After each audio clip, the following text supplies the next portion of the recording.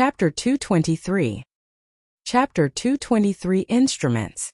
The instruments had a great variety of strange capabilities. There were instruments that cleansed the spirit and calmed the heart, those that regulated the qi and blood flow and strengthened health, and those with protective attacks that could autonomously defend the body in times of danger. After comparing the large number of instruments closely, Qin Feng chose two worth 500 Hedonist points. One was an instrument to be gifted to Lin Bei called the Blood Flow Bracelet. It was a bracelet made up of ocean blue beads that Qin Feng didn't know the name of, which were strung together.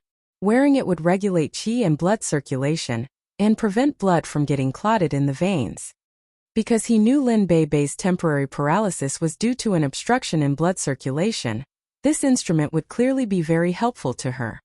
After buying the blood flow bracelet, Qin Feng bought a soul-cleansing necklace for Zhao Lingxian. It was a necklace made of light green beads that would refresh the wearer and suppress fright. Qin Feng hadn't seen Zhao Lingxian in a while, and he thought often about the girl. Since he grew up with her and they were childhood sweethearts, one could say that Zhao Lingxian had an irreplaceable spot in his heart. He was prepared to take some time to call on Uncle Zhao and gift this soul-cleansing necklace to Zhao Lingxian.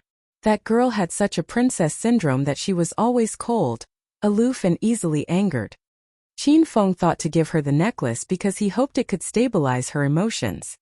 According to the system's description, other than their particular special capabilities, these two instruments also had a one-time defense mechanism.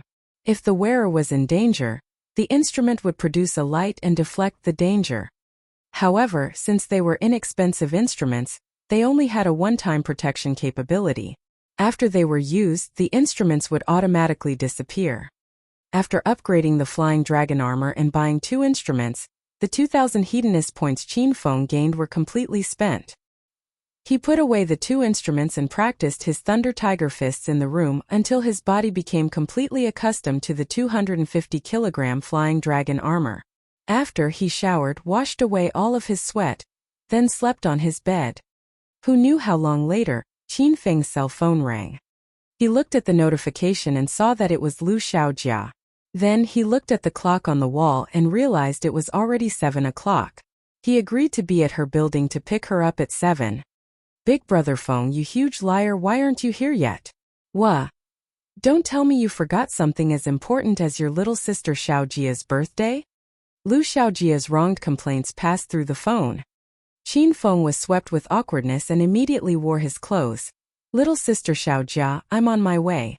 Wait 10 minutes and I'll be there for sure. After going downstairs, Qin Feng drove out his extremely cool black Batmobile. This car was left in the Qin Manor garage for over a month because ever since he got his low-key 28 bicycle, he didn't think it was worth driving. However, tonight was Lu Xiaojia's birthday, so Qin Feng thought he should drive a better car to pick her up and help her keep up appearances. It had been a long time since he drove this black Lamborghini, but when he began driving again, not only was driving it again not unfamiliar, Qin Feng even felt as though he became one with the car. Ever since he got the intermediate racing skills in the lottery, he never drove his own car to perform racing techniques. Now, with his extraordinary driving skills and his awesomely cool supercar, as Qin Feng drove along the busy street, every place he passed he would arouse shock from the surrounding cars. 10 minutes later, the black Batmobile formed a black shadow and accurately stopped below the villa Lu Xiaojia lived at. He had just gotten out of the car when he saw a little girl dressed prettily, puffing her cheeks and squatting a bit unhappily at the villa entrance. This cute girl was naturally Lu Xiaojia. By the looks of it, she was in a bit of a bad mood because Qin Feng was late. She wore a pink mini dress tonight, revealing her long and fair legs. She also wore rainbow cotton socks up to her calves, giving the viewer an unnamed allure. Lu Xiaojia also wore a red Hello Kitty clip on her short, glossy raven black hair.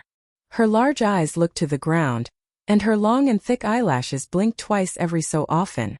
She had light pink eyeshadow on her eyes that formed a vivacious and mischievous feeling and deep red lipstick on her little lips that made her look a bit like a vampire. A pair of chubby little hands held a twig and drew circles on the ground. She drew while quietly complaining, I curse Big Brother Feng to step on dog poo right when he walks out the door. After hearing Lu Xiaojia's complaints, Qin Feng almost stumbled and fell. He laughed as he shook his head and walked up to her. He lightly touched her beautiful fragrant hair and said, "Little sister Xiaojia, you look pure and cute on the outside. But who knew you were so evil internally? You're actually cursing your big brother Feng behind his back? That's not the behavior of a good child." When Lu Xiaojia heard Qin Feng's voice, she first excitedly jumped up to hold his arm. Then she seemed to suddenly remember something and angrily pushed Qin Feng away as she complained, "Big brother Feng, you were actually late on such an enormously important day? You've really disappointed little sister Xiaojia. My classmates are all waiting there for me. I would feel so embarrassed to be late." After Lu Xiaojia stood, Qin Feng was able to clearly see her face. Qin Feng jumped in shock when he saw how mature and sexy she made herself look. "Xiaojia, why did you make yourself look this way? Big brother Feng, does it look good?" Lu Xiaojia suddenly took Qin Feng's arm and looked expectantly at him. Qin Feng looked closely and considered Lu Xiaojia. This originally pure and cute little girl put on makeup to make herself look mature and sexy, but she was still a little girl that had not yet experienced society, so even if she put on even more makeup to hide her age, her clear, lovely eyes would still reveal her purity in an instant. The current Lu Xiaojia was a little sprite that was full of pureness with a hint of sexy charmingness. "You look very good. Little sister Xiaojia will definitely be the most beautiful princess tonight." Qin Feng smiled as he tapped Lu Xiaojia's nose. He wasn't opposed to Lu Xiaojia dressing up. He knew that little girls Lu Xiaojia's age would secretly wear adults' high heels and dresses and secretly use their makeup. This was the result of the very normal curiosity of a little girl that looked forward to growing up. It was because she had this curiosity and forward-looking desire in life that she would be so youthful and energetic. It made one feel jealous. "Big brother Feng, you have great taste." After getting complimented by Qin Feng, Lu Xiaojia's anger completely disappeared, and she took the initiative to hug Qin Feng's arm. Qin Feng took Lu Xiaojia into his Batmobile and said with a smile, "Little sister Xiaojia, do you like this car?" After sitting in Qin Feng's cool race car, Lu Xiaojia's mouth dropped open in shock. She looked at Qin Feng in a daze and said, "Wow, big brother Feng, where did you rent such a cool race car? It has to be thousands of yuan to rent this car for a day." Qin Feng's lips quirked, and he looked at Lu Xiaojia with dissatisfaction as he said, "This car isn't rented." Lu Xiaojia's pleasantly surprised expression turned into one of horror. She looked anxiously at Qin Feng and said, "Big brother Feng, you didn't steal this car, did you? It's my birthday today. Don't get me in trouble." Qin Feng wanted to kick Lu Xiaojia off the car. It was rare that he drove his supercar out to show off, so why was it that no one appreciated it? If he knew earlier, he would have just rode the 28 bicycle over. It seems that that vehicle was to Lu Xiaojia's taste. "Xiaojia, where are we going to celebrate tonight?" Qin Feng was too lazy to explain the car situation, so he switched the topic to the task at hand. "Big brother Feng, tonight my friends and I agreed to go to the Fei Tian bar. I'm really excited, it's my first time going to a bar." "Big brother Qin, have you been to bars before?" Once Qin Feng heard Fei Tian bar, his lips twitched. How could he not have gone before? That bar was his. Qin Feng hadn't gotten the chance to finish his sentence when he heard Lu Xiaojia speak excitedly while waving her arms and legs. "Big brother Feng, I've heard that those that like going to bars aren't good people, but I'm also really curious about the environment inside, so I looked for Big brother Feng to accompany me there on my birthday. I also hope that Big brother Feng can be my escort tonight. Big brother Feng, the first time I saw you, I thought you were a dependable person. I'm sure you've never been to a bar before either, so this princess will take you to experience it. Big brother Feng, you be basking in some of my spotlight." "Haha, yeah, I've never been to a bar, I'm a good person," Qin Feng said with a laugh as he forcibly swallowed what he was about to say. "Big brother Feng, let's hurry and leave. You have to drive such a cool supercar faster, I want to feel the thrill."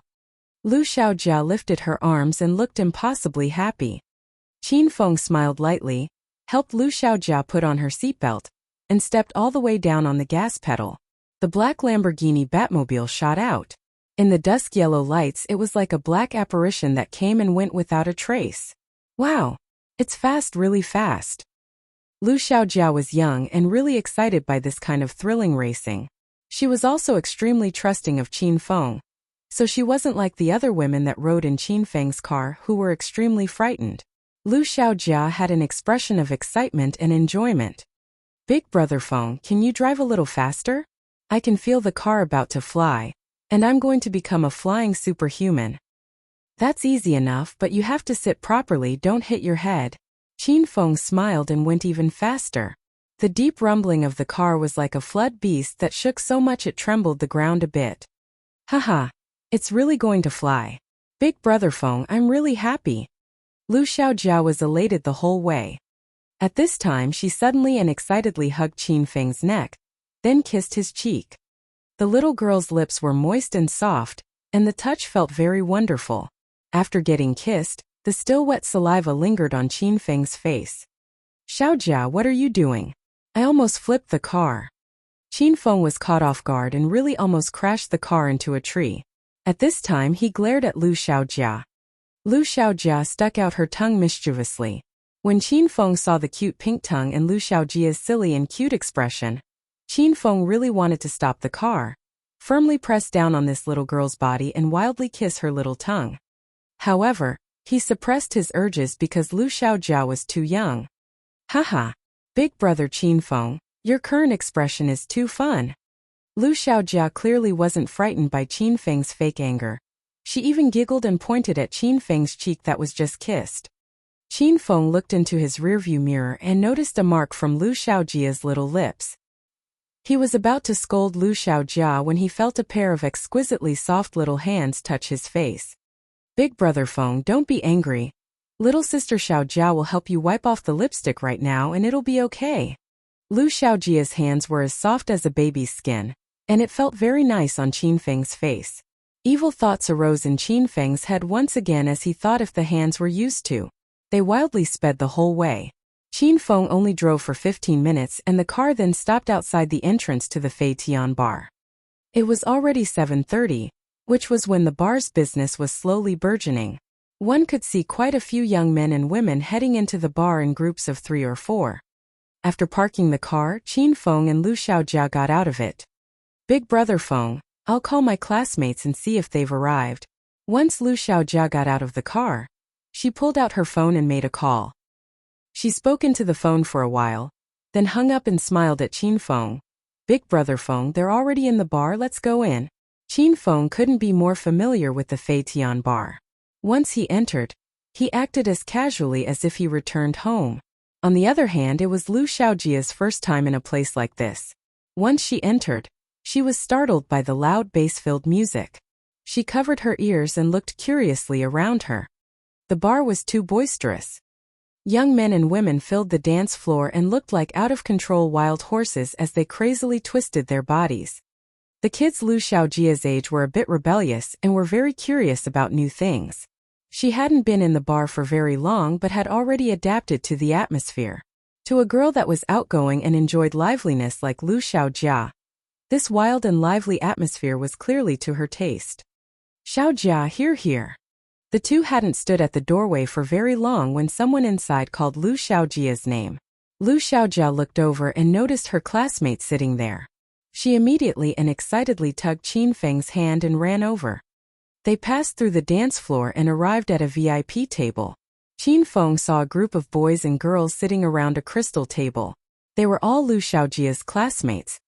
These students in their last year of middle school were not older than 15 or 16, but they dressed like they were in their 20s. The girls all wore bright and beautiful dresses and looked pretty and sexy, while the men wore white dress shirts and slacks and looked handsome and gentlemanly. The scene was as previously described. Chapter 224. Chapter 224. Why is an outsider here? Students nowadays dressed as ladies and ladies dressed as college students. Xiaojia, you're today's birthday girl and you had the guts to be late? Whatever, you have to drink 3 cups of beer as punishment. Once Lu Xiaojia came over, the students all stood to greet her. Qin Feng's gaze swept over them. There were a total of 4 girls and 5 guys that came to celebrate Lu Xiaojia's birthday.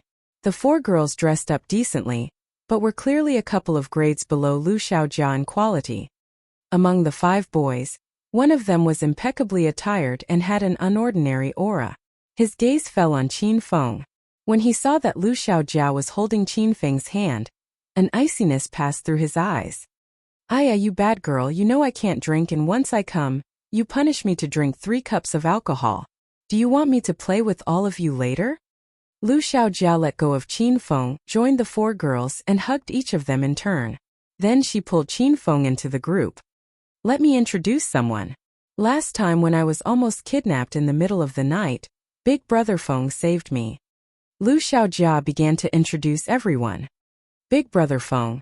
These are my classmates. We usually play well together. Well." All of the gazes fell on Qin Feng, and he was continuously scrutinized from head to toe. Among the 4 girls, a little beauty named Chan Meihan covered her mouth and began to laugh. "Xiaojia, I recognize your Big Brother Feng. Last time you put up a WeChat status with this person, right?" When she mentioned the picture he took with Lu Xiaojia that was sent to her friend circle through WeChat, Qin Feng's mouth chewed. Not bad, he's even handsomer in person. It's just that he's much older than us. Xiaojia, who would have known you were into the uncle type? I didn't notice it before." After being teased by Chan Meihan, Lu Xiaojia blushed. However, she didn't try to explain her relationship with Qin Feng and revealed a shy and moving expression, causing the males who saw it to almost lose their senses. "Ahem, little Mei, Big Brother Xiaobai is still here. Some jokes can't be made so casually." The largest male in the group coughed twice and suddenly stood out to say, "Xiaojia, it's your birthday today, and everyone who came is one of us. Why did you bring an outsider? That's no fun." After hearing the fatty's words, Lu Xiaojia pouted and said unhappily, "Fatty, Big Brother Qin saved me before, so he's one of us now." "Xiaojia, I'm saying this for your own good." Fatty glared at Qin Feng, then looked at Lu Xiaojia again as he said, "We're all classmates of 3 years, and you've only known him for a week. Who knows if he's a bad person or not, and whether or not he has any ill intentions towards you. Fatty, if you keep talking about Big Brother Feng like that, I'm going to get mad." Lu Xiaojia's expression became serious. She looked as though she would cut ties with anyone that dared to say bad things about Qin Feng. Her friends seldom saw Lu Xiaojia so serious, and they didn't dare to speak. 4 of the 5 boys looked towards the one with the unordinary aura in unison as though they were waiting for him to speak. This person was named Su Xiaobai, and he was the boss of the 4. He pursued Lu Xiaojia since the first year of middle school. Lu Xiaojia placed her emphasis on school, so she never accepted Su Xiaobai. After countless failed confessions, Su Xiaobai's patience was long worn out. He just so happened to hear it was recently Lu Xiaojia's birthday, so he specifically reserved a small gathering place in the bar to help Lu Xiaojia celebrate. In reality, Su Xiaobai and his 4 underlings made a plan. They were going to get Lu Xiaojia drunk on her birthday tonight. Then Su Xiaobai would get a room with her and turn raw rice into cooked rice. However, their plan had just begun when it was thrown into a frenzy by Qin Feng. These underlings didn't dare act out blindly, so they could only wait for their boss to speak. "Haha, since he's Xiaojia's friend, then he's our friend as well." Su Xiaobai suddenly opened his mouth and shattered the awkward atmosphere with a laugh. He wore a white dress shirt with slacks, and was tall with handsome and refined features. Just by standing there, he was as handsome as the Prince Charming on a white horse in fairy tales. "Hello, I'm Su Xiaobai, and I'm extremely grateful that you saved my girlfriend Lu Xiaojia. Nice to meet you." Su Xiaobai suddenly walked towards Qin Feng and spoke with extreme politeness as he extended his hand. Qin Feng suddenly retracted the hand he was about to extend. He laughed as he looked at Su Xiaobai and asked, "You're Lu Xiaojia's boyfriend?" Of course, all of the middle school students know this. Su Xiaobai raised his head arrogantly as he looked at Qin Feng and replied. Qin Feng didn't say anything else. He glanced at Lu Xiaojia and saw her urgently shaking her head. She even looked disgusted. He then knew this Su Xiaobai was delusional. "I'll tell you a very hurtful truth. As Xiaojia's older brother, I don't approve of you being her boyfriend," Qin Feng said indifferently. He was dissolute and hedonistic previously, so he saw people extremely accurately. Men like Su Xiaobai didn't really like Lu Xiaojia, they merely coveted her body. How could Qin Feng hand Lu Xiaojia to someone like this? "What did you say?" If you have the guts, say it again.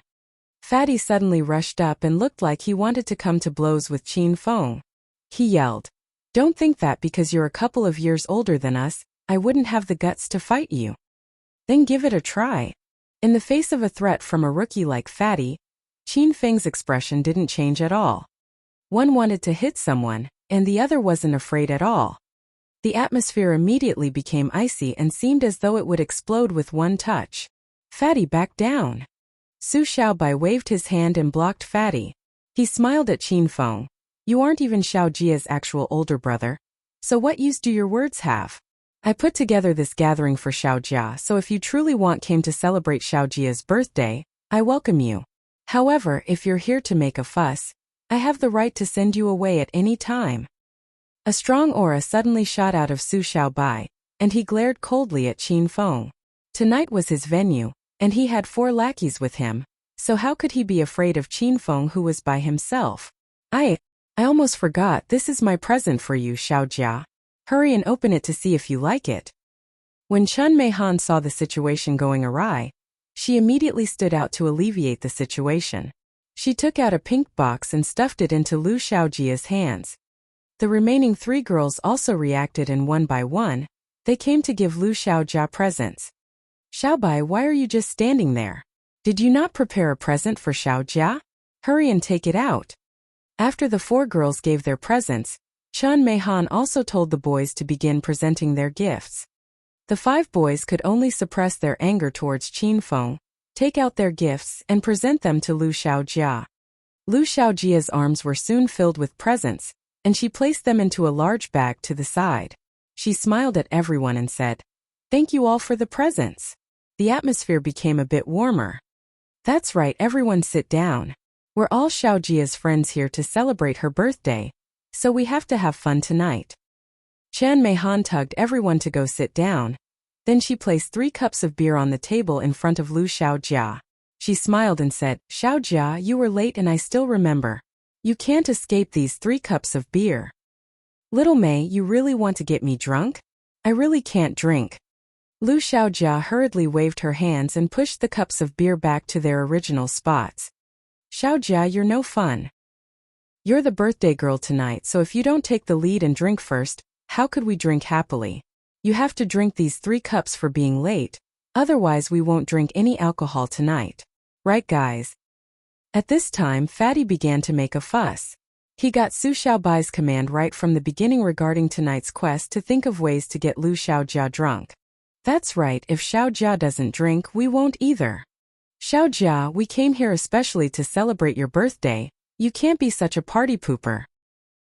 The remaining boys also began to agree, and they all urged Lu Xiaojia to drink the alcohol. Lu Xiaojia couldn't refuse. She opened and closed her mouth and didn't know what to say. "Xiaojia is my little sister, and as her older brother, I'll drink for her." At Lu Xiaojia's time of adversity, Qin Feng suddenly stood out. He lifted the 3 cups of beer from the table in succession and drank them all in 3 gulps without the slightest pause in the middle. This powerful drinking aroused startled gasps in the 3 girls. "Wow, Xiaojia! How did you get this gem of an uncle? How come I haven't found one? Drinking like that is too manly. I'm so jealous that you have such a thoughtful uncle to drink for you." Qin Feng had just put the cup down when little Mei hugged Lu Xiaojia's arm and shouted excitedly and continuously. The 5 boys sitting across from them had extremely ugly expressions.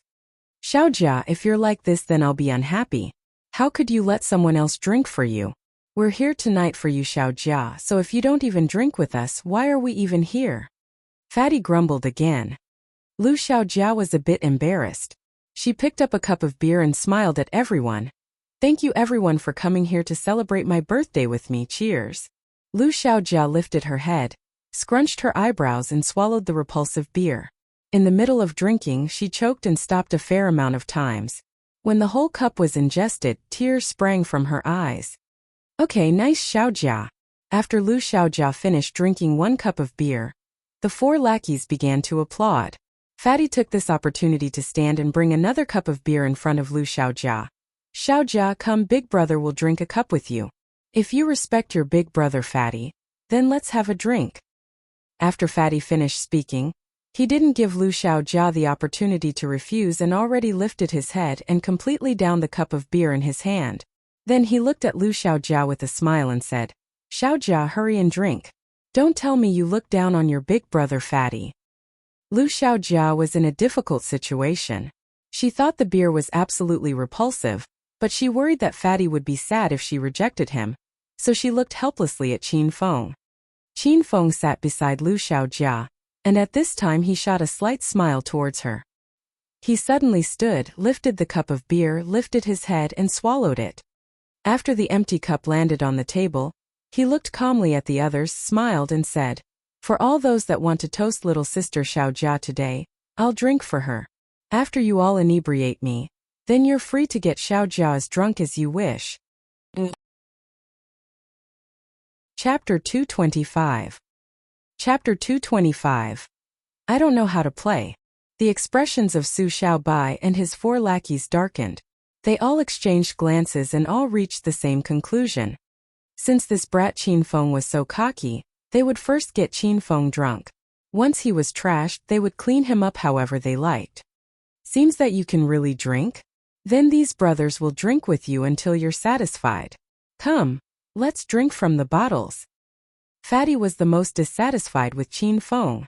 He took the lead, picked up a bottle of beer and guzzled it. He drank first, then Qin Feng did. However, Qin Feng finished drinking his bottle a while before Fatty finished drinking his. From the grandeur and speed at which the two drank, Fatty already lost to Qin Feng. "Wow, Xiaojia, your uncle can really drink." Qin Feng drank in a confident and easy manner, and he drank beer like plain water. After drinking 1 bottle, he took the initiative to bring over 4 more. "Don't toast me one by one, you 4. It's a hassle, so I'll drink 4 bottles at once and you can each drink 1. After speaking, Qin Feng drank bottle after bottle. He was a bit thirsty after going from the Qin Manor to Cloud City Hua Manor to pick up Lu Xiaojia, and then to the Fei Tian bar. At this time he drank 5 bottles in a row and felt a lot better. Gasp! The scene caused all those present to gasp. They weighed Qin Feng drink 5 bottles of beer in a row with their own eyes, and they were ingested one right after the other without any breathing room in between. Also, after finishing 5 bottles of beer so fiercely, Qin Feng's face remained unchanged. He stood there casually and was even joking with Lu Xiaojia. "Big brother Feng, will you be okay drinking so quickly?" Though Qin Feng looked fine, Lu Xiaojia was still a bit worried. Qin Feng had just sat down when Lu Xiaojia pulled out a couple of napkins and wiped beer from the corner of Qin Feng's mouth. This action was too loving, and Lu Xiaojia leaned over, so the milky smell from her body filled Qin Feng's nose. He covertly lowered his head and could look past the collar of Lu Xiaojia's dress and see the yellow camisole within. Though this girl was still young, her chest was still very underripe. "Brat, we aren't done drinking, do you have the guts to continue?" After seeing this scene, Su Xiaobai was so angry he wanted to die. He directly stood and gave Qin Feng an icy glare. Qin Feng lightly grabbed Lu Xiaojia's little hand that was wiping his mouth, moved it to the side, sat on the chair, and looked indifferently at Su Xiaobai. He said, "Of course I have the guts. I'll drink however many bottles you want to drink." Qin Feng's voice was calm, but everyone had just seen his alcohol tolerance, so after hearing him say those words, they all thought Qin Feng was bragging. Even Su Xiaobai and his 4 lackeys didn't have the guts to directly drink with Qin Feng. They were afraid that even the 5 of them together wouldn't be able to beat Qin Feng on his own. "It's kind of boring to just pick up the bottles and drink, so why don't we drink while playing games?" A playfulness flashed through Su Xiaobai's eyes as he spoke while smiling. The 5 of them saw that Qin Feng could really drink, so they were prepared to use the advantage of the game to make Qin Feng lose continuously and make him drink continuously. They didn't believe they couldn't get the brat drunk that way. After hearing Su Xiaobai's words, Qin Feng internally thought the situation was a bit comical. Of course he knew what this stinking brat was thinking. However, Qin Feng was lauded as Acropolis City's #1 nightclub little prince in middle school, and no one could beat Qin Feng in any game relating to betting with alcohol. Games? I don't really know how to play. Qin Feng had an expression of seriousness as he looked at Su Xiaobai and his 4 lackeys. "Why don't we forget about it? If I don't play well later, I'll spoil your fun. Once the five of them heard that Qin Feng didn't know how to play games, they immediately became excited. How could they let Qin Feng go? Brother, it's okay if you don't know how to play, we can teach you. It's very simple, so you'll be sure to learn it right away. Fatty smiled joyfully as he looked at Qin Feng. Is it really simple? I'm kind of dumb, Qin Feng said. If you're dumb, that's perfect. Fatty was so excited he almost made a slip of the tongue. He immediately checked himself and said, with these games, the more truthful you are, the more advantageous it'll be for you. It's called coping with many changes by being unchanging. Right, every time these games are played, it's those who don't know how to play that win the most spectacularly. And those that play often like us can't even win. After seeing that Qin Feng was about to get caught hook, line, and sinker, the other boys also joined in. Alright, let's hurry and begin. Games are just for fun. Winning or losing isn't important. Then let's start playing. Either way, I don't know how to play, so I'll just play blindly, Qin Feng said with a smile. Brother, you really are refreshing. Come, let's play the number guessing game. Fatty cleared off a small part of the table, rolled up his sleeves, and couldn't wait to start playing with Qin Feng. This number guessing game is really simple. We'll randomly shout numbers from 1 to 10, and whenever you yell a number, you have to say an auspicious saying relating to the number and stick out the same number of fingers. Alright, let's begin. Fatty knew Qin Feng didn't know how to play, so when he explained the rules of the game, he intentionally said them quickly and a bit confusingly. After stating the rules, he didn't ask if Qin Feng understood them and was in a hurry to start competing with Qin Feng instead. He clearly wanted to bully Qin Feng, and even Lu Xiaojia noticed. Big brother Feng, did you understand? Lu Xiaojia hugged Qin Feng's arm and looked at Qin Feng with wide eyes. Qin Feng shook his head. I don't really get it. But it's a game, so I'll get it after a couple of rounds, right, Fatty? Everyone's nickname is a source of pain to them. Though Fatty was a nickname Su Xiaobai and his other brothers called him, he actually rejected it initially. Thus, when Qin Feng suddenly called him Fatty, he was so angry that his face darkened. Okay, let's start. I'll go first. Fatty glared coldly at Qin Feng and didn't continue to speak nonsense with him. He wanted Qin Feng to lose completely and drink until he died. Then he'd throw him into the dumpster outside. May the two of us both be well. Cool. Fatty and Qin Feng each shouted a phrase one after the other. After seeing that a game was going on, other people surrounded them to join in on the excitement. Su Xiaobai and his lackeys originally thought Qin Feng didn't know how to play, so they were sure that he'd lose after 2 sayings. However, the two of them shouted over 10 sayings, yet Qin Feng still hadn't made a mistake. 7 fairies. 8 horses. 1 dragon. May the 3 stars shine over you. Qin Feng suddenly stopped. He looked at Fatty, who looked like he saw a ghost, and asked with suspicion, Fatty, you seem to have shouted incorrectly at first? I don't really know how to play this game, so if I'm wrong, you have to remind me. If you're wrong, you can't just trick me and get away with it. Fatty was stunned, and so were the 4 males behind him. Fatty was the best at playing the guessing game between the 5 of them. Very few people among classmates his age were worthy opponents of his. Thus, Su Xiaobai had Fatty come out first. He wanted to quickly annihilate Qin Feng immediately and gain face. However, Fatty actually lost. Even the girls had trouble believing the scene before them. They all thought it was Qin Feng's first time playing the number guessing game. They couldn't really accept the fact that someone who hadn't even completely understood the rules could directly win over the number guessing game expert Fatty. Haha, I really did lose. I'll drink. Fatty regained his senses with great difficulty. He picked up a cup of beer from the table and drank it down. Oh. Once Fatty put down the cup of beer, he lifted both fists and said to Qin Feng, Come on, let's continue. Qin Feng had just won, but Fatty clearly couldn't accept this. He was certain Qin Feng won due to good luck or a fluke. He immediately restarted the ma and was set on ruthlessly slapping Qin Feng in the face. Cool. 8 horses. Aya.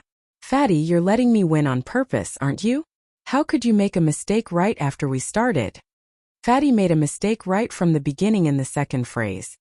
Fatty's entire face already turned cold. He wordlessly picked up a cup of beer, drank it, and wanted to continue with the game. One dragon. May the 3 stars shine over you. Drink, Fatty, you have to drink again. Ever since the first time Fatty lost, everything spiraled out of control and he kept losing. The more he lost, the more unstable his mood became. In the end, once he made a move, he made a mistake, and once he made a mistake, he had to drink. This was repeated 20-something times and Fatty couldn't drink anymore. He made an excuse to get up and go to the restroom. In reality, he secretly ran to the restroom to cry because he made a complete fool of himself. Once Fatty left, the remaining 4 people didn't know what to say. They suggested the number guessing game, and now that Fatty left, the remaining 4 were sure to be next to go against Qin Feng. However, Qin Feng even won against the guessing game expert Fatty, so how could the other 4 have the guts to play with Qin Feng? Even if they were stupider than they currently were, they'd understand that there was no way Qin Feng didn't know how to play the game. This brat was just faking it and was now blatantly showing off. That Fatty left for so long, why isn't he back yet? Why don't one of you continue playing? I suddenly feel that this guessing game is pretty fun. The 4 across from him said nothing, and Qin Feng took the initiative to speak with a laugh. These 4 immediately scooted away, and expressed that they had no interest in playing the number guessing with Qin Feng. What are you afraid of? This is my first time playing, I really don't even know how to play, Qin Feng said while his gaze swept over the 4 people. Though the 4 said nothing, they internally cursed Qin Feng several times. They suddenly realized that in front of Qin Feng, any shamelessness they learned previously was superficial. We've already played the guessing game at first, and it's kind of pointless. Why don't we play a more interesting game called the dice rolling game?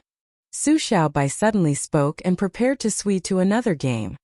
Su Xiaobai was very skilled at throwing dice, and he learned it from the professionals at the casino. Currently, he could roll 9 big numbers every 10 rolls. What that meant was that in 10 rolls he could roll a number over 9 times. Dice rolling? I also don't know this game. How do you play? Qin Feng said with a smile. Now, every time Qin Feng said he didn't know how to play, Su Xiaobai and his men didn't directly believe him.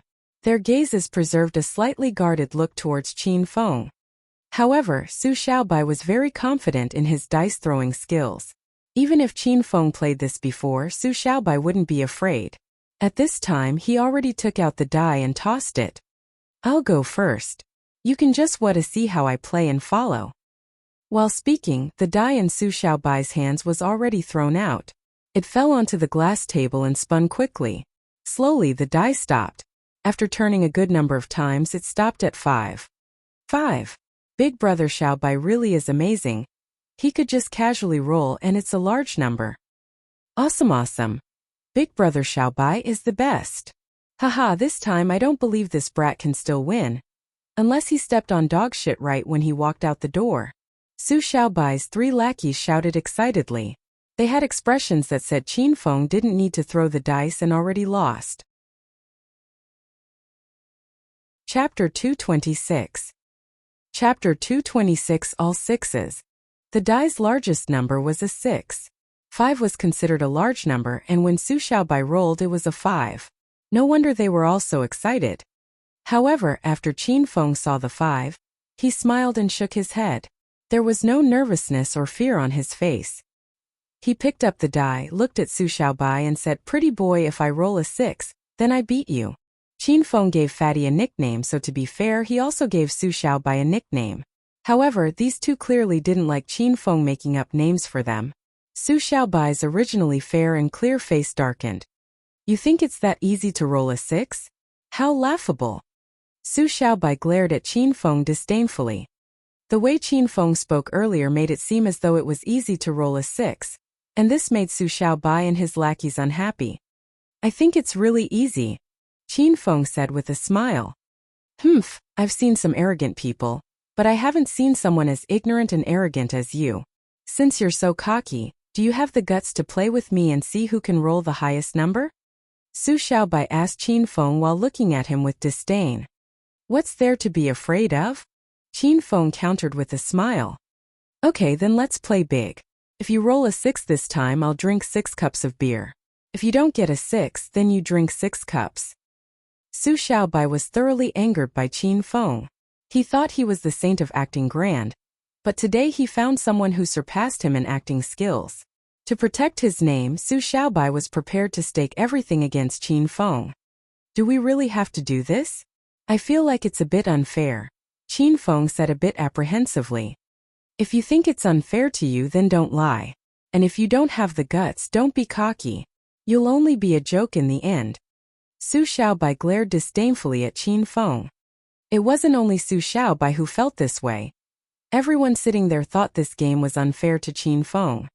It was Qin Feng's first time playing this game, so how could he roll a 6 right away? That would be completely based on luck. The odds of Qin Feng rolling a 6 was 1 in 6, and the odds of rolling anything else was 5 in 6.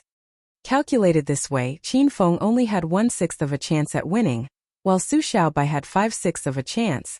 This was 5 times Qin Feng's probability of winning. This game was clearly unfair to Qin Feng. However, Qin Feng didn't think this way. He already opened his mouth indifferently. Pretty boy, I think you're mistaken. I think this game is a bit unfair to you. Crack. Once Qin Feng said this, everyone gaped. They really didn't know where Qin Feng got his confidence. Even Lu Xiaojia looked at him with doubt and amazement. Regarding the number guessing game earlier, as long as your brain was agile and your reaction speed was fast, you could take hold of a win. However, this die rolling game seemed to be based on luck. No matter how good Qin Feng's luck was, could he roll a 6 so easily? Big brother Feng, do you want to consider this a bit more? Lu Xiaojia couldn't really continue weighing. She tugged on Qin Feng's arm and warned him quietly. This subtle movement was captured by Su Xiaobai, and he was so angry that he slammed his hand on the table and yelled, "Your elder doesn't think this game is unfair to me. Let's cut the talk. Hurry up and begin rolling the die." "Alright, then I won't go easy on you." Qin Feng looked at Su Xiaobai with a happy smile and extended the die in his hand towards Lu Xiaojia. He said to her, "Xiaojia, you're my goddess of luck tonight. Blow some fairy breath here and this die will roll out a 6. Big brother Feng, I'm afraid blowing on it won't help." Lu Xiaojia looked shyly at Qin Feng. "Just blow and we'll find out whether or not it's useful." Qin Feng continued to speak. Lu Xiaojia hesitated, then pursed her lips and blew into Qin Feng's hand. Qin Feng immediately grasped the die in his hand and said earnestly, "Next is the time to witness a miracle." As he spoke, he tossed the die in his hand. The die fell onto the table and began to spin rapidly. However, it continuously spun on the table on one point, and didn't move in any other direction. This was because Qin Feng also specifically learned this die game, so his control was extremely meticulous.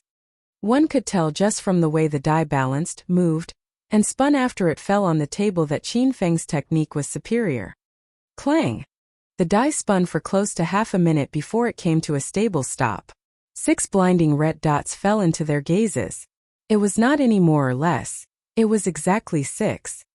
Everyone gasped as they were once again startled by Qin Feng's mysterious abilities. On the other hand, Su Xiaobai was pitifully pale.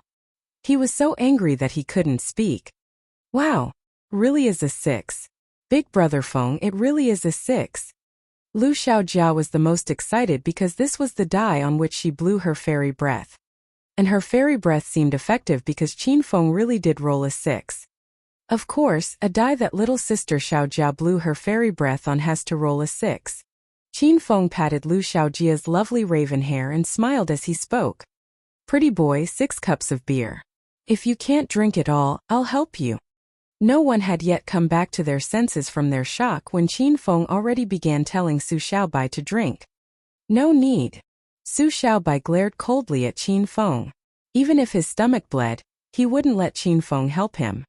This was a matter of face. Under the surveillance of the audience, Su Xiaobai downed 6 cups of beer in a row and drank them gulp by gulp. Su Xiaobai's alcohol tolerance was much worse than Qin Feng's. After he ingested 6 cups of beer, his face became slightly flushed and his words slurred a bit. "Brat, do you have the guts to try again? Still rolling die, still a 6 and still the same rules." Su Xiaobai was infuriated by Qin Feng. He didn't believe that Qin Feng could really control the die, and believed that Lu Xiaojia's breath caused the 6 even less. He felt that the 6 was merely due to Qin Feng's luck. As an upstanding and kind person, I won't play this unfair game too much. However, seeing how much fun you're having and that you're crying, making a fuss, and begging for me to play with you, then I'll reluctantly accept, Qin Feng said with seriousness. Su Xiaobai's lips tweed, and he said unhappily, when did I cry, make a fuss, or beg you? Qin Feng's expression was one of suspicion. You didn't? Then forget it, I won't play anymore. Su Xiaobai immediately felt a stab of pain, and he almost spit out a mouthful of blood. He clenched his teeth, was quiet for a bit, then spoke. I did. Hurry and roll the die. Qin Feng thought Su Xiaobai's stormy expression was funny. He picked up the die on the table again and said to Lu Xiaojia, my goddess of luck, give me another puff of fairy breath. Lu Xiaojia was a little shy to be called a goddess of luck by Qin Feng in front of so many people. She blushed and nodded, then blew a fairy breath into Qin Feng's hand. However, even Lu Xiaojia didn't believe the 6 was related to her breath. She only felt that Qin Feng had good luck. After blowing, she smiled and said, Big brother Feng, this time it won't be certain that you'll roll a 6, so don't expect too much. How could that be? Little sister Xiaojia is the goddess of luck, so whenever you blow, it's useful. Qin Feng laughed, waved his hand, and the die fell onto the table and spun. When everyone's gazes were focused on the spinning die and waiting for it to stop, Qin Feng had a lascivious smile and peeked covertly at the provocatively dressed beauties on the dance floor. He didn't even care about the die because 5 years ago, he could already roll a 6 with every roll. This game was child's play to Qin Feng. 6, it's 6 again. Someone suddenly shouted in shock. The die already stopped and fell with 6 dots on top without suspense. Everyone's expressions changed. They were much more startled than the first time Qin Feng rolled a 6. If one were to say that Qin Feng's prior result was due to luck, then how would they explain this result? Their gazes fell on Lu Xiaojia's face in unison and began to wonder if Lu Xiaojia really was the goddess of luck. The goddess of luck. Lu Xiaojia couldn't help but shout, how mysterious! It's too mysterious! She excitedly hugged Qin Feng's arm, and her body shook uncontrollably. Qin Feng felt a softness brush his arm several times, and it felt really great. Impossible! How is that possible? This is too fucking strange. After seeing the 6 blinding red dots, Su Xiaobai roared internally. He couldn't accept this reality. After all, he had prepared to slap Qin Feng's face with his 4 lackeys tonight. As a result, he was getting slapped resoundingly by Qin Feng right now. How could a 6 come up on top again? I'm a little embarrassed to win again. I was originally thinking how good it would be if I lost a round. One's strength doesn't mar one's ambitions. Qin Feng saw the 6 dots on the table and smiled casually. That's right. Pretty boy, it seems that you lost again, so you have to drink 6 more cups of beer. Forget it, forget it. Don't drink this time. It seems that you're reaching your alcohol limit, so if you drink any more, you'll get drunk. What men hate the most is being told they can't drink. This is particularly true of students still in school like Su Xiaobai. Who said I can't drink? Your elder is going to drink right now. Su Xiaobai endured the uncomfortable churning in his stomach, lifted 6 cups of beer from the table, and began to drink wildly. After the 6 cups were ingested, he felt his whole body become light and airy.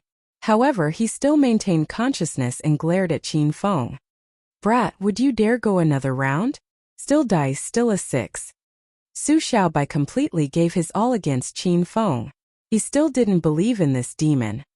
Qin Feng was shocked by Su Xiaobai's behavior. He thought to himself, so there are still these kinds of idiots in the world. However, if I lose this time, my friends will drink 6 cups of beer for me, Su Xiaobai suddenly added. The expressions of his 3 lackeys darkened. They thought to themselves, bro, if you're going to be crazy, can you not drag us into it? Though they endlessly complained internally, they didn't dare disobey their boss's words, so they could only stand up one by one. I don't mind, Qin Feng said casually. We don't mind either.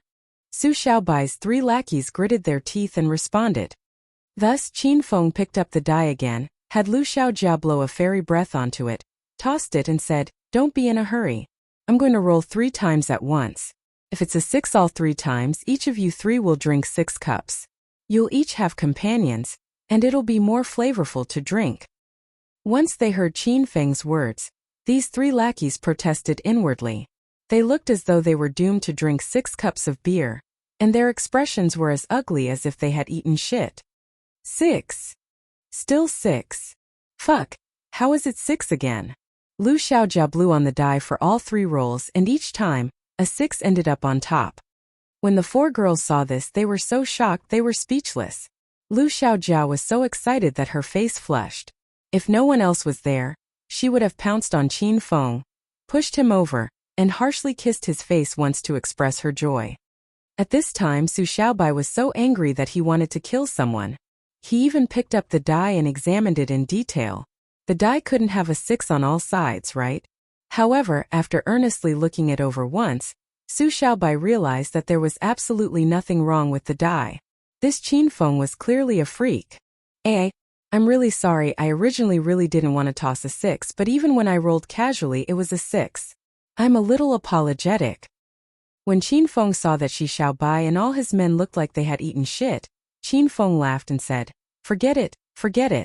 Don't drink the beer. We came here to have fun and celebrate Xiaojia's birthday.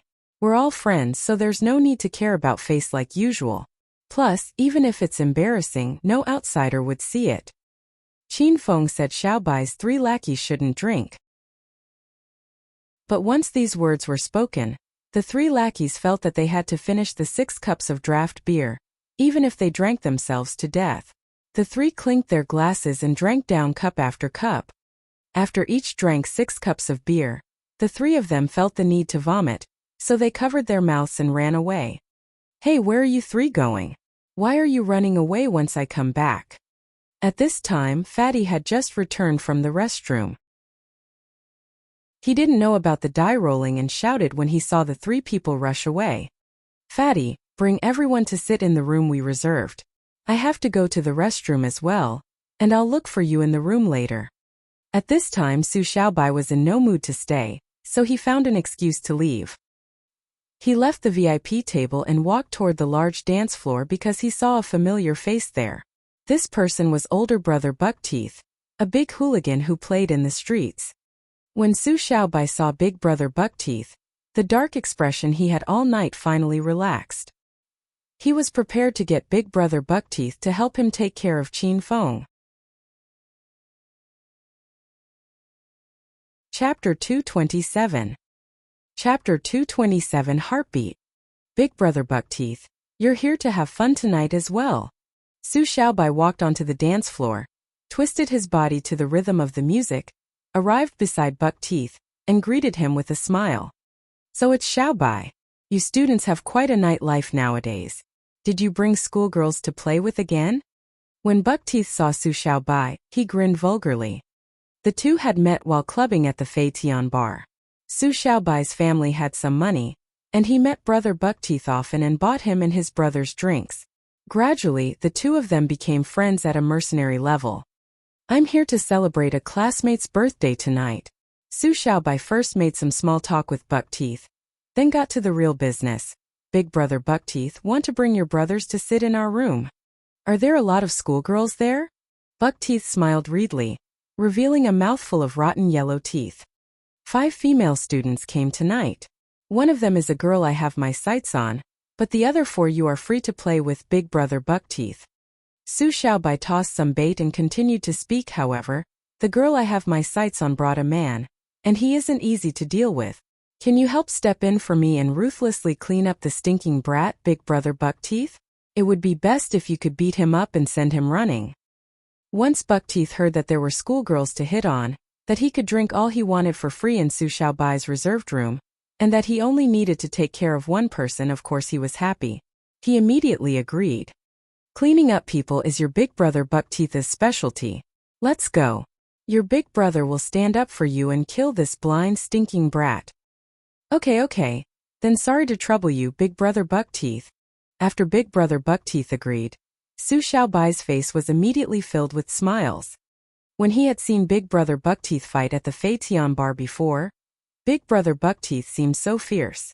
Big Brother Buckteeth had been alone, holding an empty beer bottle, smashing the heads of 3 strong men, and making them bleed. Also, Big Brother Buckteeth seemed to know Fei Tianbar's boss. Su Xiaobai was sure that if Big Brother Buckteeth stood up for him, even 10 Qinfengs would be inadequate. Why are you so polite with your Big Brother Buckteeth? Buckteeth sent a couple of glances around the dance floor, took Su Xiaobai's arm, and walked off the dance floor. Xiaobai, are the girls you brought tonight decent looking? Once Buckteeth walked off, 4 lackeys immediately followed behind him. Don't worry, Big Brother Buckteeth, they're all middle school girls, and they're each fresher than the next. Su Xiaobai said with a smile. Good man. Then let's hurry and go to the private room. We don't want to keep those little girls waiting. Fei Tianbar. A grand private room. At this time Fatty brought Qinfeng and the rest inside. Qinfeng and the 5 girls sat in a row talking and laughing. Fatty sat alone on another sofa. He was so angry that his face was ferocious and trembled continuously. Xiaojia, do you really need to stick by your precious uncle for 24 hours? I just say a couple of things to him and you glare at me. Xiaojia, you value your lover more than your friends. Chen Meihan laughed and teased Lu Xiaojia when she saw her tightly cluing Qinfeng's arm. Tonight Qinfeng showed a startling alcohol tolerance and mysterious number guessing and die-rolling abilities. These 4 girls were fickle when it came to love and their hearts rippled. Plus, Qinfeng was handsome to begin with and his aura was unordinary, so the 4 girls chatted him up unconsciously or otherwise. Originally, no one knew Qinfeng, and tonight he suddenly became the focal point. This situation worried Lu Xiaojia a little. She was worried Qinfeng's resistance to their enticement would be too low, and he'd be tricked away by those sisters of hers. When did I value a lover more than my friends? Don't keep talking to Big Brother Feng. Isn't Fatty sitting there? You all usually love sticking with Fatty. Lu Xiaojia pouted and purposely leaned into Qinfeng's embrace as she spoke without showing weakness. The 4 girls instinctively looked toward Fatty. Fatty immediately sat up straight and shot a sweet smile at the 4 girls. Aya, Fatty is our good sister, and we can only talk to him and pass him off as a man when there aren't men around. Tonight, there's a handsome uncle, so who'd want to continue listening to him boast blindly? Chen Meihan also pouted and acted cute. The other 3 girls immediately nodded and approved of Chen Meihan's words. One after the other, they also made their cutest expressions at Qinfeng. Fatty had just sat up, but he instantly fell limp. The forced smile on his face suddenly froze. He felt as though he was suddenly shot in the chest with an arrow. Qinfeng was surrounded by all kinds of flowers, and every flower was budding and underripe. He lifted his hand, then put it back down as he struggled to decide whether or not he wanted to touch the bodies of these middle schoolers and concern himself with their health and their physical development. Ah, Xiaojia, where's your relationship with that uncle of yours at? Chen Meihan sat beside Qinfeng. Her gaze inadvertently fell on Qinfeng's hand and she shouted in surprise. Due to the sound, the other 3 girls and Fatty looked over, and their expressions instantly changed drastically. They discovered that Qinfeng's hand was on Lu Xiaojia's long and fair leg beneath her skirt. It's a habit, it's a habit. Qinfeng reacted, immediately pulling his hand away and smiling awkwardly at the spectators. He was used to touching Su Ruro's thigh at work, so he couldn't help but touch Lu Xiaojia's leg. In retrospect, the little girl's skin was soft and tender, and felt like water. Habit. When Chen Meihan and the rest heard Qinfeng's explanation, their mouths suddenly tweed. They had weird looks on their faces and reconsidered Qinfeng and Lu Xiaojia. They clearly misunderstood them. At this time they made guesses. The 2 of them couldn't have slept together already, could they? I'm going to sing. Lu Xiaojia didn't understand how the word habit could have come out of Qinfeng's mouth. She was so embarrassed that she wanted to find a hole and hide in it. However, Lu Xiaojia didn't explain. She shyly stood and ran to the song selection machine to choose a song. Lu Xiaojia was publicly acknowledged as the school's goddess of song. Her voice was clear and sweet, and there usually were very few opportunities to hear her sing. Now that Lu Xiaojia took the initiative and offered to sing a song, The four other girls in the room fell quiet and waited to listen carefully to Lu Xiaojia's moving singing voice. The upcoming song Heartbeat is for the unordinary you on this unordinary night. Lu Xiaojia quickly chose a song and glanced a bit shyly toward Qin Feng, then glued her eyes to the lyric prompter in preparation for singing earnestly. Her words were originally meant to thank Qin Feng for suddenly appearing and saving her the night she was kidnapped, but the four girls and Fatty clearly misinterpreted her words. You want to argue with me, but I'm not that bored. You don't know how to apologize, and I'm not that smart. I really want to return to our starting point. Oh, but in spite of myself, it has appeared in my chest. How many question marks can we fit into two hearts? How many tears does love make us cry? Your eyes are filled with beauty, it takes away my heartbeat. Your gentleness is so close, it takes away my heartbeat. Reverse time to the beginning, can I get 1 second? Oh. The graceful melody and clear and sweet sound made the audience in the private room fall quiet. The noisy music outside and the wild, out-of-control crowd seemed disconnected from them. Time stopped and only heartbeats remained. The dusk yellow lights fell on Lu Xiaojia's delicate and charming face, and she brimmed with youth. Qin Feng could clearly see Lu Xiaojia's features, her eyebrows, eyelashes, and even every little hair on her face. When Lu Xiaojia took breaths in between lines, every time her chest rose and fell, her breaths produced fragrant air. The soft pink tongue revealed when she opened her mouth. There were still a lot of underripe and enchanting parts and feelings that were brought over by the song Heartbeat. They passed into Qin Feng's body like the sounds of nature and slowly melted him. Qin Feng's gaze was glued to Lu Xiaojia. He had the urge to rush onto the stage and hug her tightly, then kiss her passionately under the soft light and beautiful melody. This feeling was extremely intriguing. It made Qin Feng relive the taste of youth and his first love. Bang! The door to the private room was suddenly kicked open, and the lovely atmosphere was similarly shattered.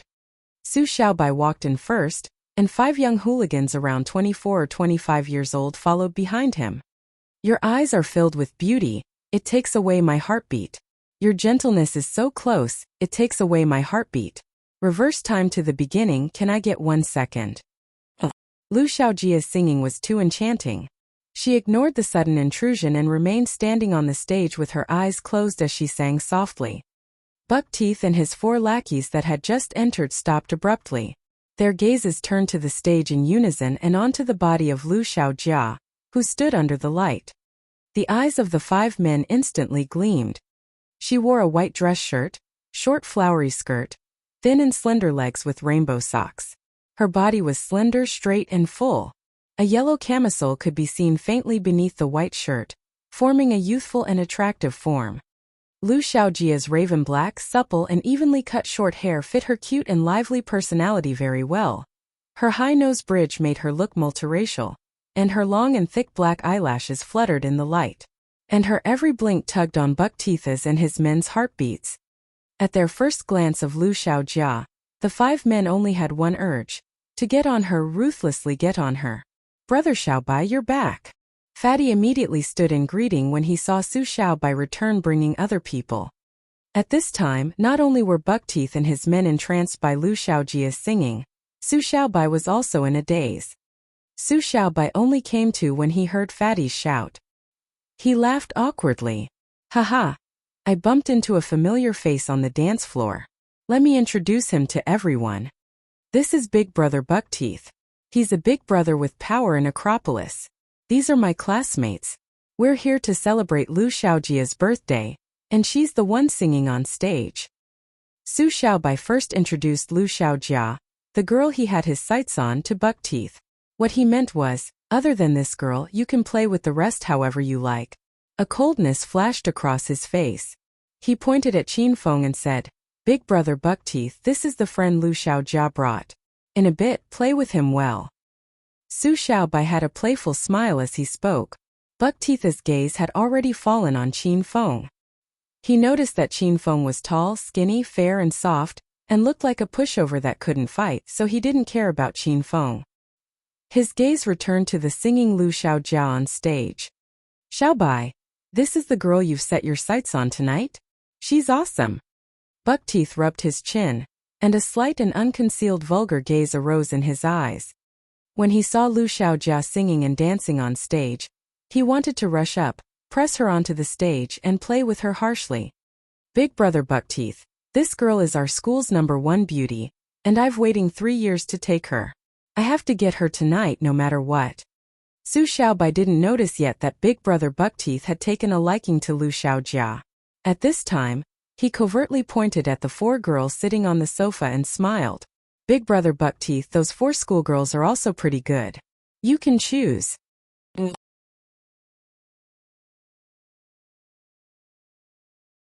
Chapter 228. Chapter 228. Older brother is an islander. After Su Xiaobai introduced everyone, big brother Buckteeth and his men sat on the sofa in succession.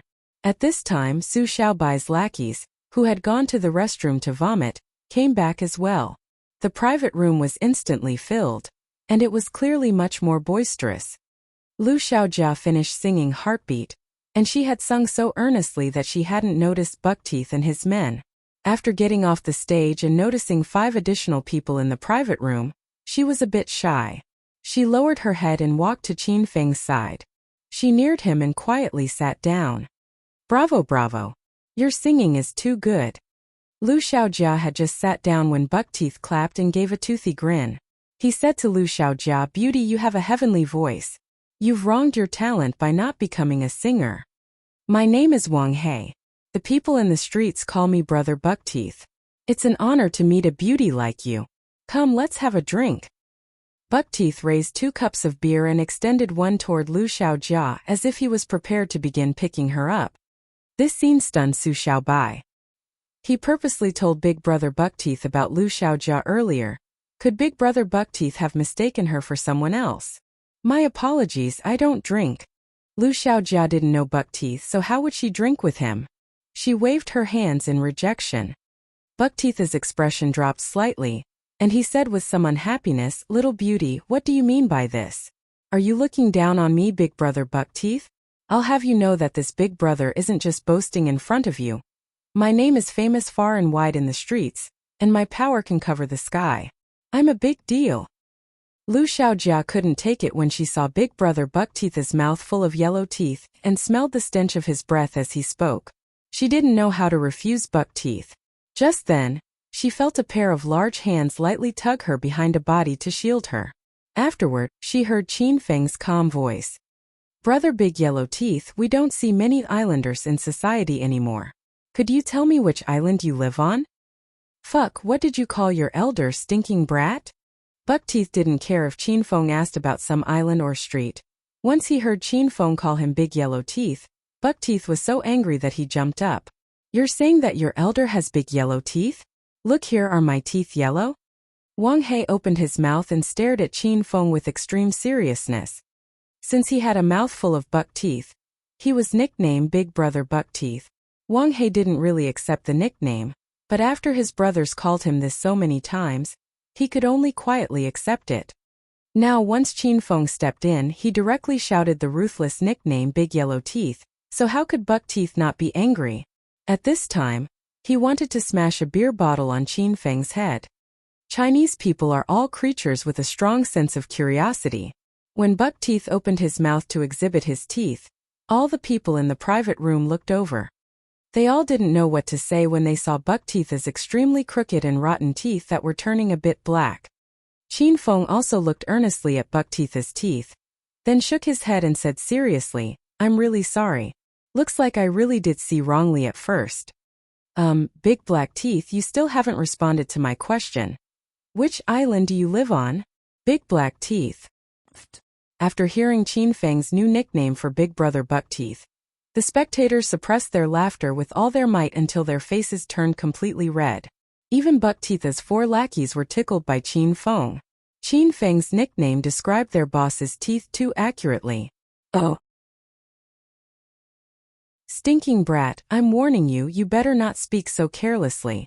When this elder gets mad, even I get afraid. Buckteeth glared coldly at Qin Feng. Then he suddenly thought of Su Xiaobai's assignment. Other than coming to pick up girls, it just so happened that he also had to harshly teach this brat Qin Feng a lesson. At this time, Buckteeth already put on a fierce expression. He looked disdainfully at Qin Feng and asked, "Stinking brat, which street do you hang out on?" "I don't live on the island, but I know 2 friends that hang out on the island," Qin Feng said with a light smile.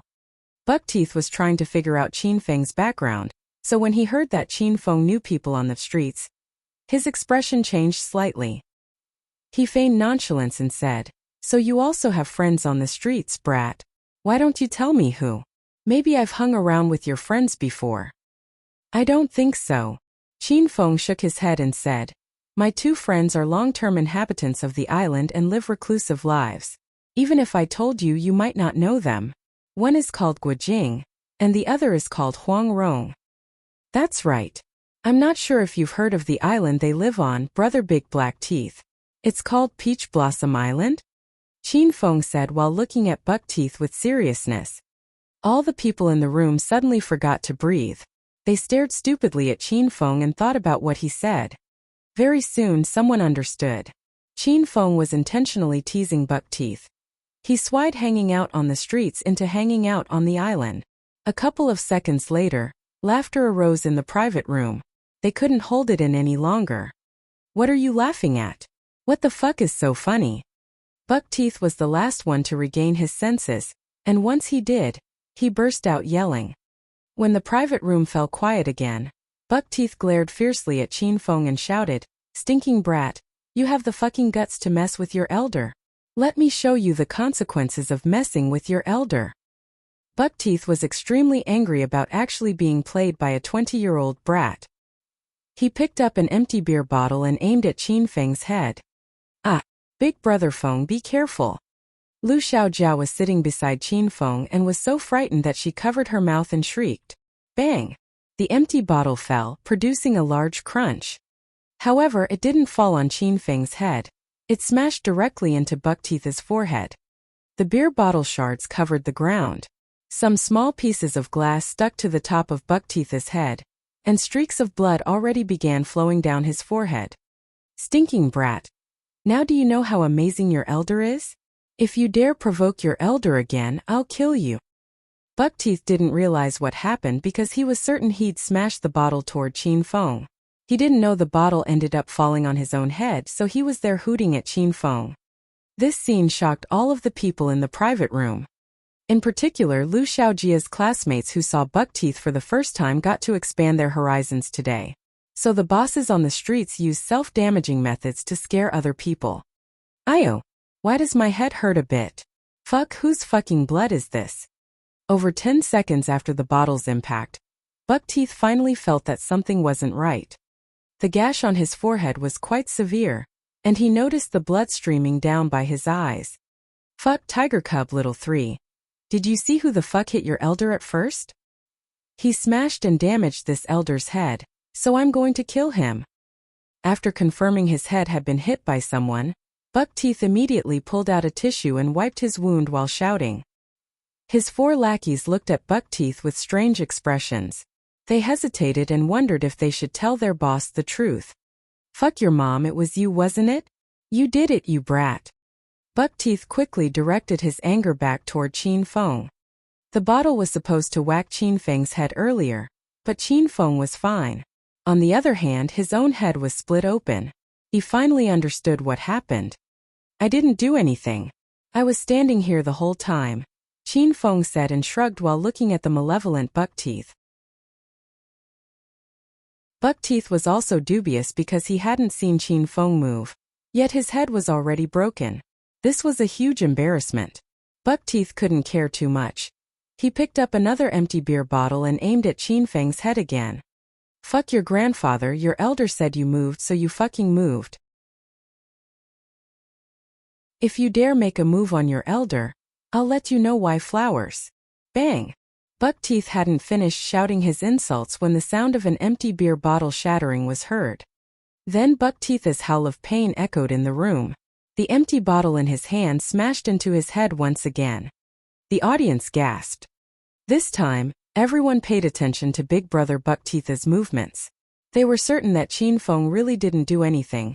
All they saw was that Buckteeth initially aimed at Qin Feng's head, But when he was not even 5 centimeters from Qin Feng's head, he suddenly swied directions and fiercely whacked his own head. This frightening skill was truly an artistic achievement. The people present couldn't help but think that if they were the person standing across from Buck Teeth, the instant they saw the empty beer bottle flying at them, they'd be sure to fall to their knees and beg for mercy. Brother Big Black Teeth, have you practiced acrobatics on the island? Your bottle smashing skill is a real eye-opener. Qin Feng weighed the stunned Buck Teeth and couldn't help but mock him. Of course he'd moved earlier, but he'd acted as quick as lightning so normal people couldn't see it clearly. Haha. I did indeed learn some acrobatics in the past, and since I knew it was this little beauty's birthday tonight, I just showed a bit to everyone for some fun and to enliven the atmosphere. But this skill is something I practiced hard for 5-6 years to obtain this result, so don't try and copy me. You all haven't gone through professional training, so if you hit your head directly, it'll break. Big Brother Buckteeth suddenly burst into laughter. He wasn't a fool. After getting attacked twice, he already noticed something was fishy. He knew Qin Feng must have done something in the middle. Otherwise, there was no way he could have attacked Qin Feng yet have the beer bottle end up hitting his own head. After these 2 instances, Buckteeth had a preliminary taste of Qin Feng's skills. This was clearly a very formidable opponent. Buckteeth had already decided to switch tactics. He couldn't face Qin Feng head-on, so he was prepared to use other methods to attack him and ruthlessly clean him up. Haha. Big Brother Buckteeth really is humorous. Don't be afraid everyone, Big Brother Buckteeth was just joking with us. Come, let's give Big Brother Buckteeth a toast. He used his life to joke, so he's worth our respect. Su Xiaobai couldn't understand what Buckteeth was doing, but at this time, he took the initiative to form a compromise. The others slowly recovered from their astonishment. They all raised their glasses and drank a cup of beer together. After ingesting the alcohol, Buckteeth wiped his head clean of blood with a napkin. It was just a flesh wound and it wasn't that serious. Little beauty, did you like Big Brother's performance at first? After fixing up himself, Buckteeth returned his attentions to Lu Xiaojia. Having put on makeup tonight, Lu Xiaojia looked young and inexperienced with a hint of charm and allure. Any male who saw her would want to harshly love her.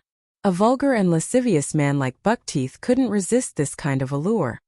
It was okay. Lu Xiaojia replied faintly out of politeness. Buckteeth immediately smiled and leaned a bit closer to Lu Xiaojia.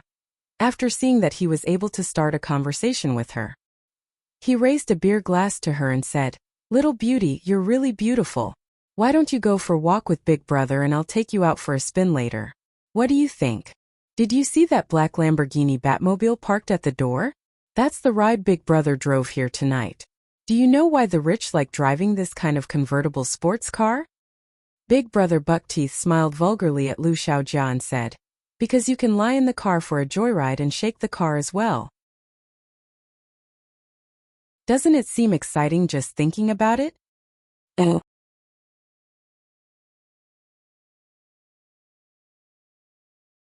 Chapter 229. Chapter 229. You cheated. Lu Xiaojia was just in the middle of drinking orange juice.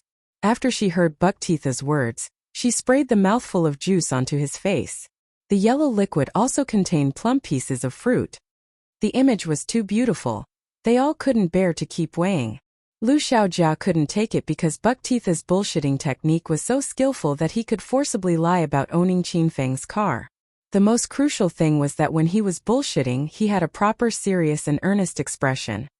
Lu Xiaojia felt that Buckteeth thought his own words were the truth, so what other people thought didn't matter to him. Haha, it's okay. You must have been startled after hearing that I drove a Lamborghini Batmobile worth over 10 million here tonight. Big Brother Buckteeth wasn't angry, even though his face was sprayed completely with juice, because Lu Xiaojia drank the juice so it carried a fragrant smell. After discovering Buckteeth's shamelessness, Lu Xiaojia pursed her lips and didn't want to speak with him. It was clearly Big Brother Feng who drove the car over, yet this person had to say it was his. He was really brazen. Wow, Big Brother Buckteeth really is amazing driving a Lamborghini supercar. That's a car only a rich person could afford. Buckteeth's 4 lackeys all stood up and praised him.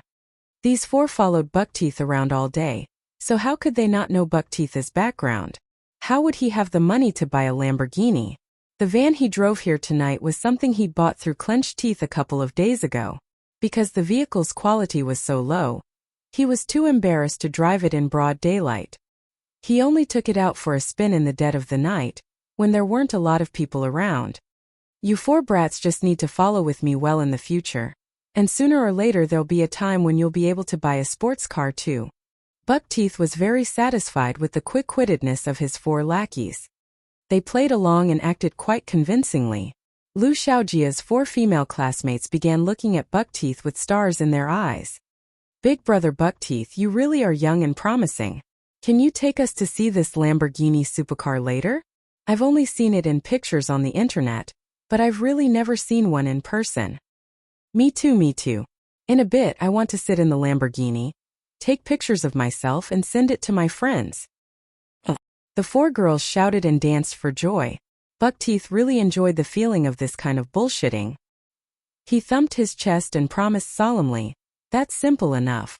When we go outside later you can all take turns taking pictures in the car. You can take them however you want. Don't be polite with your big brother Buckteeth. Right now we're here to celebrate this little beauty's birthday, so let's drink to our heart's content. What do you all say?" Buckteeth had good control of the atmosphere. He boasted randomly and was able to win over four of the schoolgirls in the room. When Su Xiaobai and his lackeys saw this unique technique for picking up girls, they worshipped him to no end. "Little beauty, come, let's have a drink. This time don't reject your big brother." Buckteeth took advantage of the heightened atmosphere and extended another cup of beer toward Lu Xiaojia. Lu Xiaojia saw that the others drank, so she couldn't find a reason to refuse. She was in the midst of hesitating and wondering what to do when Qin Feng took the cup of beer. "Brother Big Black Teeth, so you like drinking, huh? Then I'll drink with you. It just so happens that these little students can't drink. I'm really glad that someone that can drink is now here." Qin Feng held Lu Xiaojia's cup of beer and spoke while looking happily at Buckteeth. When Buckteeth saw Qin Feng interfere again, he really wanted to smash another bottle toward Qin Feng, but once he thought about the still-present dull ache on his head, the intent was instantly dismissed. He had second thoughts about the situation, then a good idea suddenly occurred to him. He had just been worrying about how to deal with Qin Feng, and now Qin Feng himself suggested they should drink, so Buckteeth was elated. He was a regular at the large bars in Acropolis every night, so he had acquired quite the alcohol tolerance long ago. He was also an experienced player of number guessing, rolling dice, poker, and other games. With his abilities, how could Buckteeth be afraid of Qin Feng? This truly made him want to laugh until his crooked and rotten teeth fell out. "Brat, you really want to have a drink-off with me?" Buckteeth looked at Qin Feng with an expression of rumination. Qin Feng laughed lightly. "We can try it out." "Okay, then I'll drink with you until the end." Buckteeth smiled mysteriously. "But let's not just drink from the bottle, that's too boring. How about this? Let's play games while drinking. Whoever loses will have to drink as punishment. Number guessing, rolling dice, playing poker, arm wrestling, you name it." Buckteeth had just finished speaking when the mouths of Lu Xiaojia and her classmates tweed, and they suddenly had the urge to smash themselves into a wall. They had just seen Qin Feng's prowess in number guessing and rolling dice. Now that Buckteeth took it upon himself to challenge Qin Feng, the scene was too comical. "Brother Big Black Teeth, you really want to play these games? I don't really know how to play." Qin Feng looked at Buckteeth with a smile. "You don't know how to play? Then we really have to play. I'll teach you. It's really simple and I guarantee that you'll get it right away," Buckteeth said excitedly. He wanted to play even more because Qin Feng didn't know how to play. However, this scene was all too familiar. In particular, when Su Xiaobai and his four lackeys saw it, they felt as though they were suddenly and brutally stabbed in the heart. They weighed the scene and seemed to see themselves in the extremely dumb Buckteeth. At this time, they knew how deeply Qin Feng had tricked them. Big brother Buckteeth, why don't we not play games and just drink?" Su Xiaobai couldn't continue weighing and stepped in to suggest this to Buckteeth. "Not play." Buckteeth clearly misunderstood Su Xiaobai's meaning. He awkwardly shook his head and said, "Then let's not play since even brother Xiaobai deems the games too unfair." And I also would feel bad bullying this guy.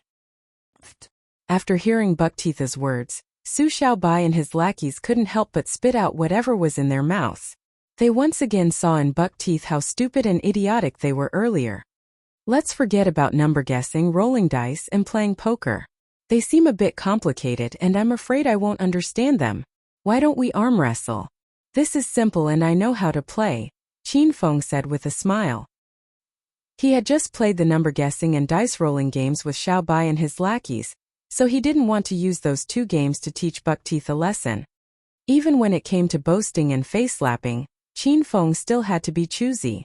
Buckteeth's gaze swept over Qin Feng. He saw that Qin Feng was tall and thin, and his skin was fair and soft. He clearly wasn't the kind of brat that was very strong, so Buckteeth immediately agreed. Okay, then let's arm wrestle. They decided to arm wrestle. Everyone emptied a table and had Qin Feng and Buckteeth sit face to face. Lu Xiaojia was a bit worried about Qin Feng. She followed Qin Feng and stayed by his side. In the end, she hugged his free arm and sat down. Qin Feng and Buckteeth clasped hands and each sat on separate sides of the table. They were ready to start at any time. Qin Feng glanced at Lu Xiaojia and suddenly said, Xiaojia, sit a little farther away. Hey, Roosterhead. Sit beside me and be the judge. Otherwise, if I win later, you'll say I cheated. Qin Feng selected a guy with a coxcomb hairstyle. The tuft of hair atop his head was dyed red. At this time, after suddenly getting called upon by Qin Feng, the guy walked over with a dark expression. Oh. If he could, he would have used his tuft of red hair to skewer Qin Feng to death. Stinking brat, are you ready? Can we start? Coxcomb sat beside Qin Feng and glared coldly as he spoke. Yep. Qin Feng's expression chilled, and he suddenly became serious. Alright, then let's begin. With Coxcomb's command, Buckteeth turned earnest and was about to use all his strength to defeat Qin Feng instantly when he heard Qin Feng's sudden shout. Wait. What now? Coxcomb asked unhappily. Oh. Brother Big Black Teeth, don't we need to trash-talk each other before we begin? Qin Feng said while looking seriously at Buckteeth. Buckteeth's expression darkened. He wanted to rush up and use his crooked teeth to bite Qin Feng to death. He glanced coldly at Qin Feng and said, No. Okay, I don't really know the rules, so I thought it would be better to clarify. Qin Feng nodded. When Coxcomb saw Qin Feng and Buckteeth ready again, he continued, Okay, the competition begins. He had just finished speaking when Qin Feng suddenly raised his hand and shouted, Wait. Fuck, are you going to do this or not, brat? What is it now? Coxcomb was helpless. Brother Big Black Teeth, don't we need to use the restroom before the competition? Qin Feng asked while looking seriously at Buckteeth. Buckteeth's cheeks tweed and he spoke with a steady expression, No. Okay. It's my first time arm wrestling, and I don't really know the rules, don't take offense. The competition began anew, and Coxcomb's voice already became listless. Are you both ready? Start. After he finished speaking, Bucktooth wasn't in a hurry to use his strength. Though he looked down on people that were slight such as Qin Feng, Buckteeth had been very serious when the competition was about to start the previous 2 times. Once Coxcomb shouted to begin, Buckteeth had begun to use this strength to try and directly defeat Qin Feng right away. However, after Qin Feng's 2 disruptions, Buckteeth was no longer enthusiastic about defeating Qin Feng. He even suspected Qin Feng was sure to find another excuse to stop the competition. Bam! A bang was suddenly heard. Buckteeth was still waiting unhappily for Qin Feng to yell stop, when he suddenly felt an enormous force pass from Qin Feng's arm. In the next second, his wrist was pressed unyieldingly onto the table. The instant kill scenario that he desired really occurred. However, the one who was instantly killed wasn't Qin Feng but him. Brother Big Black Teeth, you were very clearly yielding to me, weren't you? I didn't even use any strength. How was it that you fell over? Qin Feng didn't forget to sprinkle salt into Buckteeth's wound after defeating him. Buckteeth was so angry that he was about to spit blood. He glared coldly at Qin Feng and yelled, Stinking brat, why didn't you yell stop this time? You were cheating.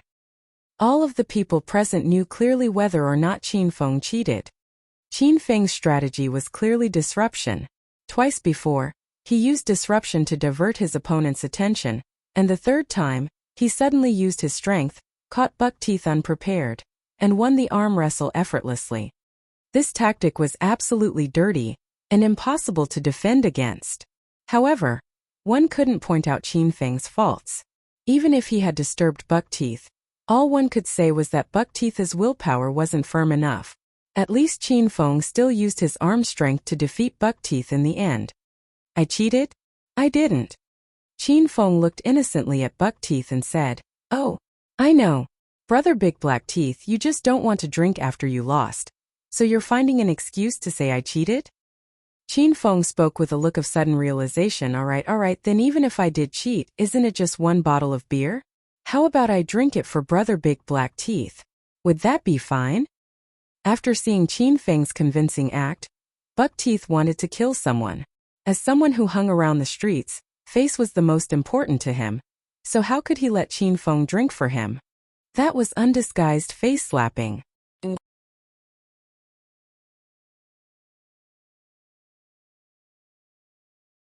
Chapter 230. Chapter 230. Does this count as winning? It's just a bottle of beer. Big Brother Buckteeth would need you to help me drink it? What a joke. Buckteeth glared harshly at Qin Feng. He picked up a bottle of beer beside him and drank it down. As expected, his alcohol tolerance was much better than that of students like Su Xiaobai. He drank quickly and fiercely, and after drinking one bottle of beer, he felt nothing at all. Bang! After drinking one bottle, Buckteeth grimly slammed the beer bottle on the table.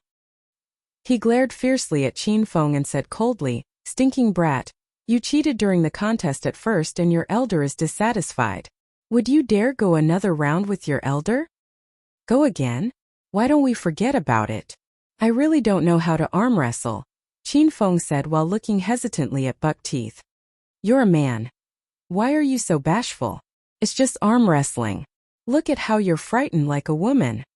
After seeing Qin Feng shrink back a bit, Buckteeth began to provoke Qin Feng. Then, "Let's go another round?" Qin Feng suddenly smiled. "Let's go. We must go another round." "We can go another round, but we have to change the punishment." Qin Feng looked nonchalantly at Buckteeth and said, "Drinking a bottle of beer if you lose is too weak. Why don't we add more?" Buckteeth was certain that he lost the last round only because Qin Feng distracted him. Buckteeth was extremely self-confident about this next round. When he was on the streets those years ago, he had been pretty strong. At the very least, he could take care of a soft-skinned pretty boy like Qin Feng. Thus, once Qin Feng suggested strengthening the punishment, Buckteeth almost couldn't help but laugh aloud. He said immediately, Okay, if you lose this time we'll make it 3 bottles. 3 bottles? Isn't that too little? Qin Feng said, shaking his head. Haha, it really is too little. How about this? Let's just make it 10 bottles. I'm only worried you wouldn't dare to do it. At this time, Buckteeth began questioning Qin Feng's intelligence. This brat was simply talking himself into trouble.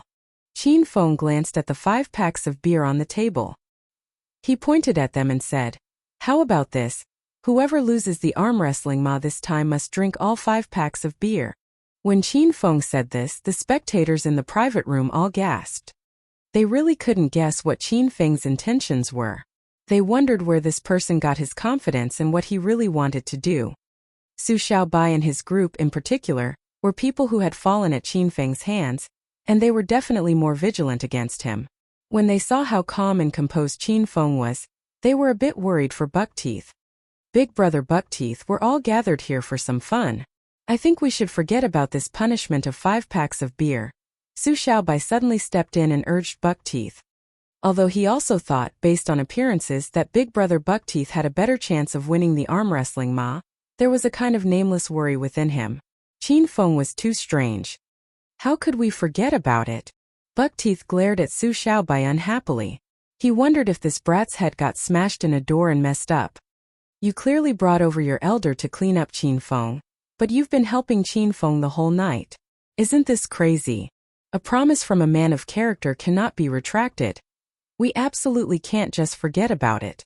Whoever loses this ma will drink 5 packs of beer.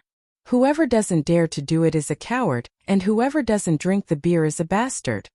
Buckteeth had just lost to Qin Feng, so how could he let him off so easily? He was already prepared to fiercely slap Qin Feng in the face.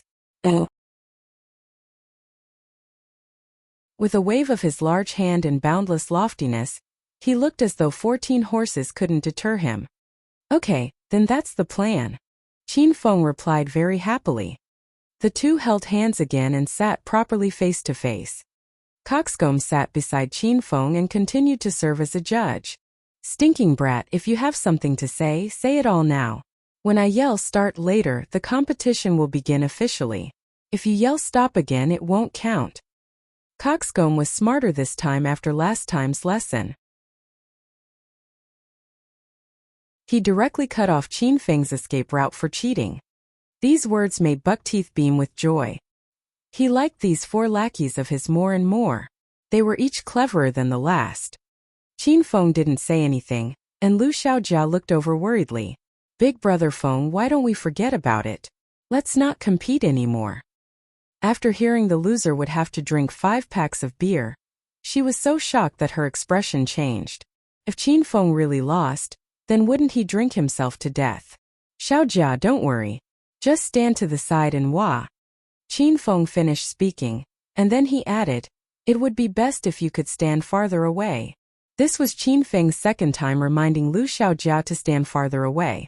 No one understood his meaning, not even Lu Xiaojia. Wasn't it just arm wrestling?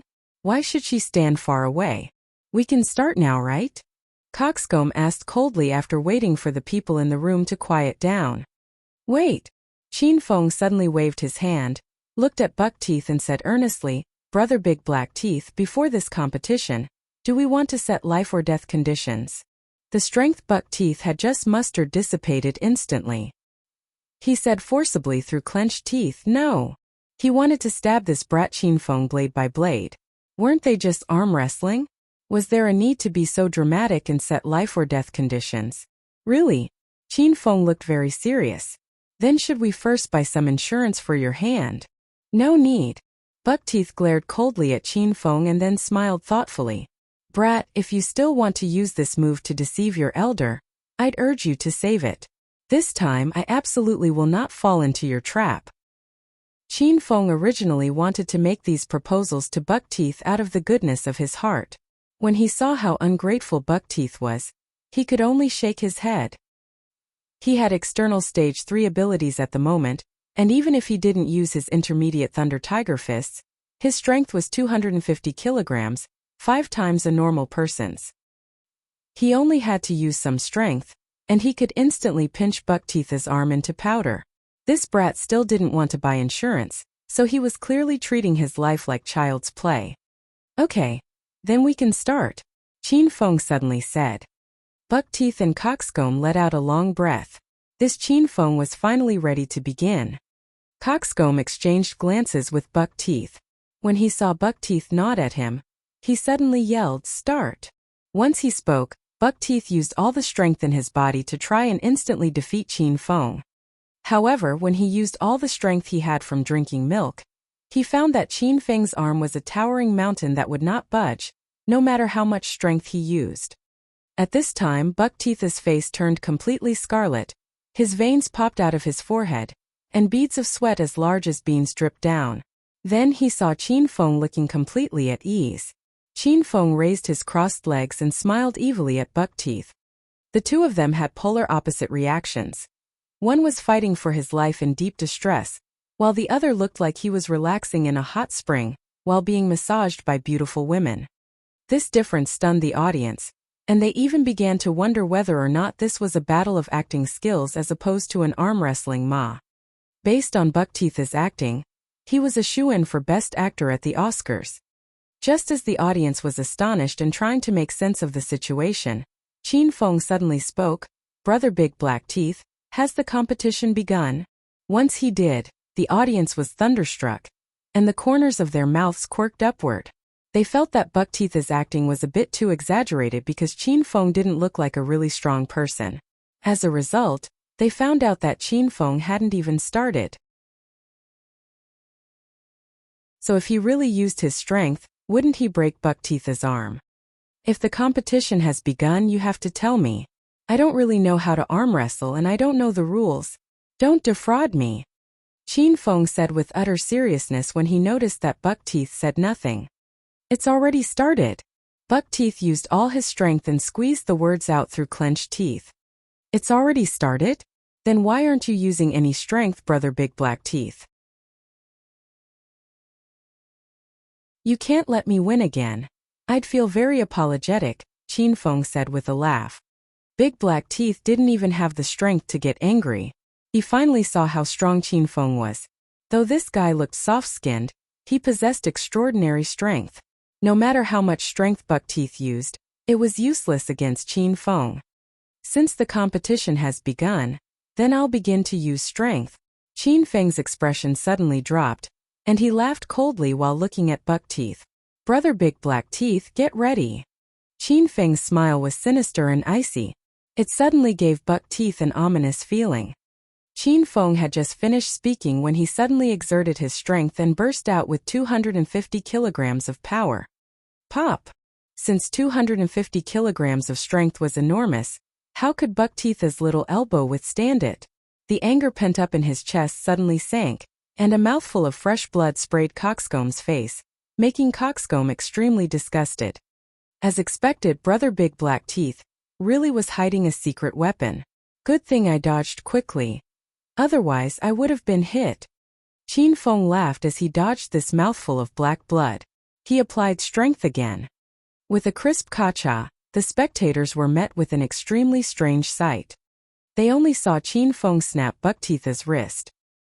His arm was still upright on the table, while his wrist and fist were pressed onto the table by Qin Feng. Huh, Brother Big Black Teeth, I don't really know how to play this arm wrestling game and I don't know the rules. In this case, did I win? Qin Feng gave Buckteeth's deformed wrist an indifferent look and asked doubtfully. Big Black Teeth looked at his broken arm and his eyes were filled with shock and terror. He even forgot about the pain. Brother Big Black Teeth, why aren't you saying anything? Qin Feng suddenly and ruthlessly slapped Buckteeth's broken arm. Buckteeth immediately came back to his senses and pitifully wailed like a ghost and howled like a wolf. Oh, it hurts, it fucking hurts like hell. You actually dared to break this elder's wrist, brat? Brothers, hurry and cripple this brat. This elder wants to personally see his arms get broken. Since Qin Feng broke Buckteeth's wrist, Buckteeth shed all pretense and shouted at his 4 lackeys. These 4 people came back to their senses from the shock, hurriedly picked up empty beer bottles from the table, and pounced on Qin Feng. Stinking brat, you had the guts to hurt our big brother Buckteeth? You must not want to be able to hang around in Acropolis anymore. Coxcomb was the closest to Qin Feng, and he was the first to raise an empty beer bottle and smash it toward Qin Feng. He had just been sprayed in the face with black blood, so he looked pretty frightening. Qin Feng curled his lips. Not waiting for Coxcomb to get closer, he delivered a flying kick that landed accurately on Coxcomb's stomach. An enormous force instantly passed through the lackey's abdomen, and in the next second, Coxcomb's whole body was sent flying. He crashed into the wall of the private room. The tremor knocked the clock off the wall.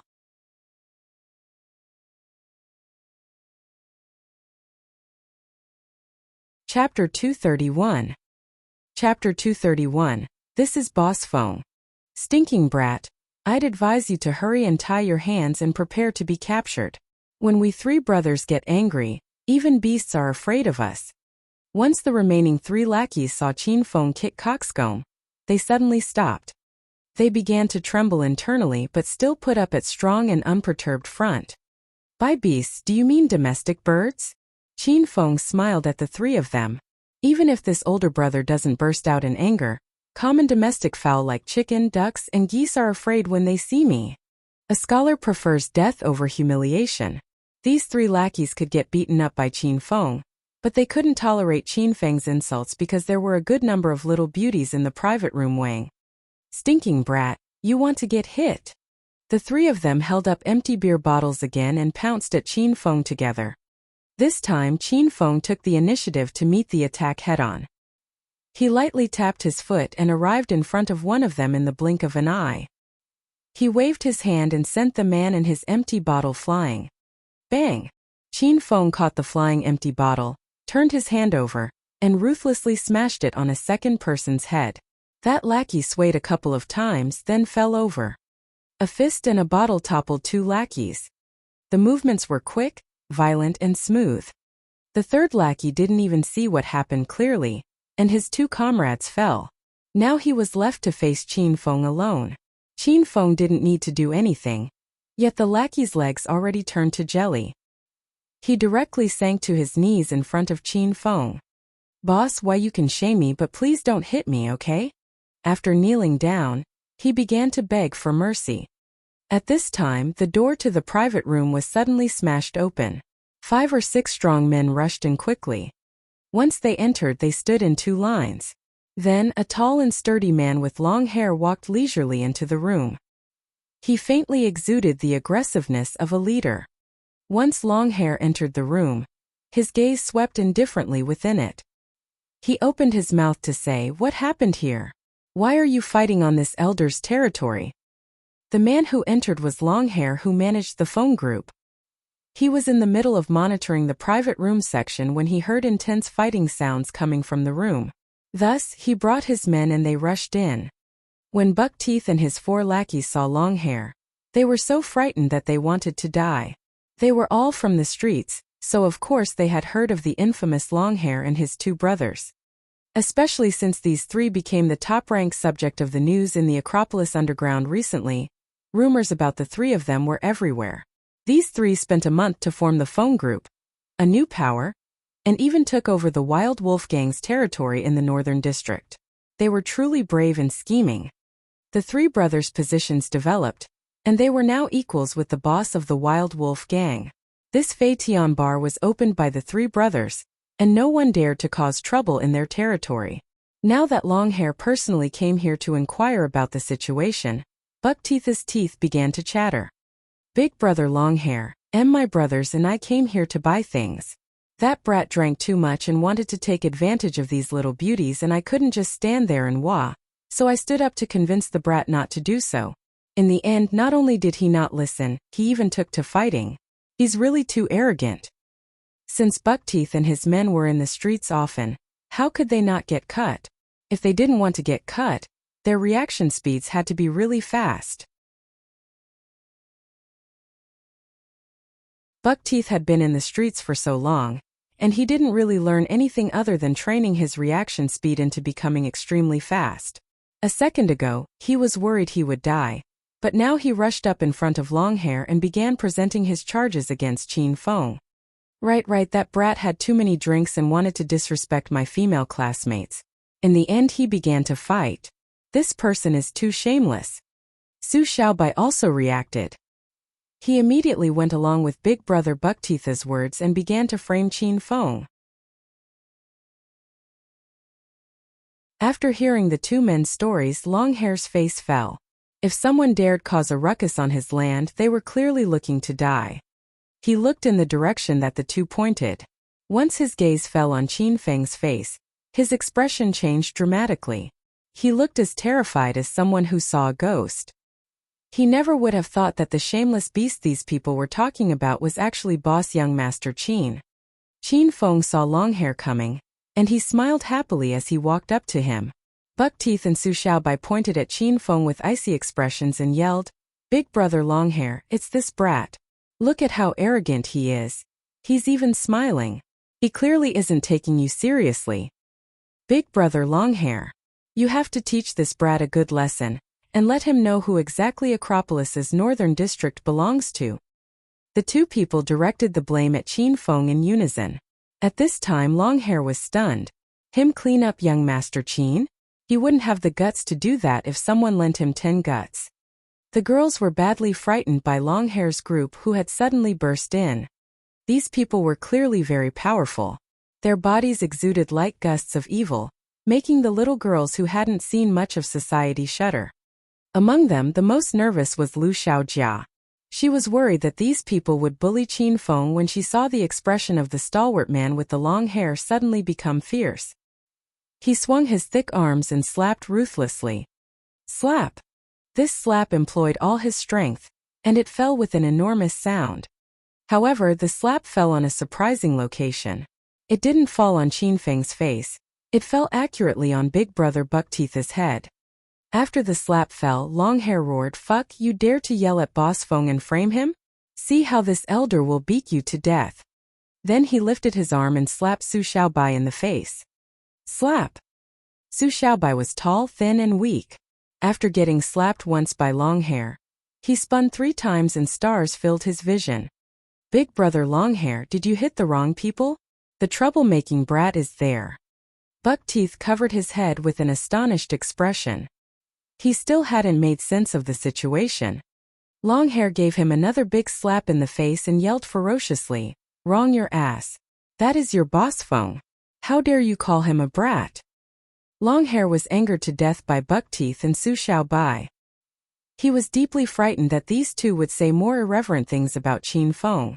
At this time he used both hands to slap simultaneously, and didn't give them a sliver of a chance to open their mouths. Everyone else stared at the scene with so much shock that their eyeballs almost fell out. Even if they were dumber than they currently were, they'd still understand that this Qin Feng evidently had a powerful role. "Fuck 2 little tramps. Since you came to the Fei Tian bar and looked for trouble with Boss Feng, it seems that you are tired of living. You 4 come here, drag these 2 outside, break their arms and legs, and throw them into the dumpsters out back." Longhair slapped Su Xiaobai and Buckteeth tens of times. He hit them until his own hands began to hurt. 4 of Longhair's men immediately ran over and dragged the 2 unconscious people outside. Su Xiaobai's 4 lackeys and Buckteeth's 4 lackeys were stunned. They were so frightened that they trembled from head to toe. They could only wah helplessly as their bosses were dragged away, and they had no opportunity to resist.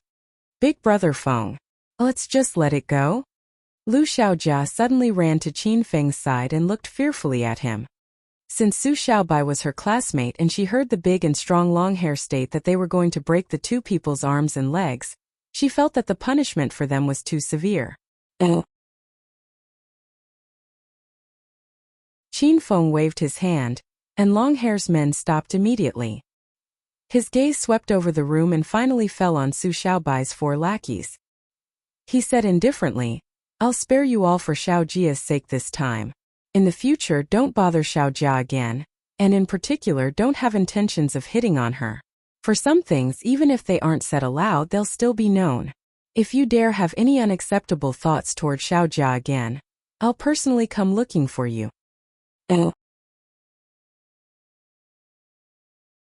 Lu Xiaojia still didn't realize Su Xiaobai's plans for tonight, but Qin Feng had known what they were right from the beginning. However, he didn't explain the situation to Lu Xiaojia because it was too dirty and Qin Feng didn't want Lu Xiaojia to be exposed to the wickedness of the world too early. He wanted to intimidate Su Xiaobai and his people. Based on the fear on the faces of Su Xiaobai's lackeys, they were already shaken by Qin Feng. "Big Brother, we won't do it again." The 4 people immediately swore to Qin Feng. "You all can scram." Qin Feng waved his hand and suddenly added, "Su Xiaobai reserved this room today. Longhair, go return the money. Tonight, I'll pay for the expenses of Lu Xiaojia's birthday party. Don't let these people taint her birthday." "Boss Feng, I'll take care of it." Qin Feng had spoken, and Longhair immediately went to carry it out. He brought everyone out of Qin Feng's private room. The previously crowded room was now left with only Qin Feng and 5 little beauties. Lu Xiaojia and her 4 classmates still hadn't recovered from their shock. They looked starry-eyed at Qin Feng, making him feel a bit embarrassed. "Ahem. Let's drink." Qin Feng coughed twice awkwardly and raised his glass with a smile. The 5 girls quickly regained their senses and immediately lifted their glasses. Each of them tilted their heads back and drank down their cups of draft beer. "Big Brother Feng, I only called you an uncle earlier as a joke. Don't get mad." After drinking the beer, Chan Meihan looked nervously at Qin Feng. After the 5 girls discovered Qin Feng's background, they were all afraid of him. Even Fei Tianbar's boss was extremely deferential toward Qin Feng, so Qin Feng was probably a gang leader. Haha, I'm so young and handsome yet you actually dared to call me uncle, so tell me how I wouldn't be angry? Qin Feng glared at Chen Meihan and joked with her. Chen Meihan treated it as truth and was quite afraid. Flustered, she said, Big brother Feng, I was wrong and I won't do it next time. Let me off this once. When Qin Feng saw Chen Meihan's nervous expression, he thought to himself that this little girl could really act. He said with a laugh, I can let you off. You just have to sit here, let this big brother hug you and give this big brother a kiss. Chen Meihan instantly found herself in a bit of a difficult position. She lowered her head shyly and gave Lu Xiaojia a pleading glance. Lu Xiaojia then regained her senses. She harshly pinched him in the waist when she thought of how Qin Feng could say such vulgar things at first. Big brother Feng, don't scare little Mei, she's my good friend. Lu Xiaojia pouted as she glared at Qin Feng with dissatisfaction.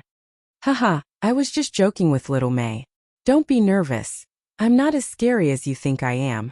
I'm actually a kind and simple big boy. Qin Feng smiled. I trust that you can all tell. After speaking, he saw 5 girls nodding in unison. Then Qin Feng sang with the 5 girls in the private room. In the beginning, little Mei and the other 3 girls were a bit afraid of Qin Feng, but after playing with him, they found that Qin Feng really wasn't that frightening. The 5 girls all scrambled to sing, but Lu Xiaojia sang the most movingly. Every song made Qin Feng feel as though he was returning to the days of his youth. They all had lots of fun at this birthday party, and it didn't end until 11 o'clock at night. Qin Feng brought the 5 girls out of the Fei Tian bar. He even called on Longhair to bring the other 4 girls home safely. After exiting the bar, Qin Feng and Lu Xiaojia arrived beside the Batmobile. Once Qin Feng pressed on the Lamborghini's keys, little Mei and the other 3 girls shrieked so piercingly that it could pierce through eardrums. Just previously, they kept hearing Buckteeth boast that he had a Batmobile parked at the entrance to the bar. They only understood now that Qin Feng had driven this supercar over tonight.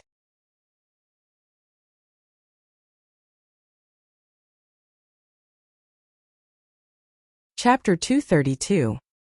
Chapter 232. Don't look for me in the future. Wow, this race car is too awesome. Awesome doesn't even begin to describe it. It's a universally unmade and amazing supercar. No, I want to lean on the car, take a couple of pictures and send it to my friend. I also want to take pictures. I want to sit in the car and take pictures. After Lu Xiaojia's 4 classmates saw Qin Feng's Batmobile, they went completely insane. These little beauties were in 9th grade and were at the age where they were into trends. Even when they spoke, they did so with various exaggerations.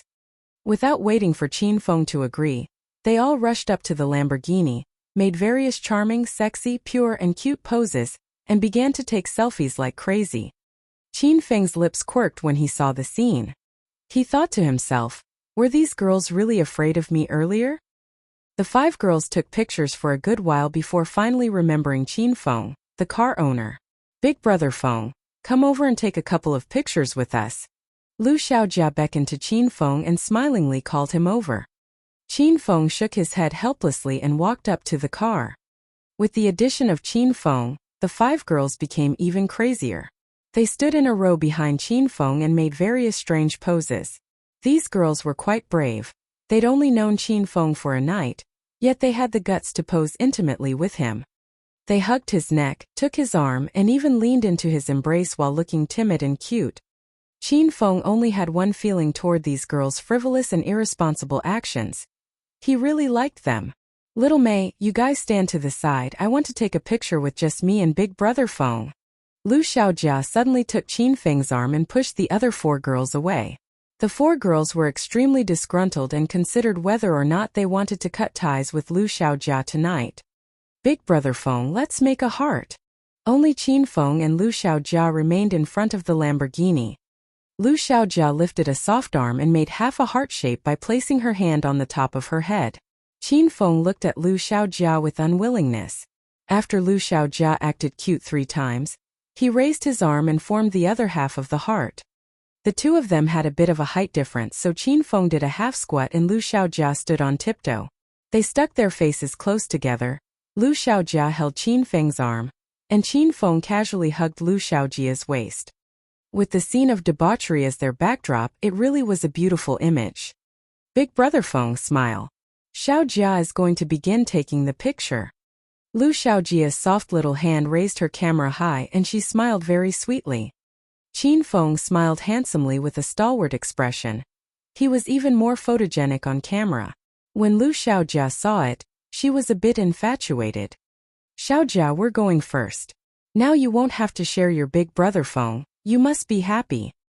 Lu Xiaojia was about to take the picture when Chan Mei Han and the other three girls waved at her, and got into Longhair's Buick minivan. Lu Xiaojia spontaneously turned her head and planted a kiss on Qin Feng's face. Then she pressed the icon to take the picture. Gotcha! With a flash, the warm lovey-dovey scene was captured and saved forever on Lu Xiaojia's cell phone. It wasn't Lu Xiaojia's first time kissing Qin Feng. She already gave in and kissed Qin Feng on the way over, but now that this kiss scene was captured in a picture and saved, the feeling was completely different. Lu Xiaojia only regained her senses a while after the picture was taken. She immediately extracted herself from Qin Feng's embrace, and her face was completely red. She lowered her head and dove into the front passenger seat of the car. Oh. Qin Feng touched his wet cheek, smiled slightly and got into the car as well. He looked at Lu Xiaojia and said, Xiaojia, that picture didn't come out well at first, you turned your head a bit in the end. Shouldn't I also turn my head? Why don't we take the picture over again? Lu Xiaojia had turned her head to kiss Qin Feng's face. If Qin Feng turned his head as well, then they'd kiss each other on the lips. Big Brother Feng in your dreams. Lu Xiaojia's clear and beautiful eyes were filled with mirth as she looked at Qin Feng and shook her fist. Acropolis City's night view wasn't bad. The roads were lit by amber streetlights on both sides. There were very few cars on the road, and the willows on the roadsides danced in the wind. Qin Feng lowered the roof of the Lamborghini and drove at top speed. They left car after car in the dust, and all one could hear was the sound of the wind. With a satisfied expression, Lu Xiaojia basked in the speed and excitement. She couldn't help but think of what Buckteeth said earlier, and her face turned completely red. Do you know why rich people love driving convertible sports cars? Because you can scream and shake the car at the same time. Now that's great. Little sister Xiaojia, you're already home safely. Who knew how long later? The car stopped at the entrance of a villa. Lu Xiaojia opened her eyes to find that she was already home. Along the way, she'd closed her eyes and enjoyed the speed and excitement as she recounted every detail of her 16 years of life. Ever since she was young, she and her older sister depended on one another, and she had even forgotten what her parents looked like. Though her older sister always gave her the best life, Lu Xiaojia still felt really lonely inside. She didn't have very many memories of her youth, and she had even fewer good memories. Especially because she had too few good childhood memories, every time she thought about the past, she worked harder to remember the few instances of happiness. Tonight, another happy memory was added to her lovely youth. This was an unforgettable birthday, an unforgettable night.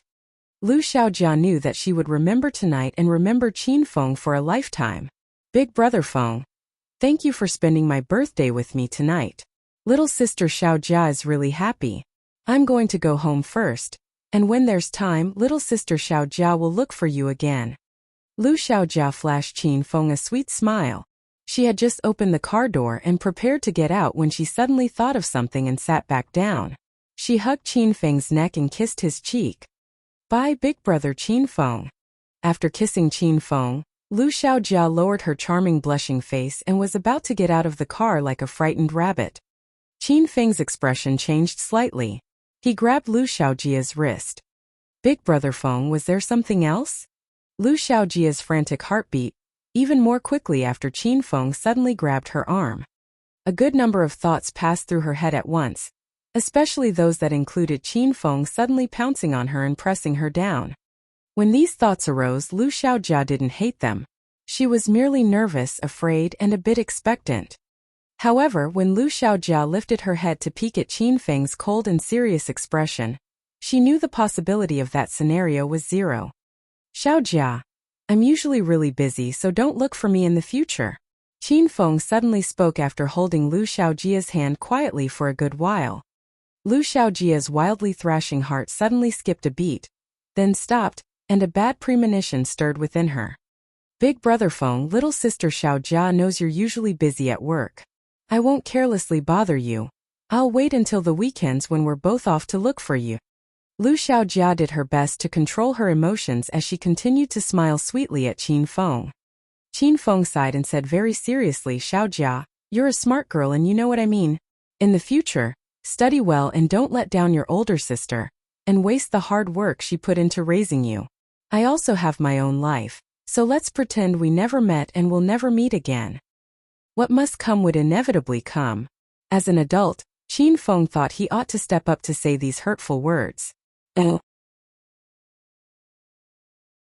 It was true that he was a hedonistic young master, but Qin Feng had his limits. He never harmed underage girls. Every time he was dissolute and unruly, it was consensual. Beginning from tonight and his interactions with Lu Xiaojia, he could tell from the expression she revealed that she had feelings for him. These feelings were very complicated. They were a bit like the dependency on a big brother mixed with the inexperienced ambiguity between lovers. Qin Feng knew that girls Lu Xiaojia's age were very susceptible to falling in love, because they didn't yet understand it. They were inexperienced and kind, they were budding. They might like a person because of a smile or praise from that person. Love at this age was the most sincere, guilt-free and simple. Qin Feng felt that he didn't deserve to have this kind of love. He didn't want to sully this purity, and most importantly, he didn't want to pollute Lu Xiaojia's most precious memories of inexperience. Thus, once Qin Feng discovered Lu Xiaojia had developed some feelings for him, he moved decisively. He had to end this fruitless emotion and kill it in the cradle. Splatter!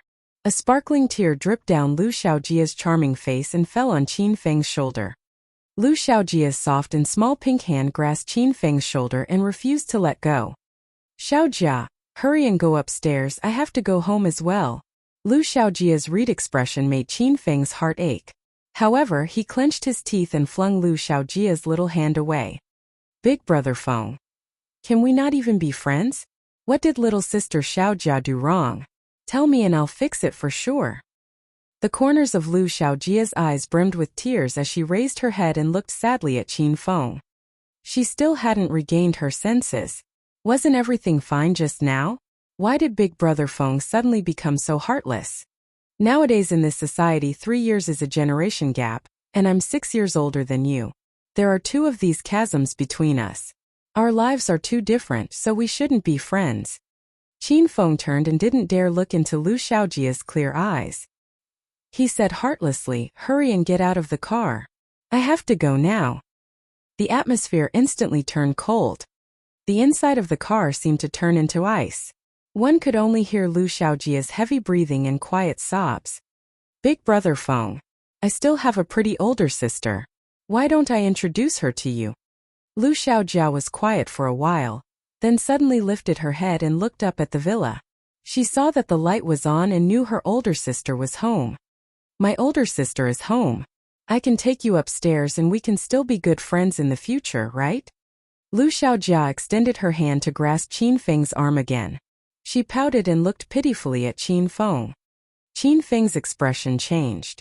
This was too enticing for Qin Feng because when he looked at Lu Xiaojia, he knew her sister had to be really beautiful.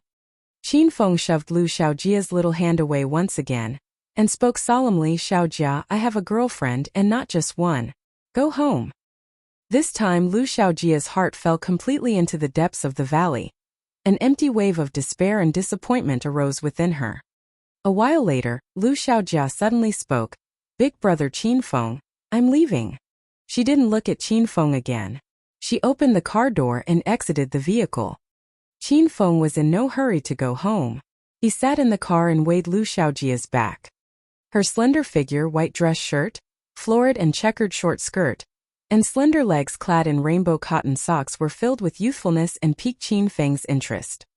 The voice-controlled lights at the bottom of the villa elongated Lu Xiaojia's shadow and made it really long. Her lowered head and her shaking shoulders showed that she was clearly still crying. The tens of steps seemed to last a century. In the end, she disappeared into the building. It was over. This chance encounter arrived thrillingly and left satisfactorily and happily. It would become a beautiful and unforgettable memory in Qin Feng's life that he would inadvertently think of occasionally in the future, and his lips would curve brilliantly. That was already really good. By little sister Xiaojia. By big brother Qin Feng.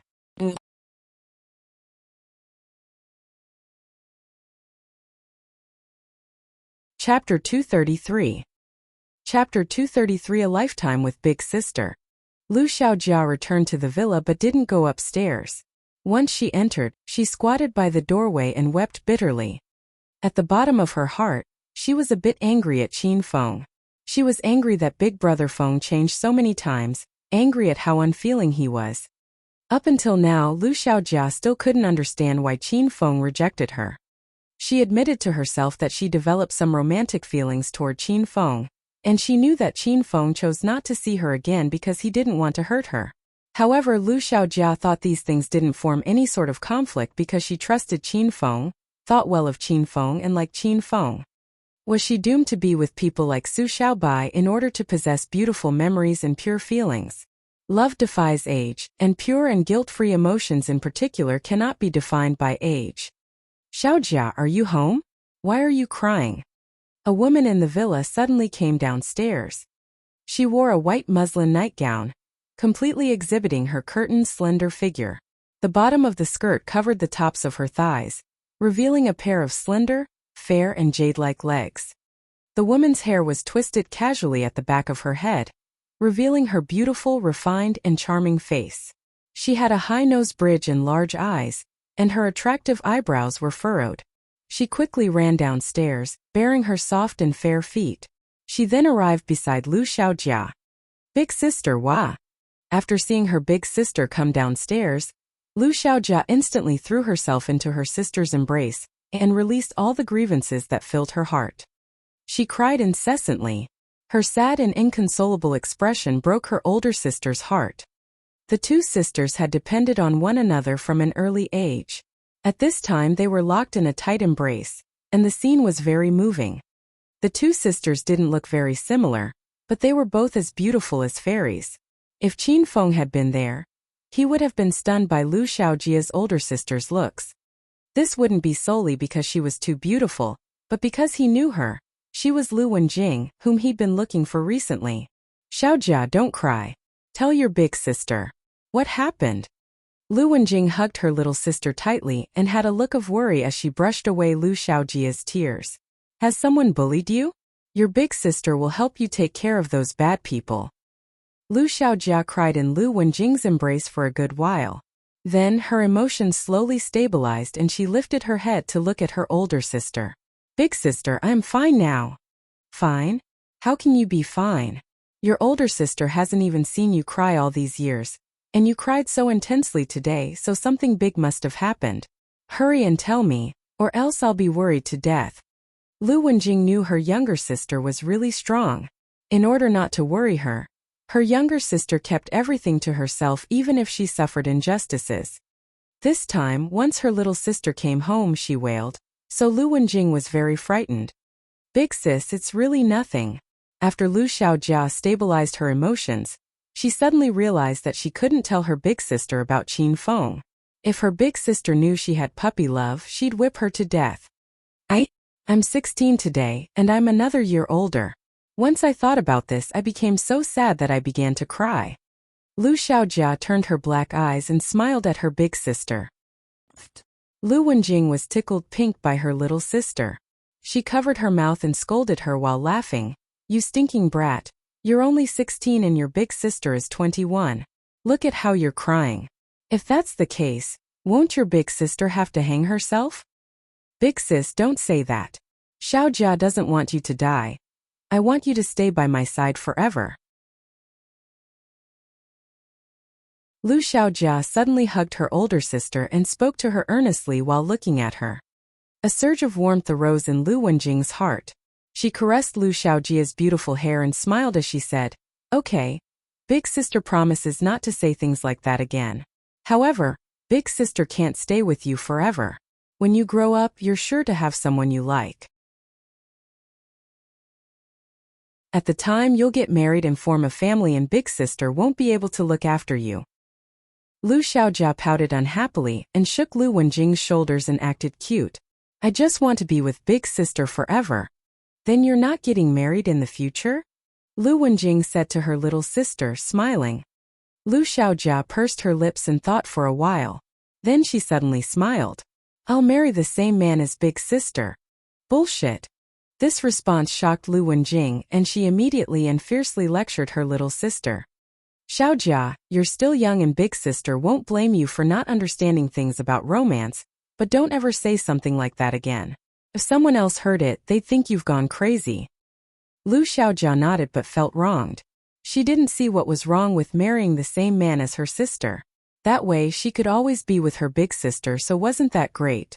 "Xiaojia, since today's your birthday, big sister won't comment on your coming house so late. But you can't do this in the future, you hear?" "I know. Don't worry about me, big sister. Xiaojia is very obedient." Lu Xiaojia took Lu Wenjing's arm and the two of them walked upstairs together. Lu Wenjing naturally knew her obedient younger sister well. She patted her sister's head with satisfaction. Her expression suddenly changed drastically because she faintly smelled the scent of a man on her younger sister. And this man's scent seemed a bit familiar. "Xiaojia, who did you go out with tonight?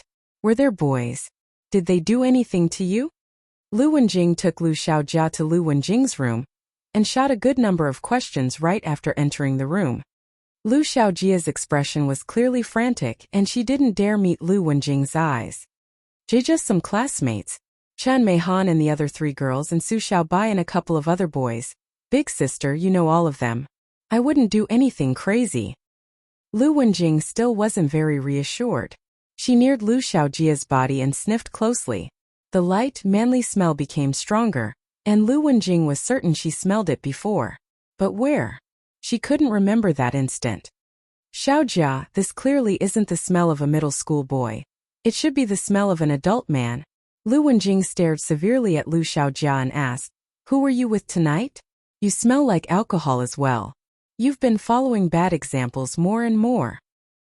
Lu Xiaojia stared at her older sister in astonishment. She thought her older sister was too amazing, being able to determine if the scent was of someone underage or an adult just by sniffing casually. Big sister clearly had the nose of a dog. "Big sis, I went to the Feitian bar to celebrate my birthday with classmates. Maybe because the bar was chaotic, someone else's scent rubbed off on me. But I can assure you, big sis, that I really didn't act recklessly. I'm a very self-respecting woman." Lu Xiaojia realized she couldn't hide the truth, so she told half the truth. Lu Wenjing stared at her sister for a long while. Based on her earnest expression, it didn't look like she was lying. In the end, Lu Wenjing sighed and touched Lu Xiaojia's head. She spoke lovingly, "Okay. Take off your clothes and big sis will wash them for you. Go take a bath first. In the future, you're not allowed to go to bars. This is your birthday present from me. Usually big sis isn't home and you have to be more aware. Only take it out and play with it after you've completed your assignments."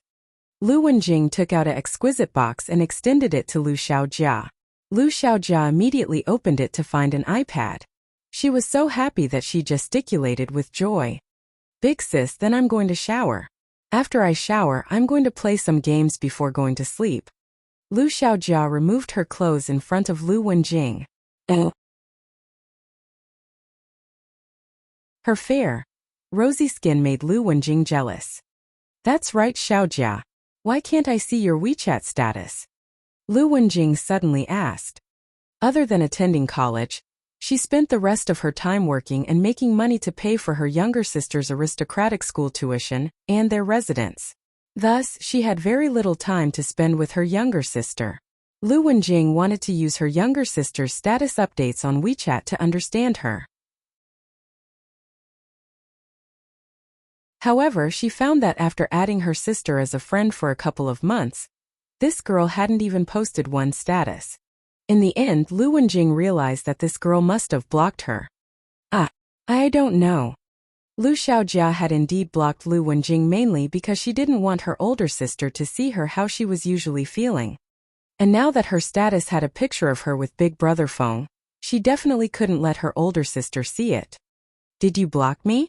Have you met some sort of stranger on WeChat, you little brat?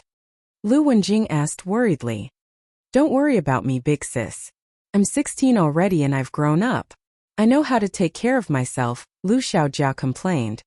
Lu Wenjing shook her head. Her sister had indeed grown up, and she should have her own privacy.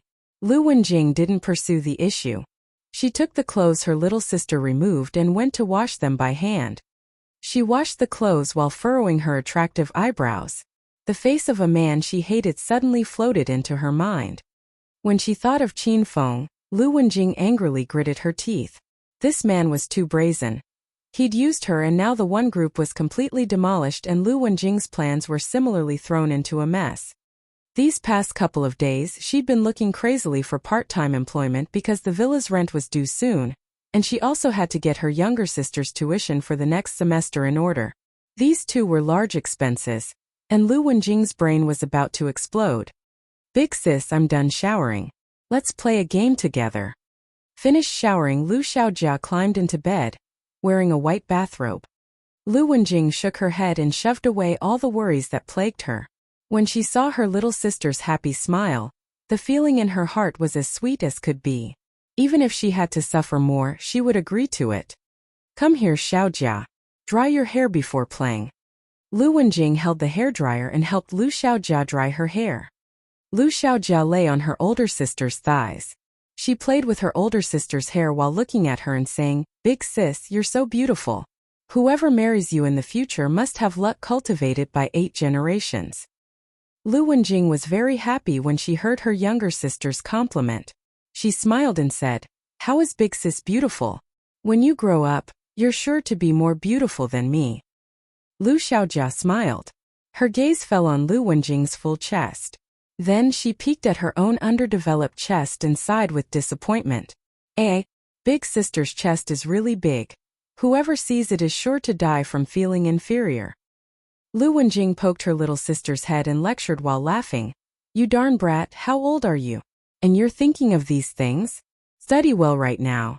Big sis makes you papaya juice to drink every morning, so when you go to high school and begin maturing, yours are sure to be bigger than big sister's. Once Lu Xiaojia heard that hers could be bigger than her sister's, she suddenly extended her small, soft hand and touched her sister's chest. She discovered that her small hand couldn't even grasp half of her sister's chest. Lu Wenjing was caught off guard. She suddenly cried out when her chest was squeezed. Lu Xiaojia was slightly shocked and she smiled evilly. Big sis, what's up with you? Don't tell me you're in heat? Lu Wenjing's charming face turned completely red from embarrassment. She unhappily smacked her little sister's perky behind. You're in heat. Why are you touching just anything? If you want to touch your own. Mine are too small, I want to touch big sister's. As Lu Xiaojia spoke, she touched Lu Wenjing's chest again. A strange feeling arose in Lu Wenjing when her little sister squeezed her. She threw down the hairdryer with a huff, pushed Lu Xiaojia onto the bed, and began to attack her small chest. The two girls rolled around on the bed and after being crazy for a good while, they finally stopped. They lay on their backs, panting on the bed. Big sis, do you have a boyfriend? Lu Xiaojia suddenly asked. No, Lu Wenjing resolutely replied. Want Xiaojia to introduce someone that's rich, handsome, and a very good person to you? Lu Xiaojia suddenly became excited and wanted to introduce Qin Feng to her older sister. If Qin Feng was with her sister, then she could see Qin Feng in the future. Big sis doesn't need a boyfriend right now. Wait until you're in college, Lu Wenjing answered firmly.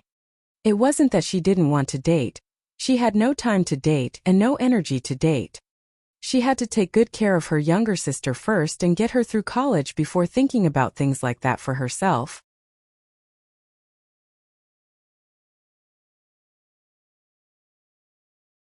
Chapter 234. Chapter 234. Frightful people aren't actually that frightening. Royal Group Sales Department Lobby. Qin Feng was in the middle of cleaning up his original desk. He carried a stack of files and walked toward Wang Chao's office. During the monthly performance meeting 2 days ago, Qin Feng had been appointed as the new leader of Group 2 in the sales department. Now Wang Chao's office was his. And Wang Chao, who used to sit in the office, was relocated to the sales department lobby where he sat as equals with the normal sales representatives.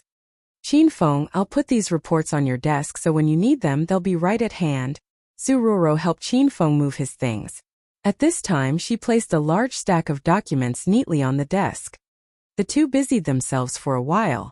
When they were almost done moving everything, Su Ruoro was so tired she was panting and wiping her sweat with the back of her hand.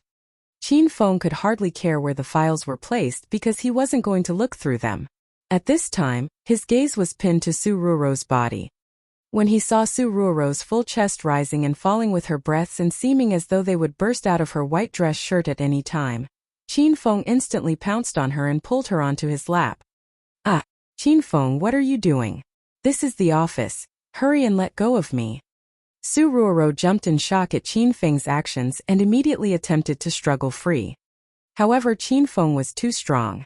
After struggling for a while, she found herself still in his embrace.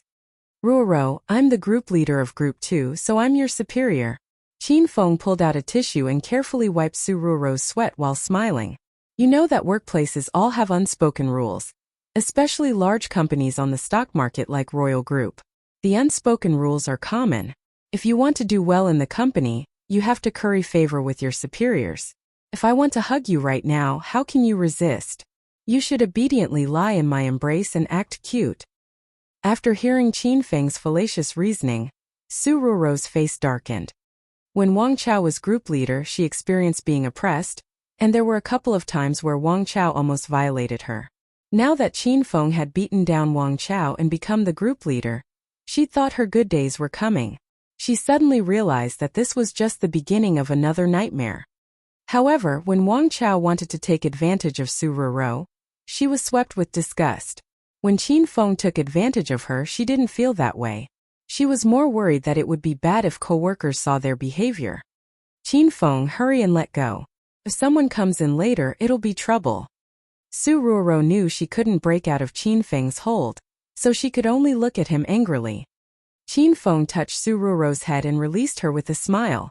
Then he stood and pulled Su Ruoro to sit on his seat. This office is indeed better than outside. It's quiet, and I won't get disturbed when sleeping or playing games.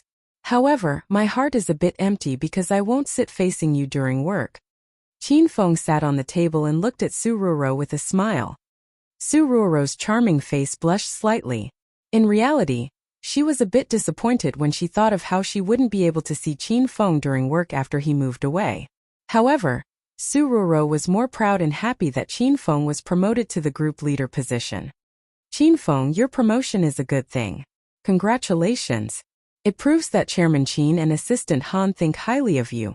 Don't disappoint them. In the future you can't sleep or play games at work. You have to do your work well. Su Ruoro began to lecture Qin Feng. Those two requests are a bit difficult. I'd need someone supervising me at all times. Qin Feng nodded solemnly and said, how about this? Stay in my office in the future, Ruoro, and supervise me. Once Su Ruoro heard Qin Feng's words, she understood his intentions. If Qin Feng really was looking for someone to supervise him, that would be great. However, there was an 80% chance he was wanting to trick her into coming into his office so he could take advantage of her. I don't want to. I still have my own things to take care of. I'm heading out now. Su Ruoro stood with a smile, wanting to leave. Qin Feng embraced her and pressed her back into the chair. He said earnestly, Ruoro, I'm serious. Sit and work here from now on. Do whatever you want and don't work yourself too hard. I'm the group leader now and I have a lot of excellent clients and resources, so I can just give them all to you. Qin Feng was in earnest. He wanted to let Su Ruoro be more relaxed and let her be happy going to work every day. Su Ruoro got a bit choked up, and a warmth surged through her heart. She knew that although Qin Feng always seemed careless and hedonistic, He was someone that truly took the effort to care for and think of her. Qin. Group leader Qin. At this time Wang Chao suddenly walked in. He'd now gone from being group leader to vice group leader, and he wasn't quite used to it yet. He was about to call Qin Feng's name before cawing and correcting himself halfway. Once Su Ruoro saw Wang Chao enter, she jumped in shock and immediately stood up, getting off the seat she was sitting on. She was still a bit afraid of Wang Chao. After all, he was still a vice group leader. It would definitely be bad if word went around that she was sitting in Qin Feng's seat. Qin Feng saw Su Ruoro's alarmed expression and smilingly pressed her back down. He kept a hand on her shoulder and didn't move it away. Then, he looked indifferently at Wang Chao and said, "Little Wang, why are you in such a hurry? And don't you know how to knock before coming in? You can't do this." Days before, Wang Chao had still been Qin Feng's superior, and could command Qin Feng and Su Ruoro as he wished. Today he became Qin Feng's subordinate, and when facing Qin Feng, he had to nod and bow. This feeling was like an instantaneous fall from heaven to hell. Wang Chao was extremely unhappy, but no matter how unhappy he was, he could only suppress his anger and keep it tightly sealed in his heart. Sorry, I was too rude and impetuous." Wang Chao forced a smile on his face as he spoke with Qin Feng. This scene put Su Ruoro in a bit of a daze. She knew Qin Feng was already the group leader, but she didn't feel the power and benefits of his being a group leader yet. Now, seeing the previously extremely arrogant group leader Wang Chao as a sycophant trying to curry favor, Su Ruoro could feel the power and prestige personally. "Alright, today's my first day at work after getting promoted, so I won't hold it against you. Go out and knock on the door. Wait for me to call you before you enter." Qin Feng waved his hand and Wang Chao withdrew while gritting his teeth. After exiting, Wang Chao knocked on the door lightly, then smiled joyfully and said, "Qin. Group leader Qin, can I come in?" "Come in," said Qin Feng as he cleared his throat. Wang Chao put on a convincing vice leader act. Su Ruoro couldn't help but cover her mouth and laugh. "Group leader Qin, these are the most recent assignments I've been working on, and I've brought them to hand over to you. If you don't understand anything, feel free to ask me." Wang Chao placed a stack of files on the table. He came to submit his work this time. Qin Feng casually shoved the files to the ground. He said, "Little Wang, go pour me a cup of water." Qin Feng still remembered his first day working in the sales department when Wang Chao made things difficult for him and made him pour water. Now, after a month, it was finally his turn to command Wang Chao to pour him water. Coldness flashed across Wang Chao's face. He hesitated for a while, then quickly ran to pour a cup of water. He returned and said, "Group leader Qin, your water." Qin Feng looked at the cup of water on the table and suddenly lifted his hand and slammed it on the table, causing the cup to overturn. The water inside splashed all over Wang Chao. "Little Wang, you really have no sense. Don't you see that Ruoro is sitting here as well? By pouring one cup of water, do you mean for me or Ruoro to drink it?" A cup of water splashed him, and it was freshly boiled hot water. The water burned Wang Chao and he hopped about in pain. "Group leader Qin, my bad. I'll pour a cup of water for you both right this instant." Though he was brimming with anger, Wang Chao didn't dare express his emotions. He also couldn't worry about his wet dress shirt that stuck to his body. He immediately ran to pour 2 cups of water. He looked at Qin Feng and Su Ruoro and said, "Group leader Qin, the water you requested." "Beauty Ruoro. I'm really sorry I forgot about you at first. Please don't take it to heart." At this time Su Ruoro thought she was dreaming. She never thought the day would come where Wang Chao would pour water for her with servility. Though Qin Feng was intentionally making things difficult for Wang Chao, Su Ruoro didn't empathize with him at all. Once Su Ruoro thought about the 2 times Wang Chao almost violated her. Her stomach was filled with fire. Before meeting Qin Feng, her personality was extremely weak, and she wouldn't hold grudges. However, during this time she'd been undergoing Qin Feng's training and persistent instruction, Su Ruoro had actually changed a lot. She was no longer that weak of a young lady. She could now yell at that jerk Wang Chao to his face. The last time Wang Chao almost violated her, she learned to fight back. She finally began to agree with one of Qin Feng's viewpoints. When dealing with someone as terrible as Wang Chao, one had to control evil with evil. The more you feared him and the more you gave in, the more he bullied you. This type of person would only put away his crooked thoughts if you suppressed him and made him completely afraid of you. Okay, if there's nothing else, then leave. Don't stand there as an eyesore. Qin Feng waved his arms and shooed Wang Chao away. The instant Wang Chao turned, his whole face darkened. He'd already decided that in the future, unless it was an absolute emergency, he would not go to Qin Feng's office so casually, because if he did, he'd just be looking to be oppressed. Bro, how does it feel? Once Wang Chao left, Qin Feng's expression became serious. He had no intention of intentionally making things difficult for someone like Wang Chao because that was a complete waste of his great youth. Qin Feng did this as an example for Su Ruoro. This was also considered a way to teach Su Ruoro. He wanted to let her know that the people you considered frightening and formidable wouldn't always stand on your head, pressing you down. Maybe a day would suddenly come when you discover that they weren't much, and they had to treat you with extreme deference. I feel really great. I know why you did that and it taught me a lot. Thank you, Qin Feng. Su Ruoro was intelligent and quick-witted. She instantly understood Qin Feng's intentions. Thank yous are obligatory, but just thanking through speech doesn't express enough sincerity, Qin Feng said as he looked at Su Ruoro with a smile. A shiver ran down Su Ruoro's spine, and she felt as though her body was going to be in danger again. Then what kind of reward do you want? Su Ruoro shrank back and looked at Qin Feng with alarm. The more she exhibited this weakness and pitifulness, the more she incited the wildness in Qin Feng's heart. What do you say? I want to eat you up in the office. Qin Feng laughed evilly and pounced on Su Ruoro. Su Ruoro didn't have enough time to dodge, and she was swept into Qin Feng's embrace.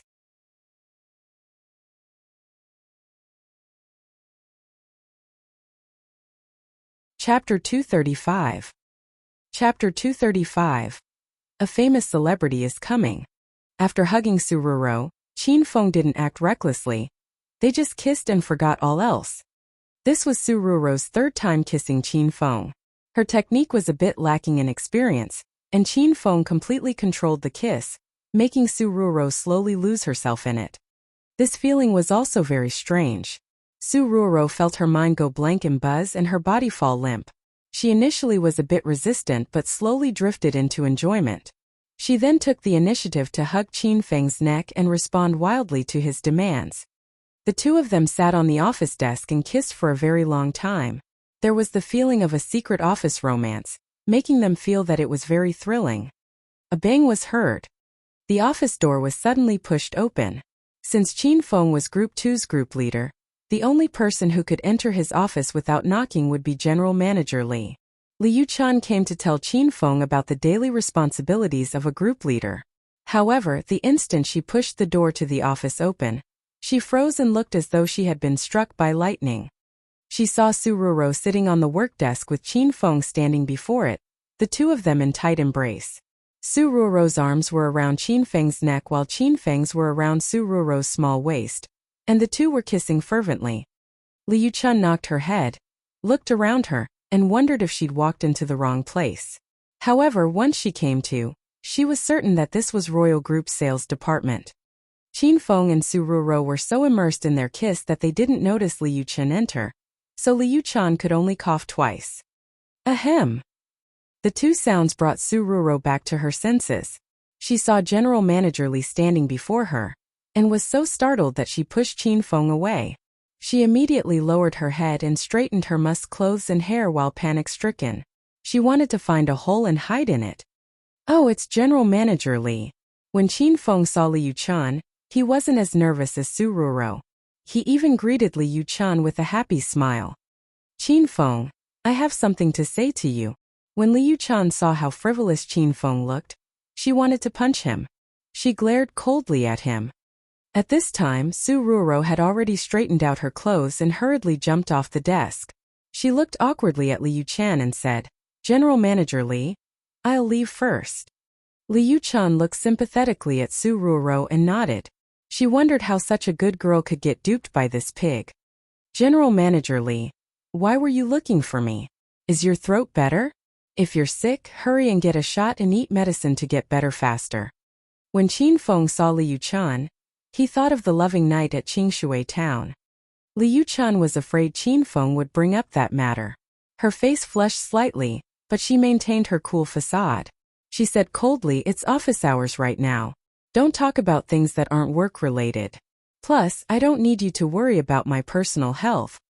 I'm very thankful that you went home with me to act and trick my parents, but I hope that the situation will end here and that no one will bring it up again.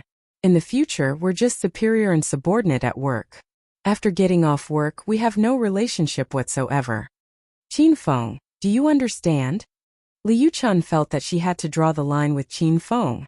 She felt that this person was too perverted, so if she remained entangled with him, she'll become the second Su Roro. General Manager Li, you're already burning the bridge after crossing the river. If we can't be lovers, we can still be friends. It would be nice to treat you out to tea or to see a movie when we're off work. Qin Feng shook his head and sighed. Oh. After Liu Chan slept on the same bed that night with Qin Feng, the relationship between the two of them already shifted. Even if Liu Chan didn't want to admit it, she and Qin Feng had gotten a lot closer. "Would we be getting a room after seeing the movie?" said Liu Chan as she glared at Qin Feng. Qin Feng's expression changed slightly. He looked solemnly at Liu Chan and said, "General Manager Li, how can you say that? We aren't too familiar with one another, so wouldn't it be too quick to get a room after eating a meal and seeing a movie?" Liu Chan stared at Qin Feng in astonishment, and was in the middle of wondering when this guy changed when she heard what he said next. "Actually, I have trouble, and am not used to sleeping in strange beds. How about this? After we see the movie, I'll take General Manager Li to see the Qin Manor, and we can stay in my room at night. What do you think?" "I have nothing good to say about it." Liu Chan glared at Qin Feng and decided to stop playing along with him. She changed the topic to a serious one. "Qin Feng, I came looking for you this time for something important. In a couple of days, a famous celebrity is coming as a guest to boost the mood for the grand opening of Royal Group's Cloud City, Hua Manor Phase 2. This celebrity is very famous all throughout China, so the Royal Group attaches particular importance to her arrival. And the assignment to host this famous celebrity has fallen to our sales department. Assistant Han and Chairman Qin intend you to lead the hosting assignment. They say you are gentle and considerate in your treatment of women. Of course, she's a beauty." Ha ha ha. Qin Feng's eyes brightened and he laughed thrice. "General Manager Li, don't worry. No one in Royal Group would be more qualified for the job than me. I definitely won't disappoint the expectations and great kindness of Royal Group's upper management and General Manager Li." "That's right, which celebrity?" Qin Feng asked with an impatient expression. When Liu Chan saw Qin Feng's vulgar expression, she yelled unhappily, "Rao Sherman." "Fuck! Rao Sherman is coming to our company? That's amazing." When Qin Feng heard Rao Sherman, his eyes glazed over. This girl was an A-list celebrity, and the most popular in the movie and television circles. Not only was she beautiful, she could also sing and dance, and was proficient in all kinds of things. The main point was that since this girl debuted, she'd never gotten into a scandal. There were no overly heated scenes in her movies or television shows, and even in kissing scenes, strategic positioning or a stunt double was used. This woman was dubbed the entertainment industry's pure jade girl. She was a white lily that grew from mud but remained untainted.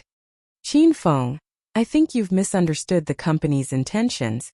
When she saw Qin Feng about to drool, Liu Chan couldn't help but strictly instruct. "The company wants you to pick up Rao Sherman at the airport. And the day of the grand opening of Cloud City Hua Manor Phase 2, take Rao Sherman on the proper course and ensure her safety. If you harbor any salacious thoughts toward her, I believe someone else will need to take over the assignment," said Liu Chan in a low voice. "Haha, don't be mad, General Manager Li. To tell the truth, I'm a dedicated fan of Rao Sherman. After suddenly hearing that she is coming, I'm very excited." Qin Feng immediately said, "Then we'll set it at that. The company absolutely cannot find someone as talented as me, who can bear this huge and heavy responsibility." Liu Chan looked at Qin Feng with disdain and said coldly, "More like the company cannot find someone as vulgar and shameless as you. General Manager Li, why are you always attacking me? If you're like this again, I won't be happy. I still have Auntie Li's phone number. I'll call her right now and say you aren't cooperating with me in bedroom matters." Qin Feng pulled out his phone and looked like he was going to make a call. Liu Chan hurriedly took Qin Feng's cell phone. The one she was the most afraid of was her intrepid mother. When Liu Chan calmed down and thought back on Qin Feng's question, she was also stunned. Liu Chan found that she truly was criticizing and mocking Qin Feng. As the general manager of the sales department, she actually never said these kinds of insulting words to her subordinates. She always continuously encouraged her subordinates, got rid of their weaknesses, and developed their strengths. However, when facing Qin Feng, Liu Chan found that she became another person, one who especially enjoyed attacking Qin Feng and intentionally talking about Qin Feng's negative traits. This feeling was like an inexperienced and ignorant little girl who saw the boy she liked but didn't know how to express her feelings. Thus, she intentionally argued or caused trouble with him so he could stay in her sight for a second longer, and another second. Once Liu Chan discovered she had this inclination toward Qin Feng, she got a fright. "General Manager Li, give me my cell phone back. I won't call, okay?" Qin Feng was terribly alarmed when he saw his cell phone in Liu Chan's grasp. This cell phone had the record of his conversations with Liu Chan, so if she saw it, his identity as young Master Qin would be exposed. Qin Feng didn't dare think of how Su Ruro and Liu Chan would react when they found out he was young Master Qin. "My cell phone has tons of action movies. Don't steal it away to Wa." The so-called action movies euphemism wasn't lost on Liu Chan at her age. The cell phone instantly became a scalding hot taro, and she immediately and frantically threw it on the desk. "How disgusting, I certainly wouldn't wa it." "Really?" Qin Feng took his cell phone back. He smiled at Liu Chen's charming and blushing face and said, "Since General Manager Li's reaction is so strong, you must have seen it. The next time you want to see it, look for me. I have a lot of movies. I can watch it with you. Go die." Liu Chan couldn't stay any longer. She felt as though her entire body was about to combust. Qin Feng had reached the pinnacle of shamelessness that he could even have the guts to play a joke on his immediate superior. She glared coldly at Qin Feng and ran furiously out of the office. For the entire morning, Qin Feng sat in his new office behind a locked door and played video games. No one bothered him, and he didn't hear the sounds of sales representatives making calls like their lives depended on it. Qin Feng thought this feeling was too great. At lunchtime, Su Ruro took the initiative to knock on Qin Feng's door. But Qin Feng couldn't eat with her. He had to go to the hospital to see Lin Bei and give her the blood flow bracelet. In the afternoon, Qin Feng planned to visit Zhao Lingxian's house and gift her the soul-cleansing necklace. He greeted Su Ruro, then left Royal Group. He rode his 28 bicycle and arrived at the first hospital. In the ICU, Mother Lin weighed over Lin Bei and personally cared for her daughter. She saw Qin Feng enter and greeted him. "Little Feng, you've taken some time in the afternoon to come here again? You're busy at work usually, so don't be too worried. I'll take care of Bei here. Don't hold up work." Mother Lin tugged on Qin Feng's hand and had him sit on the edge of the bed. After this period of examination, Mother Lin liked Qin Feng more and more. She found that Qin Feng wasn't the dissolute and uninhibited hedonistic young master the rumors made him out to be. At least in Mother Lin's eyes, since her daughter's coma, Qin Feng typically took some time in the afternoon to see her daughter once a day. If there was a day he couldn't make it, he came the next day and would stay a little longer to make up for the prior day. Also, Qin Feng personally covered Lin Bei and Mother Lin's hospital fees and paperwork. For someone born with a gold spoon in his mouth, a rich young master who was pampered all his life, to get down and be so considerate and caring was very moving for Mother Lin.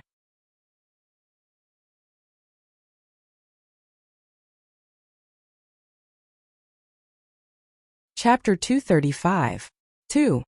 Chapter 235. Bei's boyfriend. "Mother Lin, I'm actually not that busy at work. Has Bei improved a little?" Qin Feng laughed awkwardly when he thought about how he slept and played video games all day in royal group. Shaking her head a bit sadly, Mother Lin replied, "The doctor said there isn't much hope for her situation to turn around. There is a large chance she won't recover from this coma her whole life." After saying this, Mother Lin looked earnestly at Qin Feng. "Little Qin, you have to prepare yourself. Bei might lie in bed her whole life and need to sit in a wheelchair to get outside. She might not be able to speak and laugh, and she'll need you to care for her at all times. Could you accept this kind of Bei? If you can't accept it, that's all right. Auntie understands your difficulties. If so, leave Bei as soon as possible, and don't visit her in the future because it won't be good for anyone." Mother Lin had thought about these words for a long time, and today, she finally mustered the courage to say them to Qin Feng. Mother Lin was a normal woman who had experienced the trials and tribulations of life. She didn't have a background as fortunate as Qin Feng, and she definitely didn't have something as amazing as the Hedonist sovereign system. She didn't know Qin Feng still had a way to save Lin Bei. She knew the doctor said her daughter's condition was very bad, and they believed Lin Bei would be in a coma forever. Even if a miracle occurred and her daughter awakened, it might be someday 8 or 10 years in the future. Mother Lin felt that Qin Feng wouldn't be able to withstand this difficult kind of waiting. She now gave Qin Feng another escape route and let him give up. "Auntie Lin, I won't say anything unnecessary, but I absolutely will not give up on Bei. I will be by her side as she battles the serious illness and until the day she awakens. I don't like just using my mouth to stress this matter. I want to use my actions to prove it to Auntie, to Bei, and let her know how much I love her." Qin Feng's expression was hardly ever this serious. "Qin Feng, Auntie is going outside. Stay with Bei a little longer." Mother Lin was almost 50, and recently she cried very easily. After hearing Qin Feng's words, her tears surged up and fell again. She covered her face and ran out of the ICU. Qin Feng had gotten Bei the best intensive care room in the hospital. She had her own room complete with a TV, sofa, restroom and other equipment. Everything needed was available. After Mother Lin left, Qin Feng sat at the edge of Lin Bei's bed. Lin Bei lay on the hospital bed quietly. The sun shined on her charming face, giving her a quiet and peaceful feeling. Looking at Lin Bei from such a close distance, Qin Feng could clearly see her full and clear forehead, shapely, long and thin eyebrows, thick and long eyelashes, high nose bridge, and red little lips that were slightly pale, the blue veins on her forehead, and all the little hairs in each pore on her skin. Qin Feng held Lin Bei's small hand and pressed his face against hers. He felt her steady breathing and smelled the scent of her body that only she possessed. This feeling was very real, and Qin Feng could feel that he really possessed Lin Bei. This possession wasn't that of dominating her body, but was of the meeting of minds and love of two people. This type of possession also wouldn't cause them to become estranged after passion in the bed. This type of possession would make him have the courage to admire her beauty from a close distance and look into her eyes. Even if Lin Bei was in a coma and couldn't speak to Qin Feng, he could still feel that he held firmly onto Lin Bei and truly possessed her. "Oh, Bei, this time I brought a present for you." Qin Feng leaned against Lin Bei's body for a while, then got up to take out a bracelet with ocean blue beads. This was the blood flow bracelet Qin Feng bought on the instrument page in the Hedonist sovereign system. It could regulate blood flow and prevent blood clots. He had selected it specially for Lin Bei. Worn on Lin Bei's thin, soft and fair arm, the ocean blue bracelet shimmered and was extremely beautiful. Qin Feng held Lin Bei's arm and admired it for a good while. He nodded his head with satisfaction. "I knew it would look beautiful on you. Do you like it, Bei?" Splatter! A tear rolled from Lin Bei's eye. Though she couldn't move or speak, she heard Qin Feng's voice. This was the second time Qin Feng moved her to tears. This tear was Qin Feng's answer. Lin Bei really liked this bracelet. As long as Qin Feng gave it to her, she liked it. This bracelet can regulate blood flow, so it's very fitting for you to wear. Also, this bracelet is a special instrument. When you encounter danger, it'll help defend you from one attack. I hope that you'll be able to always wear this in the future, Bei. Qin Feng lightly wiped Lin Beibei's tears. He sat at the edge of the bed and admired her gentle and beautiful features. Suddenly, a sound of indignation came from behind him. "Hey, who are you? How can you enter an intensive care room so casually?" After hearing a noise, Qin Feng turned to look. He saw a refined doctor wearing a long white coat and gold-rimmed glasses walk in with a gloomy expression. This man of a bit over 30 was Lin Beibei's primary attending physician, Zhang Tianhua. "What are you doing, brat?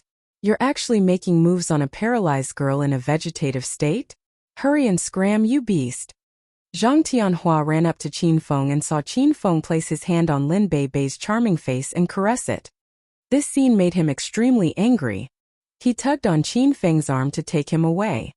Qin Feng tweaked his arm slightly and shook off Zhang Tianhua. He replaced his hand on Lin Beibei's charming face and even slowly lifted her up and took her into his embrace. After hugging Lin Beibei and positioning her properly, Qin Feng glared at Zhang Tianhua and said, "Please speak more softly and don't disturb my beloved woman." Zhang Tianhua was briefly stunned, and then he came to. So this handsome young brat before him was Lin Beibei's boyfriend. The instant he found out Lin Beibei had a boyfriend, an almost imperceptible hatred briefly flitted across Zhang Tianhua's face, but he quickly reinstated his calmness. "How are you going to prove you're Lin Beibei's boyfriend?" Zhang Tianhua clearly didn't completely believe Qin Feng. And Lin Beibei couldn't speak, so he couldn't take everything Qin Feng said at face value. Qin Feng simply ignored Zhang Tianhua's question and firmly kissed Lin Beibei's lips in front of him. He caressed Lin Beibei's jade back with his hands, and he even stuck his tongue into her mouth to explore its fragrance. Then he looked domineeringly at Zhang Tianhua and said, "Who are you? Why have you come into Beibei's room?" Qin Feng didn't answer Zhang Tianhua's question and interrogated him instead. This strong and tyrannical demeanor was unspeakably handsome. Zhang Tianhua was stunned. The instant he saw Qin Feng wildly kissing Lin Beibei, his heartbeat suddenly quickened. As Lin Beibei's attending physician, Zhang Tianhua checked Lin Beibei's condition daily. Once he'd seen Lin Beibei's beauty, a restlessness arose in his heart. And what Qin Feng had just done was a scene he had imagined countless times. He also wanted to firmly kiss her lips and stick his tongue into her mouth. Since Lin Beibei was paralyzed and in a vegetative state, he wouldn't be discovered no matter what he did to her. Zhang Tianhua had fantasized about Lin Beibei countless times. He wanted to strip Lin Beibei bare, press down on her body, and ravage her to his heart's desire while no one was there. However, Zhang Tianhua only had fantasies, while Qin Feng had actually done this jealousy-inducing action. "I'm Lin Beibei's attending physician, so I have the right to demand you instantly release my patient." Qin Feng's strength and dominance made Zhang Tianhua extremely unhappy. His expression turned cold. "So you're Beibei's attending physician. I'm Beibei's boyfriend, Qin Feng. Now that I'm here taking care of Beibei, there's no need for you to be troubled." After discovering Zhang Tianhua's identity, Qin Feng spoke a bit less domineeringly. He was very concerned about Lin Beibei's condition. Since the other person was Lin Beibei's attending physician, Qin Feng naturally gave him some face.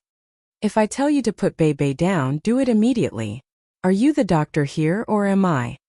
Zhang Tianhua's manner became increasingly excitable. When he saw another man do things to Lin Beibei that he could only dream about, his heart felt like a pincushion. This was clearly a disgraceful feeling. "Dr. Zhang, why are you so agitated? If there's nothing, you can leave." Qin Feng also had a temper. Glaring coldly at Zhang Tianhua, he said, "If you dare make a fuss in Beibei's room again, I won't spare you." Qin Feng cherished his women in every possible way, and he absolutely could not allow them to suffer any sort of harm. This Zhang Tianhua yelled like a lunatic, so Qin Feng was already very dissatisfied with him. Zhang Tianhua wanted Qin Feng to release Lin Beibei, and Qin Feng wanted Zhang Tianhua to go outside. The two of them stood staunchly by their words. The atmosphere in the room instantly turned frigid, and the two of them looked as though they'd get into a fight in the next second. Mother Lin just so happened to enter at this time. When she saw Zhang Tianhua, she greeted him. Dr. Zhang, you're here. Zhang Tianhua's cold and fierce expression instantly disappeared, and he quickly swayed it to a smile. He turned to look at Mother Lin and said, Auntie, I came to check up on Bei Bei. That's right, who is this lad? How can he hug Bei Bei so casually? Oh, this is Qin Feng, my Bei Bei's little boyfriend. Mother Lin introduced Qin Feng with a smile. Then she turned her smile at Qin Feng. Little Feng, this is Dr. Zhang. He's our Bei Bei's attending physician. Zhang Tianhua confirmed Qin Feng's identity through Mother Lin. A coldness flashed across his face again. When he quickly calmed down again, he laughed and said, So he really is Bei Bei's boyfriend. Then it's nothing. Okay, it looks to me that Bei Bei's condition is the same as usual. Then I won't disturb you. Zhang Tianhua waved at Mother Lin and left with a cold expression. Qin Feng weighed his retreating back thoughtfully. But, in the end, he shook his head and rid himself of his messy thoughts. Mother Lin, I have to leave as well. I'll see you two again tomorrow. Qin Feng stood and prepared to visit Zhao Lingxian's house. Okay, then you do what you need to. Don't worry. Bei Bei has Auntie taking care of her, so nothing will happen. Mother Lin already treated Qin Feng like her son-in-law. She hugged his arm and walked him out of the room. That's right, Auntie, I put a bracelet on Bei Bei. The bracelet is something I requested from a senior monk, and it's very effective. Let Bei Bei wear it and I believe she'll get better very quickly. Before Qin Feng left, he told Mother Lin about the bracelet.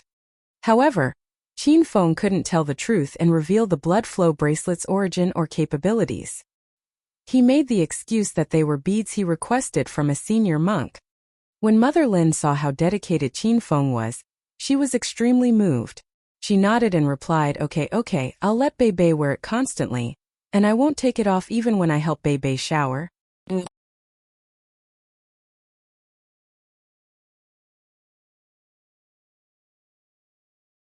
Chapter 236. Chapter 236. I've given up my entire youth for you. After leaving the first hospital, Qin Feng rode the 28th bicycle to the Zhao family villa. When he arrived at the expansive lawn outside the Zhao villa, Qin Feng was suddenly bemused when he saw the familiar villa and its surroundings. It felt like he hadn't been here in a really long while. The last time he was here, he'd fought with Liang Zhenwei and killed the brat. After not seeing it for so long, he wondered if that girl Zhao Lingxian was doing well recently. Qin Huang and Zhao Dahai had a great relationship. Qin Feng had often come to the Zhao villa to play with Zhao Lingxian since childhood, so he couldn't be more familiar with it. He swaggered into the villa, which was like his own home. He walked into the first-floor lobby where Zhao Dahai sat on the living room sofa, drinking tea while reading the newspaper. When Zhao Dahai heard someone enter, he put down the newspaper and looked over. Uncle Zhao, I'm here to pay my respects to you today on behalf of my father and myself. Qin Feng naturally greeted Zhao Dahai. When Zhao Dahai saw Qin Feng, he was briefly stunned, revealing that he hadn't expected Qin Feng to come over today. After a beat, he smiled widely and said, Fenger, you haven't been here in a really long time. I thought you'd already forgotten your Uncle Zhao. How could I possibly forget Uncle Zhao? You're my godfather. Qin Feng smiled with a bit of awkwardness. That's right. Your old man didn't come with you? My dad has been busy lately, so he couldn't take some time out to visit you. I came alone today. Qin Feng swept his gaze over the living room but didn't see Zhao Lingxian. He said with a smile, Uncle Zhao, is little sister Lingxian not home? Zhao Dahai suddenly laughed openly. He rolled his eyes at Qin Feng and said with dissatisfaction, You brat, you say you're here to see Uncle Zhao, but as I see it, you're thinking about our little princess. Lingxian is upstairs. Go up and look for her yourself. But, Zhao Dahai's expression fell. He hesitated a bit, then reinstated his smile. Never mind. Hurry and go up. These days Lingxian has just been locking herself up at home, and I haven't seen her go out with classmates. If this continues, she's going to mold. Good thing you're here. You go up and talk to her more. Qin Feng didn't pay attention to Zhao Dahai's change in expression. He waved and rushed upstairs. I quite like this child Qin Feng, but he doesn't like our Lingxian. We can't force things like this. After Qin Feng went upstairs, Zhao Dahai was extremely regretful. He looked at his Hua and sighed as he mumbled to himself, just another hour and the capital's Liang family members should be here. I wonder if Ling Xian will agree to their marriage proposal this time. Qin Feng was very familiar with the Zhao villa. He closed his eyes and felt his way up to Zhao Lingxian's bedroom on the 3rd floor. He lightly pushed the door open. Zhao Lingxian's door was unlocked. Once he entered, a familiar fragrance wafted into his nose. Qin Feng realized that once Zhao Lingxian matured, her room retained a constant and faint fragrance. "Dad, don't come in yet, I'm getting dressed." Zhao Lingxian's nervous voice suddenly came from within the room. She had just finished showering and was naked in the dressing room, putting on her clothes. Zhao Dahai typically didn't go into Zhao Lingxian's room, so Zhao Lingxian didn't lock the door even when she was changing. She didn't think her dad would come in without knocking today. Once Qin Feng heard the words, "getting dressed," his eyes brightened. Not only did he not stop, he walked to the dressing room.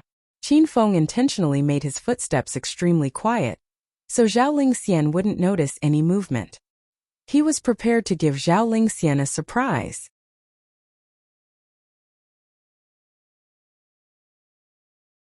With a crash, Qin Feng fiercely yanked the dressing room door open. Then he jumped into the dressing room and bared his teeth and brandished his claws to scare Zhao Lingxian. "Wow! The big beast is here. Let me see what kind of tasty things are hidden here. I want to eat." Qin Feng hadn't finished shouting when he stood rooted to the spot. He'd heard Zhao Lingxian say she was getting dressed, but he thought she was just changing her jacket or that she'd at least be wearing her underwear and changing her dress. However, the instant he opened the door, Qin Feng discovered that Zhao Lingxian's body was completely bare. Her tall and slender stature, beautiful, icy and charming face, all of the skin on her body which was fair, rosy and as soft as an infant's, her slender, delicate and beautiful legs, which didn't have any excess fat, were on complete display for Qin Feng to see. Her full waist was sexy and smooth, and her belly button was soft, pink and alluring. A little higher up it was a roaring sea, and the top was completely unblocked. This scene was too beautiful. It was a work of art. Qin Feng had only taken a glance and his nose began to bleed. Qin Feng's eyes widened. He swallowed a mouthful of saliva and weakly finished what he was about to say earlier to himself. "I want to eat 2 big steamed buns." Qin Feng was in a daze when he saw Zhao Lingxian's completely bare and delicate body. And when Zhao Lingxian saw Qin Feng suddenly jump into her room, she was totally stunned. She retained her original posture in front of Qin Feng for over 10 seconds, and even forgot to cover her body, scream, or snarl. Her brain stopped working and she even wondered if she was seeing things. She didn't believe that Qin Feng would suddenly come looking for her because ever since this heartless beast left school, he never had. Zhao Lingxian's budding love had withered completely long ago. Since the time she stood at the entrance of the Western-style restaurant and saw Qin Feng and Su Ruoro sitting face to face, eating a lover's meal set, holding hands affectionately, and smiling with brimming joy, Zhao Lingxian's heart died. She was originally a cold, proud, and aloof heiress who kept her heart closed off. She'd made the rare decision to open her heart to Qin Feng once and was utterly and severely hurt. From then on, Zhao Lingxian covered herself in thorns so no one would get close to her. Her icy heart grew even colder. Even if a large rock was thrown at it, it won't budge at all.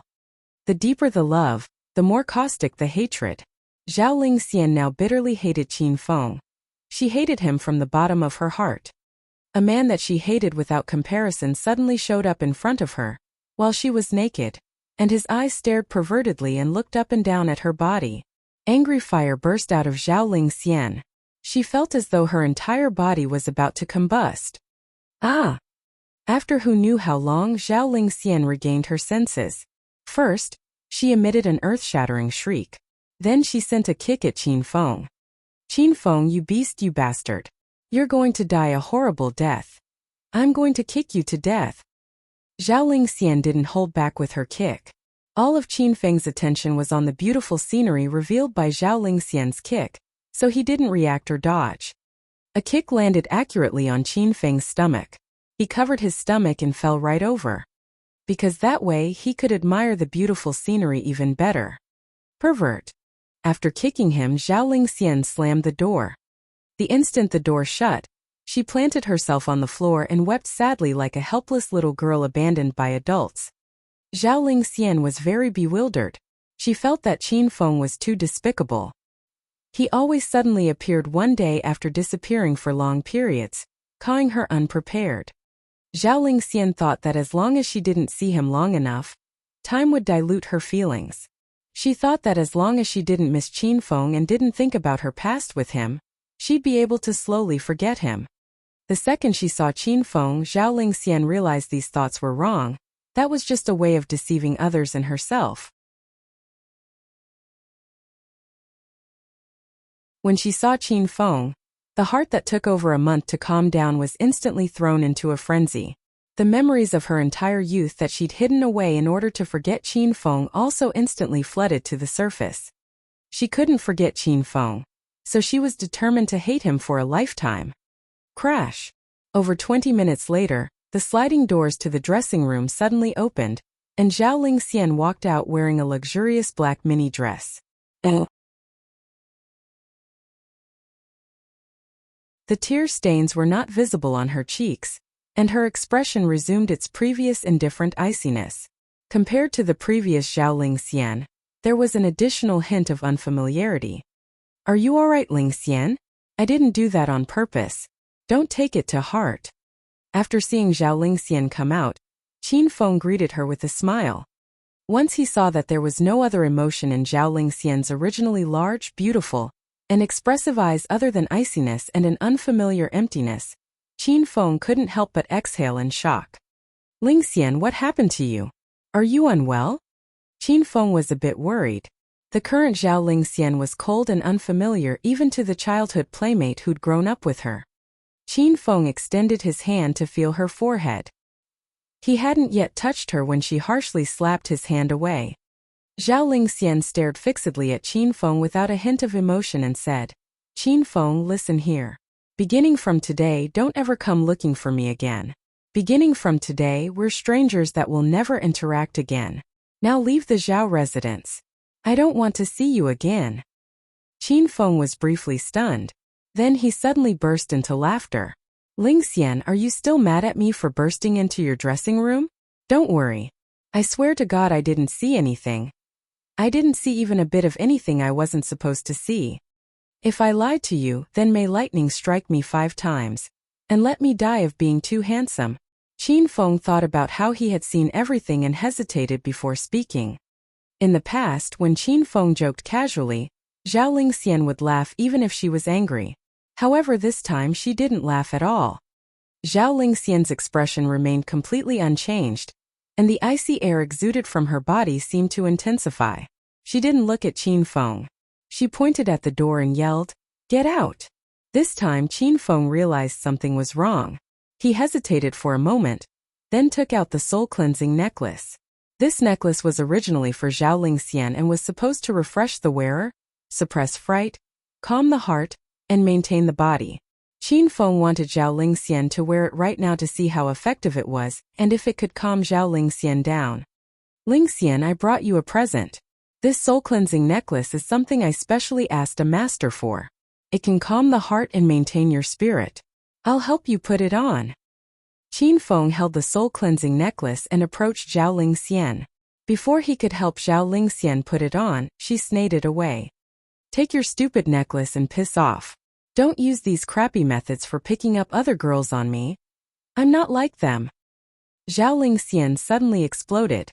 After taking Qin Feng's necklace, she exerted her strength and tore the light green beads off the necklace and harshly threw them at Qin Feng's face. Qin Feng was shocked by Zhao Lingxian's sudden actions. He could have dodged the beads, but he didn't. He allowed the 20 or so beads to land in his eyes, nose, eyebrows, lips.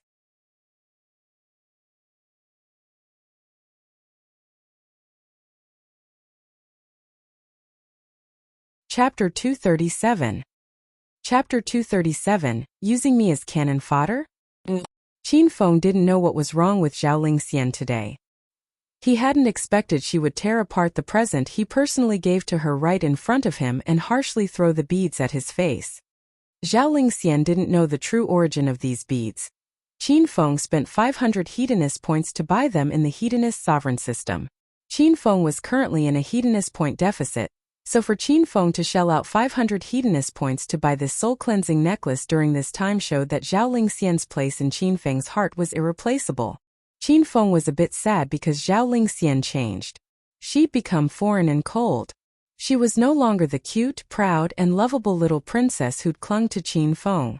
She was about to become a complete stranger as they slowly drifted further apart. Lingxian, these beads. Qin Feng wanted to say something else, but once he opened his mouth, Zhao Lingxian interrupted him.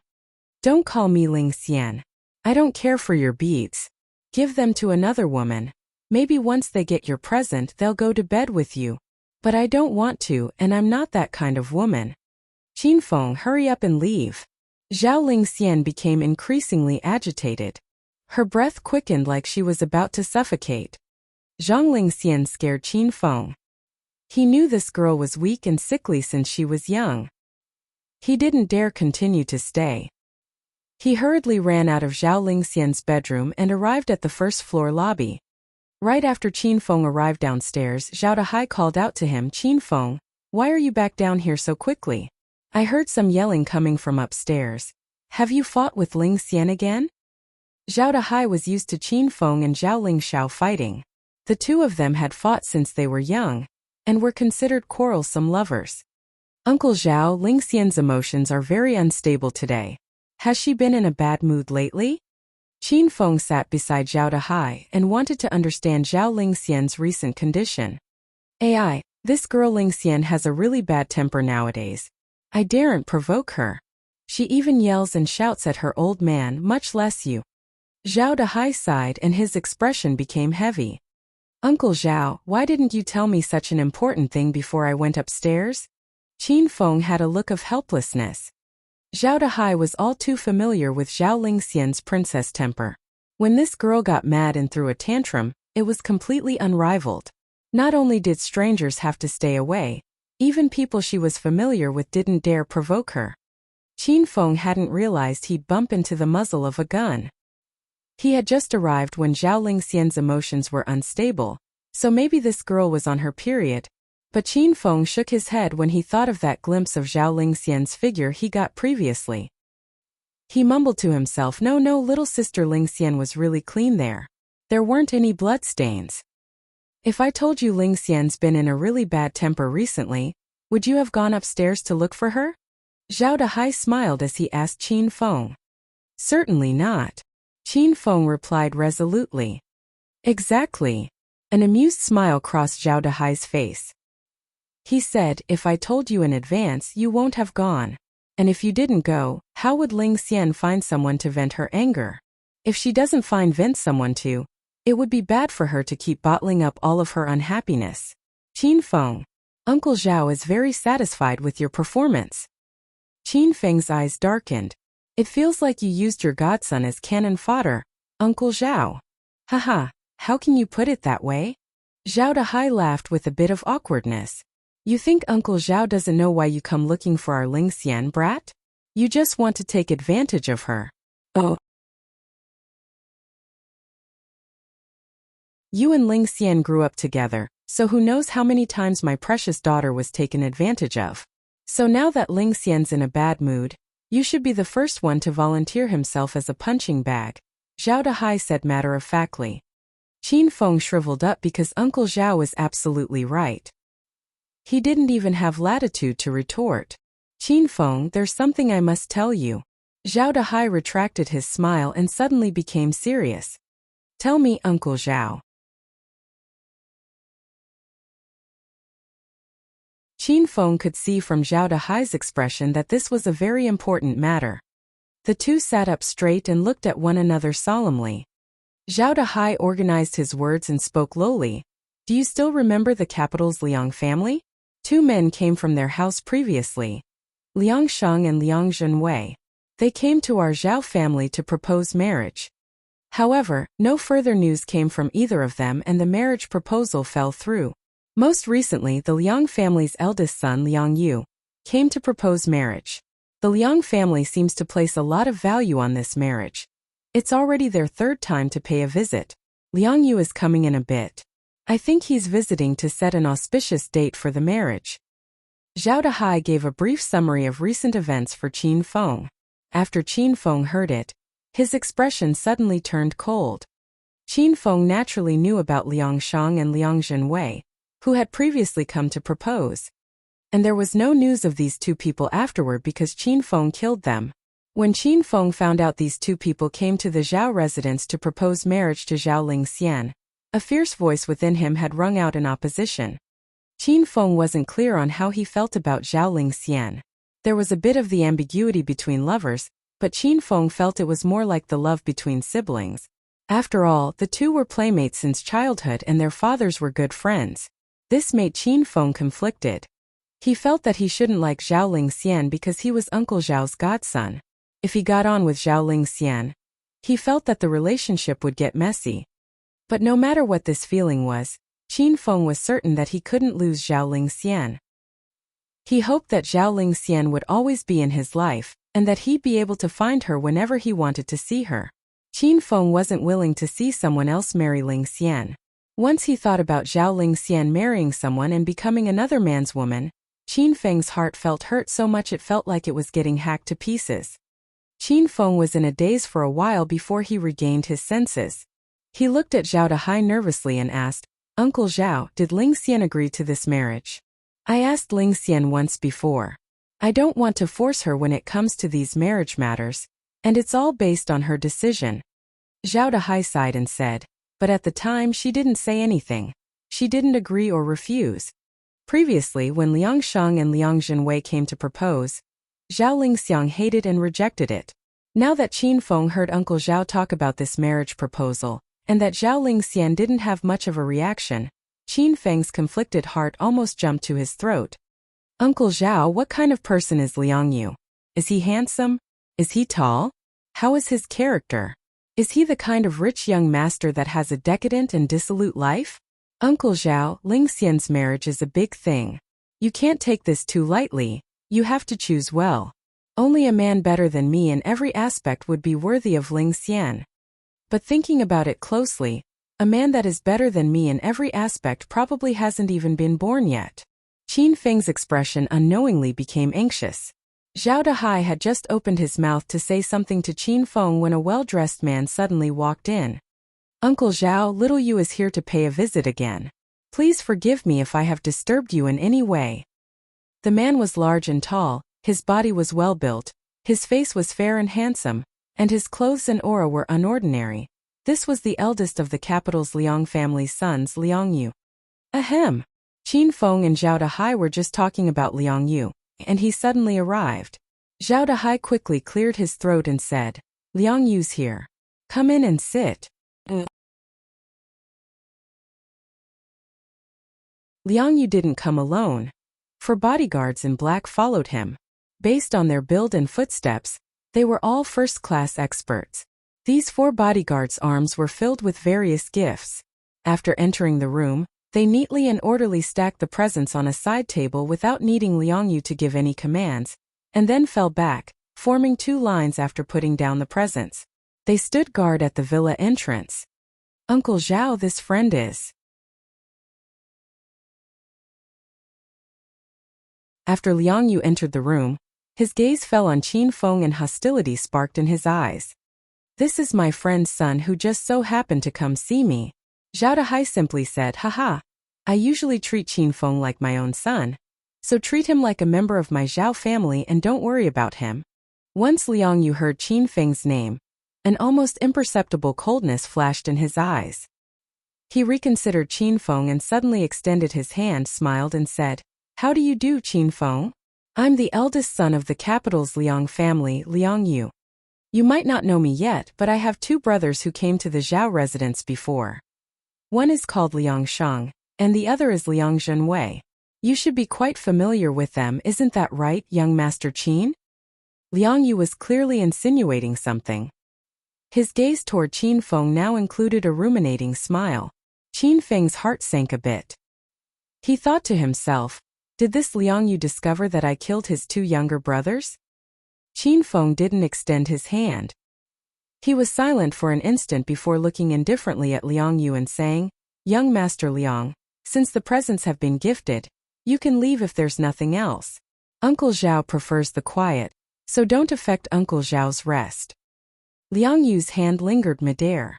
It didn't seem right to take his hand back, nor did it seem right not to take it back. A cold expression appeared on his face, but this anger was quickly suppressed. He suddenly put down his hand and laughed. Haha. I also came here today to attend to some very important matters. I'll leave once the matter is complete. If I've disturbed Uncle Zhao's rest, I'm really sorry. Uncle Zhao, why haven't I seen Miss Ling Xian? Liang Yu cut to the chase and dove into the important matters regarding his presence today. Ling Xian went out today, she's coming back tomorrow. Qin Feng didn't wait for Zhao Dahai to open his mouth and spoke first, so if there's nothing else, young Master Liang, go home first. In the face of Qin Feng's obstruction, Liang Yu's expression fell even more. The 4 bodyguards in black, who were originally standing at the villa entrance, suddenly came over to stand silently behind Liang Yu while glaring at Qin Feng. Qin Feng refused to give in. He stared back at them with an unchanged expression. The atmosphere instantly turned cold and seemed as though it would explode with a mere touch. Even Zhao Dahai, who stood to the side, didn't know how to conclude the matter. Who said I went out? I've been waiting at home for Prince Liang the whole time. During this extremely tense moment, a cold voice suddenly drifted from upstairs. This was Zhao Lingxian's voice. The spectators all looked up the stairs.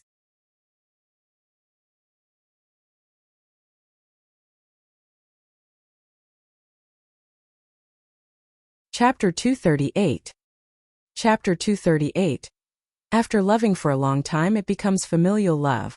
Zhao Lingxian wore an elegant black dress with lace bordering. Her raven hair was twisted atop her head and kept in place by a crystal crown, revealing her entire fair and charming egg-shaped face. Her neck was as fair as jade, and she wore a gleaming pearl necklace. On her feet, she wore a pair of elegant black heels. Her slender, lily-white hands held the railing as she walked leisurely down the stairs. This beautiful and moving image was like a grand little princess walking out of a painting. Thump, thump, thump. Zhao Lingxian's footsteps were slow. With every step, her heels produced an alluring clack on the steps. The skirt of her black dress was a bit short. As she stood on the steps, all one could see was a pair of long, fair, alluring, and beautiful legs. She'd meticulously put on light makeup. Dark blue eyeshadow, just the right amount of blush, and purple lip gloss. She looked like a regal princess under the light, and was so beautiful that she made one gasp in surprise. Liang Yu was stunned, and fiery light shot out of his eyes. Even Qin Feng was entranced. In the past, he hardly ever saw Zhao Lingxian put on this kind of makeup. She was very mature and sexy, concealing her usual cold arrogance, and there was additional charm and gentleness. Thump, thump, thump. During the time Qin Feng and Liang Yu were in a daze, Zhao Lingxian arrived at the bottom of the steps. She didn't look at Qin Feng when she walked past him and went straight to Liang Yu's side instead. Lingxian, you've come down.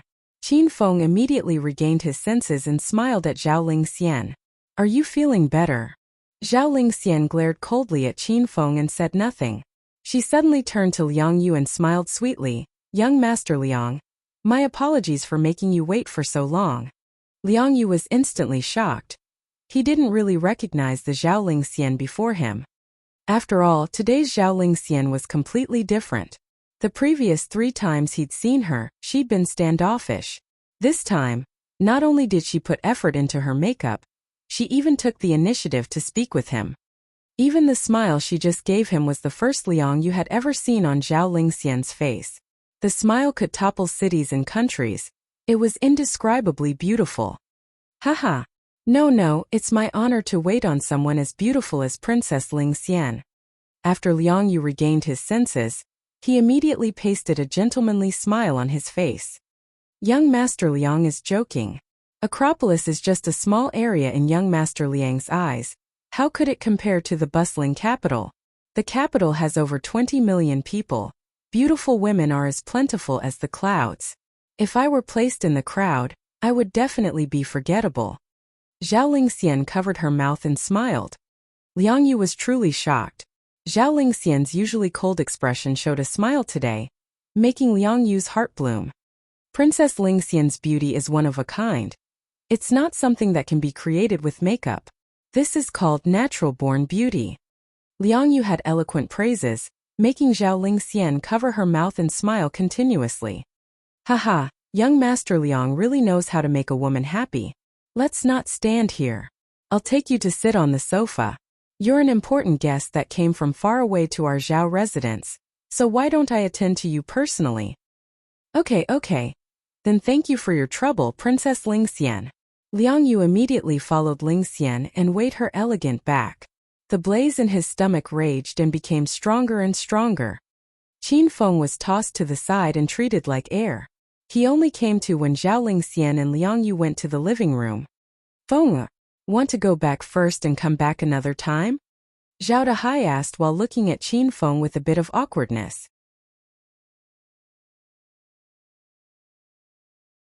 He was afraid Qin Feng would be sad. Uncle Zhao, I'll go back after eating lunch, Qin Feng said while keeping his mood in check. How could he leave now? He had to stay and monitor Liang Yu to see if this man was good enough for Lingxian. Okay, then Uncle Zhao will cook personally and make your favorite sweet and sour spare ribs. Zhao Dahai sighed and went to the kin. Qin Feng arrived in the living room on his own.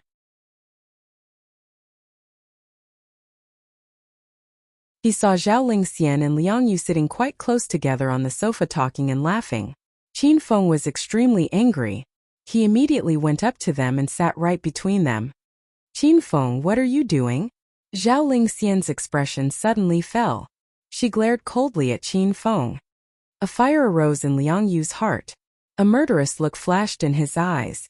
It was rare for Zhao Lingxian's attitude to change toward him, and the two of them were talking happily, so he thought there was an 80% chance of the marriage proposal succeeding. In the end, Qin Feng kept coming over to wreak havoc. At this time, Liang Yu wanted to kill Qin Feng. Lingxian, your health isn't very good, so how could you come downstairs wearing so little clothes? What if you get a cold? Are your legs cold? Qin Feng looked at Zhao Lingxian with care as if he never saw the icy expression on her face. At this time he extended a hand and touched Zhao Lingxian's fair and beautiful thigh.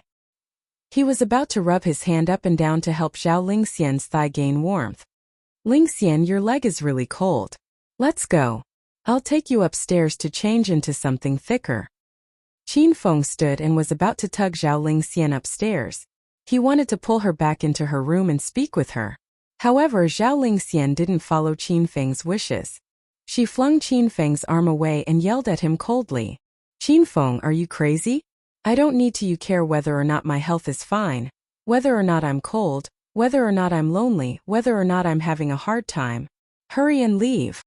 Don't you need to work in the afternoon? Your little Lolita is still waiting for you at the office. Go back and touch her legs and care about her body. Qin Feng was slightly stunned. He was trying to guess who the Lolita Zhao Lingxian mentioned was. He quickly deduced that it was Su Ruoro. However, how did Zhao Lingxian ever see Su Ruoro? Though Qin Feng couldn't figure out that point, he realized why Zhao Lingxian wasn't her usual self. Was she jealous because she'd seen him and Su Ruoro acting intimately? So everything she did right now was to take revenge on him. Qin Feng wasn't quite certain about his guesses. He grabbed Zhao Lingxian's shoulder again and said earnestly, Lingxian, come upstairs with me first. Why would I go upstairs with you? Who are you to me? Hurry and let go, or else I'll sue you for harassment. Zhao Lingxian threw off Qin Feng's arm once again and was so angry that her chest heaved. Young Master Qin, I urge you to why yourself. Lingxian is my fiancé. Liang Yu couldn't keep weighing. Qin Feng touched Zhao Lingxian's thigh in front of him and tugged on her. If they weren't in the Zhao residence, Liang Yu would have killed Qin Feng. After hearing fiancé, Qin Feng and Zhao Lingxian were suddenly shaken. Zhao Lingxian hadn't yet agreed to be Liang Yu's fiancé. Her taking the initiative to host, speak with, and laugh with Liang Yu was just an act she was putting on to take revenge on Qin Feng. Thus, once she heard Liang Yu call her his fiancé, she was first shocked, then disgusted. She didn't even like Liang Yu. Who would feel good about being addressed this way by someone they disliked? In contrast to Zhao Lingxian's disgust, a fierce angry fire suddenly arose in Qin Feng's heart. That instant, an intense murderous air shot out of him. He almost killed Liang Yu in the Zhao residence. 1 month ago, Zhao Lingxian was still Qin Feng's fiancé. However, Qin Feng didn't take it seriously and never called Zhao Lingxian his fiancé. At the time, he didn't care and announced the annulment of the engagement in public. He personally gave up this right.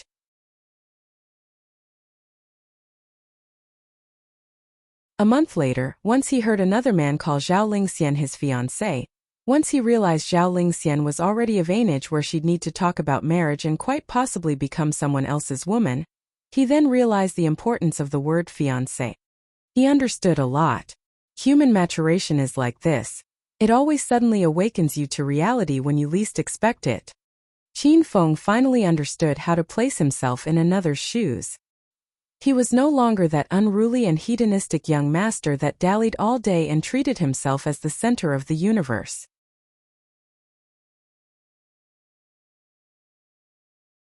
He could deeply understand Zhao Lingxian's despair and anger the day he announced the engagement annulment on the Acropolis University campus. Lingxian was still a little lady. She was reclusive and proud. When she encountered disgrace and anger, she couldn't find anyone to share her feelings with. How did she vent her emotions then? At that instant, Qin Feng seemed to reacquaint himself with Lingxian. He found that in the past, he'd always used the fact that they were childhood sweethearts as an excuse and thought he knew Lingxian extremely well and loved her the most. However, he now knew he had been wrong. He hadn't understood Zhao Lingxian at all, and hadn't truly loved her. Who? Qin Feng drew in a long breath. With the previous young Master Qin's temper, he would have punched Liang Yu thrice and kicked him twice without hesitation. He'd have beaten up Liang Yu until his teeth fell all over the ground and Liang Yu begged for forgiveness. He wouldn't have cared how powerful the capital's Liang family was, and he'd have tossed the terrible mess to his old man and Uncle Fu to deal with. He would have hugged Zhao Lingxian confidently and yelled fiercely at Liang Yu and the entire Acropolis, "Look clearly, this is young Master Qin's woman." After shouting these words, Qin Feng might not even have looked for Zhao Lingxian once in the next year because he wouldn't have done this because he loved Zhao Lingxian. He'd only have done it due to his irrational overbearingness. He'd have wanted to show off his might and act cool. That was all. That was the young Master Qin of the past, the one before he acquired the hedonist sovereign system. Now Qin Feng had changed. He'd grown too much. Faced with this situation, he quickly calmed down. When Liang Yu said fiancé to Zhao Lingxian, Qin Feng realized his feelings for Zhao Lingxian. After loving someone for a long time, this sincere and deep romantic love would progress into familial love. In the past, Qin Feng always thought the relationship between him and Zhao Lingxian was that of older brother and younger sister. However, he was now clear on the fact that this familial love evolved from his deep love for Zhao Lingxian. "Lingxian, I'm sorry." Qin Feng suddenly looked toward Zhao Lingxian, and he spoke with incomparable sincerity. Zhao Lingxian's delicate body trembled because she could see that the expression in Qin Feng's eyes was vastly different from before. It was an unflinching expression. "I'll go into the kin to see if there's anything I can help Dad with." Zhao Lingxian was dazed for a while before she regained her senses. It wasn't easy for her to suppress her emotions, and now they suddenly came flooding out. Her little heart thumped uncontrollably, and she hurriedly found an excuse to hide from Qin Feng. Once Zhao Lingxian left, Qin Feng and Liang Yu sat on the sofa again. The two of them looked calm and unaffected but were angry inside, causing gusts of coldness to burst out from all sides.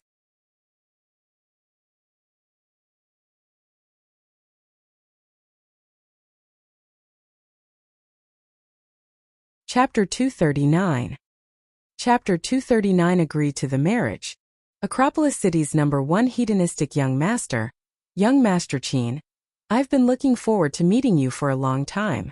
But now that I've seen you, I'm extremely disappointed. This Acropolis is indeed a small pond compared to the capital. Someone like you can be the #1 young master? That makes me laugh my teeth out. Liang Yu openly taunted Qin Feng. Qin Feng's expression didn't change. He smiled nonchalantly and said, No matter how small Acropolis City is, and even if I, young Master Qin, am useless in the eyes of you young masters of the capital, you still came to Acropolis. And aren't you trying to compete with me for Zhao Lingxian? I can tell you with much certainty that Lingxian will be my woman in the end. You can't compare to me. Qin Feng's words were calm and nonchalant, as if he was stating a fact. Liang Yu was so angry that his expression became stormy, and he harumphed coldly. If it isn't up to you. We have to see what Lingxian wants. Did you not see that Princess Lingxian isn't fond of you and is hosting me very well? That's because little sister Lingxian and I got into a small argument and she's intentionally trying to get me mad. To be honest, you're just a tool little sister Lingxian is using to get me mad. Qin Feng didn't exhibit any weakness. Liang Yu felt a mouthful of blood gushing up to his mouth. He was so angry that he almost spat blood. He was the capital's Liang family's eldest son, yet he was called a tool by Qin Feng. Don't be so pleased with yourself too early. I came to the Zhao residence to propose. This time I believe both Uncle Zhao and Lingxian will agree. Haha, if you have the guts to do that, I wouldn't mind leaving you in Acropolis forever, said Qin Feng coldly. In the face of Qin Feng's strength, Liang Yu wasn't angry. He suddenly burst into laughter. Haha. Qin Feng, you think I don't know how my second brother Liang Zhenwei and my third brother Liang Shang died? They were both killed after coming to the Zhao residence to propose. I sent people to secretly investigate right from the beginning, and found that they were killed by you. Liang Yu laughed coldly as he looked at Qin Feng. Right now the capital's Liang family elders are all discussing how to deal with you. You should worry about your own life first. You want to kill me? I purposely brought 4 external experts with me, so don't be delusional. After hearing Liang Yu's words, Qin Feng's expression changed drastically. He knew that the Liang family would thoroughly investigate the situation after Liang Shang and Liang Zhenwei died. However, Qin Feng hadn't left any trace after killing the 2 people, so he was surprised that the Liang family members suspected him. Liang Yu was clearly prepared, so it wasn't really possible to eliminate him without anyone knowing. Haha, weren't you very confident at first? Why aren't you saying anything? Liang Yu smiled with more self-satisfaction when he saw Qin Feng's expression fall. He swayed the topic and suddenly said to him, Qin Feng, I can give you a chance and make the capital's Liang family let you off. Qin Feng currently had too many hidden enemies, and he very seldomly used the Qin family's power. Most of the time he resolved problems on his own. At his current Stage 3 external and Stage 2 internal abilities, the capital's enormous Liang family was still a force to reckon with. Thus, unless it was the last resort, Qin Feng didn't want to ruin their relationship right now. Young Master Liang, you'd be that thoughtful? Qin Feng asked cautiously after an instant of deep consideration. Haha, of course I wouldn't randomly help you.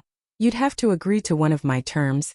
Before coming to Acropolis, Liang Yu had researched how his 2 younger brothers died.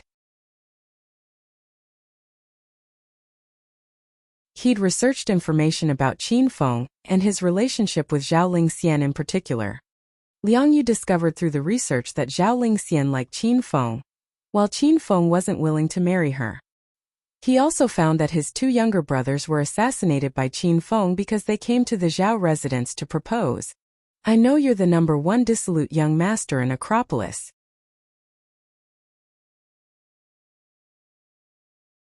A hedonistic young master like you isn't lacking in women, so why would you offend me over one Zhao Lingxian?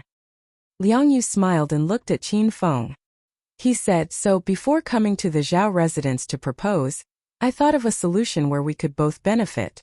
Just don't interfere with my marriage with Zhao Lingxian, and I can agree to not let the capital's Liang family deal with you. Why would I trust you? Qin Feng said, the capital's Liang family is so large that your words probably aren't of consequence. My words aren't enough to speak for the capital's Liang family in its entirety, but I'm the eldest grandson of the Liang family in the direct line of descent, so the elders listen to my suggestions. To tell the truth, by killing my 2 younger brothers, who had inheritance rights, you've made me the sole heir of the capital's Liang family, and I'm actually thankful for you. The capital's Liang family will become mine sooner or later, So I don't want to fight with your Qin family because it would harm my personal strength and wealth. Liang Yu presented his thoughts to Qin Feng in detail. I don't think it's worth it to become enemies with your Qin family over my two younger brothers who I deem insignificant. I've made myself quite clear, so you should believe me now. This Liang Yu was vicious and merciless. In order to be the heir, he cared nothing about brotherhood. He also came prepared. An opponent like this wasn't easy to deal with. Qin Feng nodded and said, "You've definitely cleared up the matter, young Master Liang. Then are you willing to work with me, young Master Qin?" Liang Yu said, "Just don't participate in matters regarding my marriage with Zhaoling Xian. And I'll assure you that the capital's Liang family won't trouble you." Qin Feng was quiet, and his brain was in the midst of quickly thinking of countermeasures. He still had a system quest regarding the capital's Liang family where he had to eliminate all of the capital's Liang family's forces in 3 months. The reward was 20,000 hedonist points. This quest had too generous a reward, which emphasized the difficulty of the quest. Now that the situation had progressed to this stage, Qin Feng could first pretend and agree to work with Liang Yu. Then, when the Liang family relaxed their guard toward him, he'd think of a way to annihilate the capital's Liang family. As long as the Liang family was completely eradicated, the marriage between the Liang family and Zhao Lingxian would naturally get cancelled. From the beginning, Lingxian belonged to Qin Feng. How could Qin Feng let another man dominate her? From this point on, Qin Feng already knew the nature of his feelings for Zhao Lingxian. It was pure and indistinct love. And from this point on, Qin Feng vowed that no one could steal away this woman, Zhao Lingxian, from him. How could I not agree to such attractive terms? Destroy myself, young Master Qin, and the future of the Qin family over a woman? You think I'm stupid? Qin Feng suddenly put on the frivolous airs of a hedonistic young master. He smiled and said to Liang Yu, "Young Master Liang, I'm a hedonistic young master. I'm sure you've been quite dissolute in the capital, so you should understand how I think. Ha ha ha. Ha ha. Of course I understand how young Master Qin thinks. There are so many women under the heavens. It'd be extremely dumb for our two families to fight over a stinking woman. Young Master Qin is dissolute and carefree, and there are as many women as clouds beside you.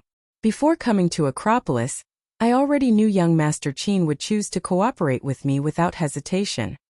Seeing that Qin Feng agreed to work with him, Liang Yu immediately broke into a smile. To tell the truth, Liang Yu was slightly afraid that Qin Feng wouldn't agree to work with him, and that the capital's Liang family and the Qin family would break out into a war. Though the Liang family wasn't afraid of Acropolis City's minuscule Qin family at all, the strong dragon cannot suppress the local snake. If the Liang family really started a fight from so far away, they would suffer heavy losses. Liang Yu was soon to inherit the role of clan elder. He didn't want to waste the great resources of the Liang family on a war with the Qin family. "Young Master Liang, if you talked to me about joining hands earlier, we wouldn't have had to argue and get into the unhappy matters at first." Qin Feng now naturally hooked his arm around Liang Yu's shoulders. The two of them looked like a pair of rogues that had known each other for a long time. Because without discord there's no concord. You, young Master Qin, are the first friend I've made in Acropolis. In the future, if you come to the capital, remember to look for me, Liang Yu. Liang Yu's previous coldness disappeared, and he smiled vulgarly. Of course, if young Master Liang comes to Acropolis in the future, you must look for me as well. I, young Master Qin, am quite famous in Acropolis. I assure you that if I walked with you in Acropolis, you could beat up whoever you don't like, and you could get on whichever girl you like. Qin Feng felt that he hadn't been this boastful in a long time, but he was able to act quite convincingly right after picking up his hedonist manner again. The research Liang Yu did of Qin Feng was very clear that Qin Feng idled about and had nothing to do. His life's greatest pleasure was picking up girls and acting dissolute. Also, Liang Yu also found out about Qin Feng's public annulment of his engagement to Zhao Lingxian. This showed that Qin Feng didn't really like Zhao Lingxian. How could a hedonistic young master like Qin Feng push his family into hardship for a woman? Thus, Liang Yu wasn't suspicious and merely trusted Qin Feng when he said he would straightforwardly dump Zhao Lingxian and agree to work with him. Qin Feng and Liang Yu hit it off, and they now placed their arms around one another's shoulders and called each other brother.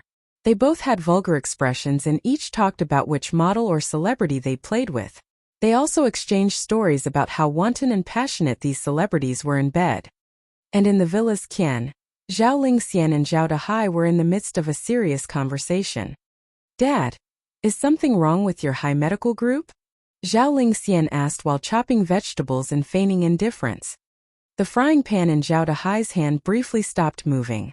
Then the calm smile was quickly reinstated on Zhao Dahai's face. He said, "Lingxian, this is a matter that concerns the adults. Don't worry about it. You just need to be happy every day and study well at school, and Daddy will feel at ease." Zhao Lingxian stopped chopping, and her clear, beautiful eyes slowly moistened. She knew her father's high medical group recently encountered some problems, and they were some large and thorny problems. She'd noticed in the past month that her father would come home really late, eat dinner, then retreat to his room to continue working deep into the night before going to bed. She'd wait her father's hair quickly turning white and him looking increasingly aged. Zhao Lingxian knew that she wasn't a child anymore, and that she was past the days of being careless, carefree, and headstrong. She couldn't care only about herself. Her father was getting old, so she had to begin learning how to help her father with family matters. Sharing the burden wasn't as easy as saying a couple of words. It came at a price. Zhao Lingxian was smart.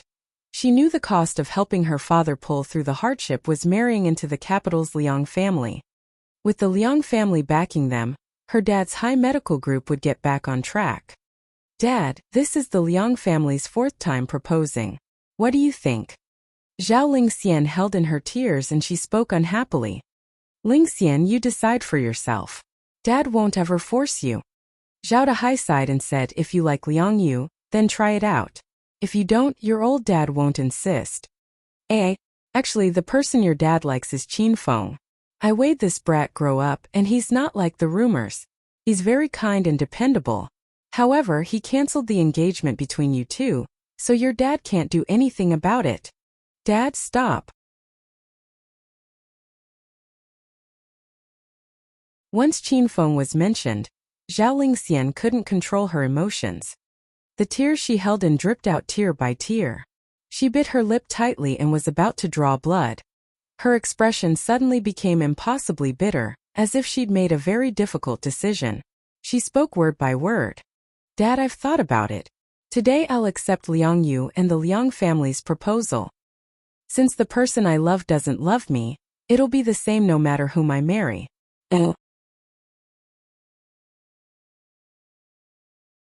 Zhao Lingxian already made up her mind to agree to the Liang family's proposal. At least she could help relieve her father of some difficulties at work. That was enough.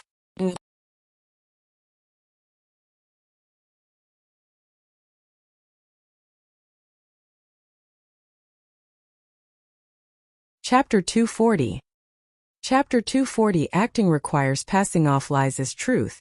After making her final decision, Zhao Lingxian walked out of the qian and into the living room. When she'd left, the atmosphere between Qin Feng and Liang Yu had been extremely thick with tension. She was afraid that if she was absent for a long time, a fight would break out between those two. However, when she rushed back to the living room and saw the strange scene before her, Zhao Lingxian felt unwell and even like she'd teleported to another universe. Qin Feng and Liang Yu hadn't lapsed into an intense argument or a fight. The two of them looked as thick as thieves. They had their arms across each other's shoulders and seemed to be whispering secrets of some sort into each other's ears with vulgar expressions. Their occasional lascivious laughter hinted that the topic of their conversation was not suitable for children. "Ahem. Princess Lingxian, you're here." When the two of them saw Lingxian, Liang Yu immediately straightened. His previously lewd and unseemly expression completely disappeared as he reinstated his prior gentlemanly facade. "Little sister Lingxian, come sit on the sofa. Young Master Liang came all the way from the capital, so you must talk to him more." Qin Feng covertly gave Liang Yu a vulgar smile. Liang Yu immediately understood. "This Qin Feng's helping me pick up Zhao Lingxian." Zhao Lingxian still hadn't regained her senses. She couldn't imagine what could have happened while she was gone that would make these two, who previously were on the verge of fighting, suddenly become close friends. After hesitating a bit, Zhao Lingxian walked up to the sofa. She was about to sit next to Liang Yu when Qin Feng tugged her arm and sat her down beside him. Young Master Liang, you might not know that my dad and Uncle Zhao have a friendship of life or death, so I grew up with little sister Lingxian. In my eyes, Lingxian is like my real younger sister. Since you have taken a liking to my little sister Lingxian, then you have to treat her better in the future. Don't let her suffer any wrongs. Otherwise, as her brother, I'll be the first who can't spare you. Qin Feng hugged Zhao Lingxian naturally. Seeing these intimate actions again, Liang Yu didn't get angry. Instead, he was very pleased with himself because he thought Qin Feng was really helping him get together with Zhao Lingxian. Liang Yu then thumped his chest and said grandly, "Don't worry, young Master Qin. What I have for Princess Lingxian is love at first sight. As long as Lingxian accepts my proposal, I'll treat her like treasure. If someone dares to bully Lingxian, I, young Master Liang, will use all of the capital's Liang family's strength to annihilate his entire family." Good. As an older brother, I'm reassured by young Master Liang's words. Qin Feng felt that he hadn't hugged Zhao Lingxian in a long time.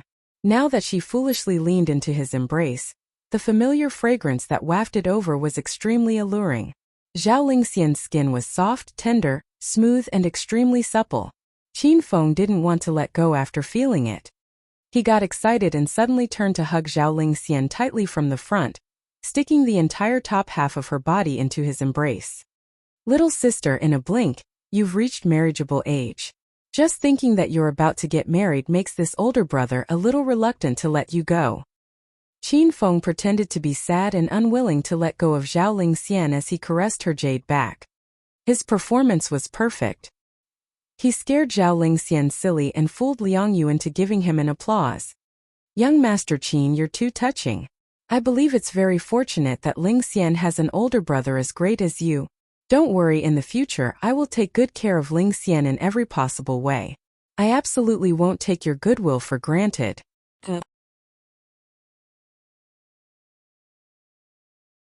Lingxian's body was soft, fragrant, and of the best quality. Qin Feng originally wanted to hug her longer, but he suddenly felt an oppressive chill emanate from her. Before Zhao Lingxian got mad, he quickly released her and turned to take Liang Yu's hand to say, "Young Master Liang, the capital's Liang family is powerful, and you're upstanding and kind, so of course I believe that little sister Lingxian will live a happy life with you.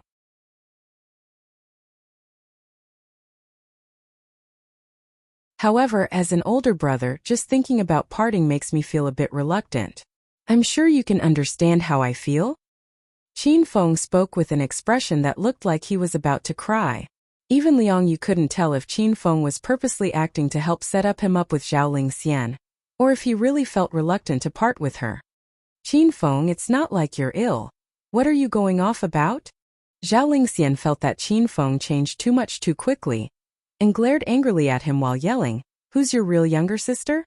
I have nothing to do with you, so don't spout nonsense." Qin Feng instantly put on a sad expression. He looked at Liang Yu and said, "Oh, young Master Liang, they always say that women that are married off are irretrievable. These words are completely true. Look at my precious little sister. She hasn't even married into your Liang family, and she already doesn't recognize me as her older brother. Who knows how many arguments we got into since we were young, how many times her stomach hurt really badly in the middle of the night and I had to carry her to the little clinic to see a doctor and buy medicine. When this little girl got her period for the first time and was terrified, thinking she was sick and bleeding, Uncle Zhao was busy at work and not at home. It was me who ran to the supermarket to buy her tampons. I even taught her how to use it and that it was a normal physiological process that girls undergo. AI. Great. Now that this little girl has grown up, she doesn't want this older brother of hers. I'm afraid she's even forgotten these beautiful memories. My heart feels very cold." Qin Feng's words violently shook Zhao Lingxian's heart. After all, Qin Feng didn't make those events up. They really were their happy childhood memories. At the time, Qin Feng was still young and wasn't yet infatuated with womanly charms. For a period of time, he'd practically lived in the Zhao villa. He ate with Zhao Lingxian, went to school with her, and even slept with her. Those times were Zhao Lingxian's happiest days. Now, suddenly hearing Qin Feng bring them up made her heart thump wildly. Haha, young Master Qin, don't be upset.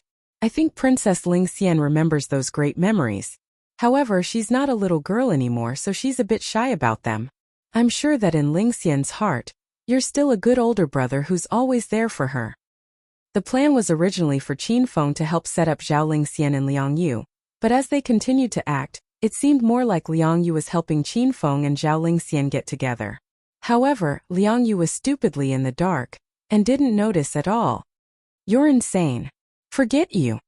Zhao Lingxian quickly put away her flustered heart and glared coldly at Qin Feng.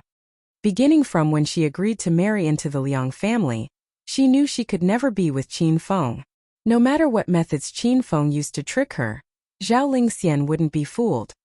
We're going to eat lunch soon. Hurry and leave. Don't spoil my appetite.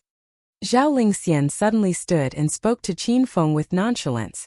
Then, she ran to the kitchen to help her father bring out the food. She didn't know what kind of agreement Qin Feng and Liang Yu had come to that caused the sudden change in Qin Feng's attitude. However, she wasn't in the mood to care about all this. When a woman's heart is completely dead, her curiosity and childishness also disappears. It's as if everything in the world is no longer important. Young Master Qin, your performance at first was spot on. I was almost fooled by you. No wonder you're Acropolis City's #1 dissolute hedonist. I'm now convinced. Once Zhao Lingxian left, Liang Yu said excitedly, with your honest explanation, acting that passes off lies for truth, and extravagant rhetoric, how many pure and innocent girls have fallen into your evil clues? Haha. If not over 1,000, probably over 800. Qin Feng smiled vulgarly. After Zhao Lingxian left, Qin Feng and Liang Yu began to talk about adult topics in a lascivious manner. They'd talked for tens of minutes when Zhao Dahai suddenly called the two over to eat. The four people sat around the round table in the dining room. Qin Feng sat beside Zhao Lingxian while Liang Yu sat across from her and beside Zhao Dahai.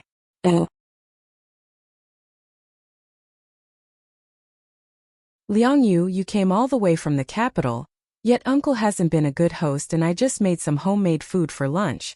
I hope you don't mind.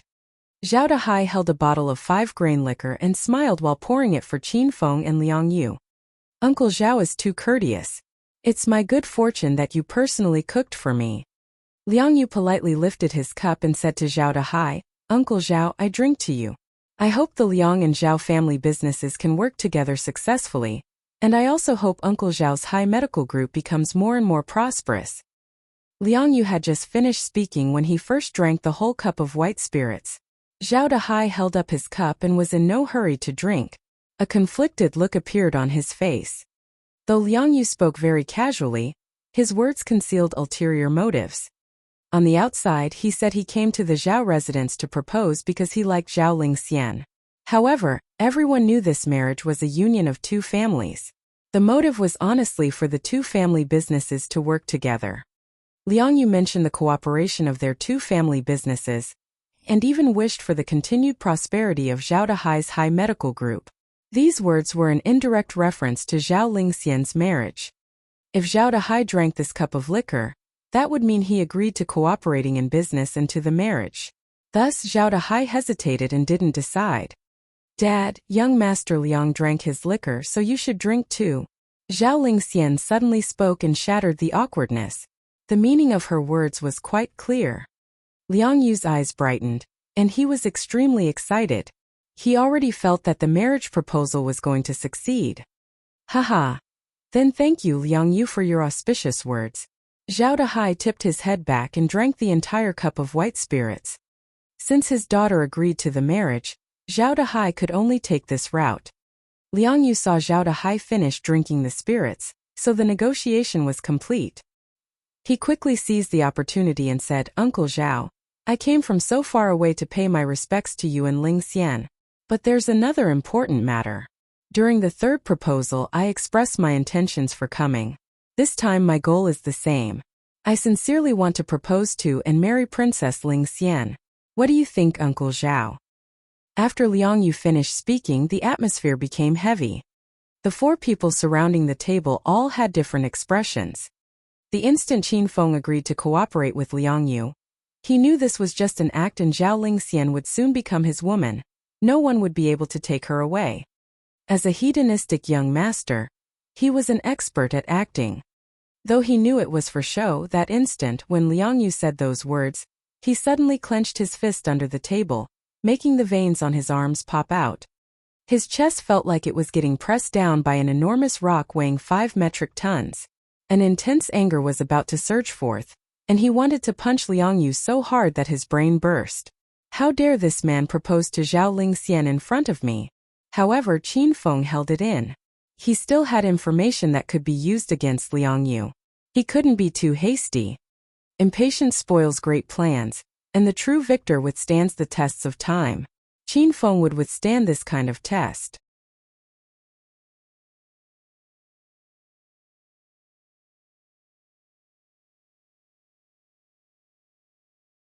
Chapter 241. Chapter 241. You must wait for me. When Zhao Lingxian heard the word propose, her brain suddenly exploded and buzzed. She had just made her decision in the Qian earlier to accept Liang Yu's proposal. However, once Liang Yu actually said the words, Zhao Lingxian realized she hadn't thought it through. Her heart was even more frantic, especially now that Qin Feng sat beside her. Liang Yu, I've said the previous few times that I don't have much of an opinion.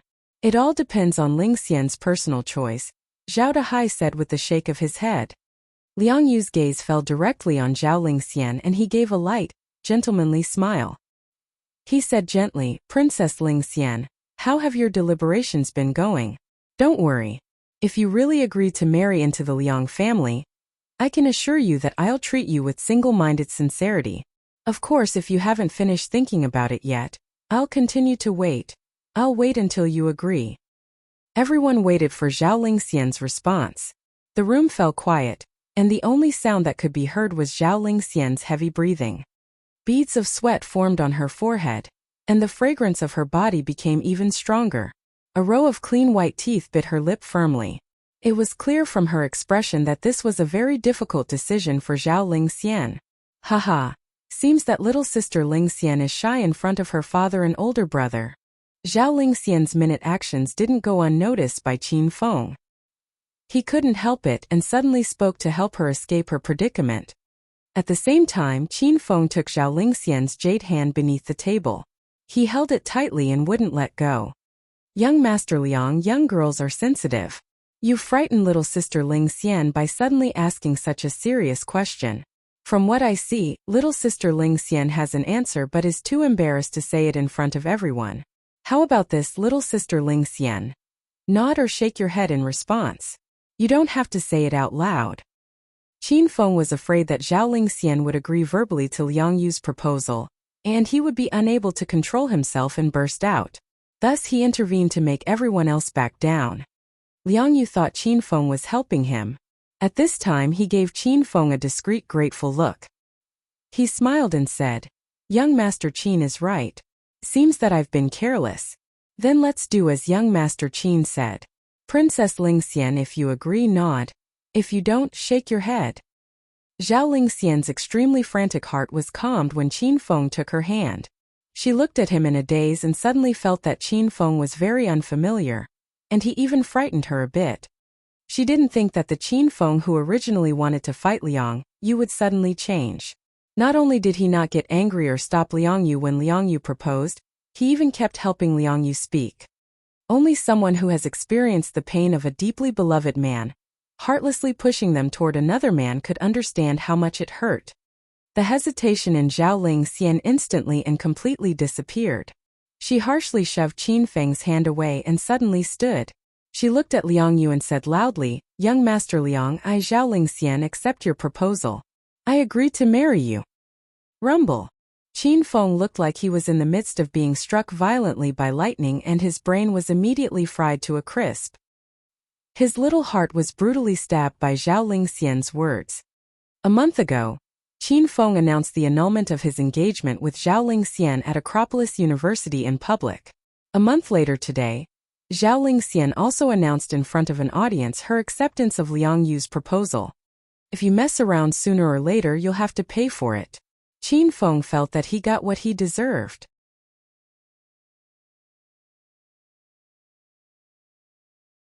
Lingxian, why you really agreed? I didn't hear incorrectly, did I? Liang Yu shouted with happiness. He even nervously waited for Zhao Lingxian to nod or shake her head.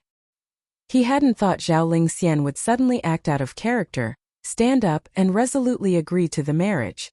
Okay, little sister Lingxian already said she'd agree. You want her to embarrass herself to death by making her repeat it? Qin Feng stepped in before Zhao Lingxian could respond. Oh.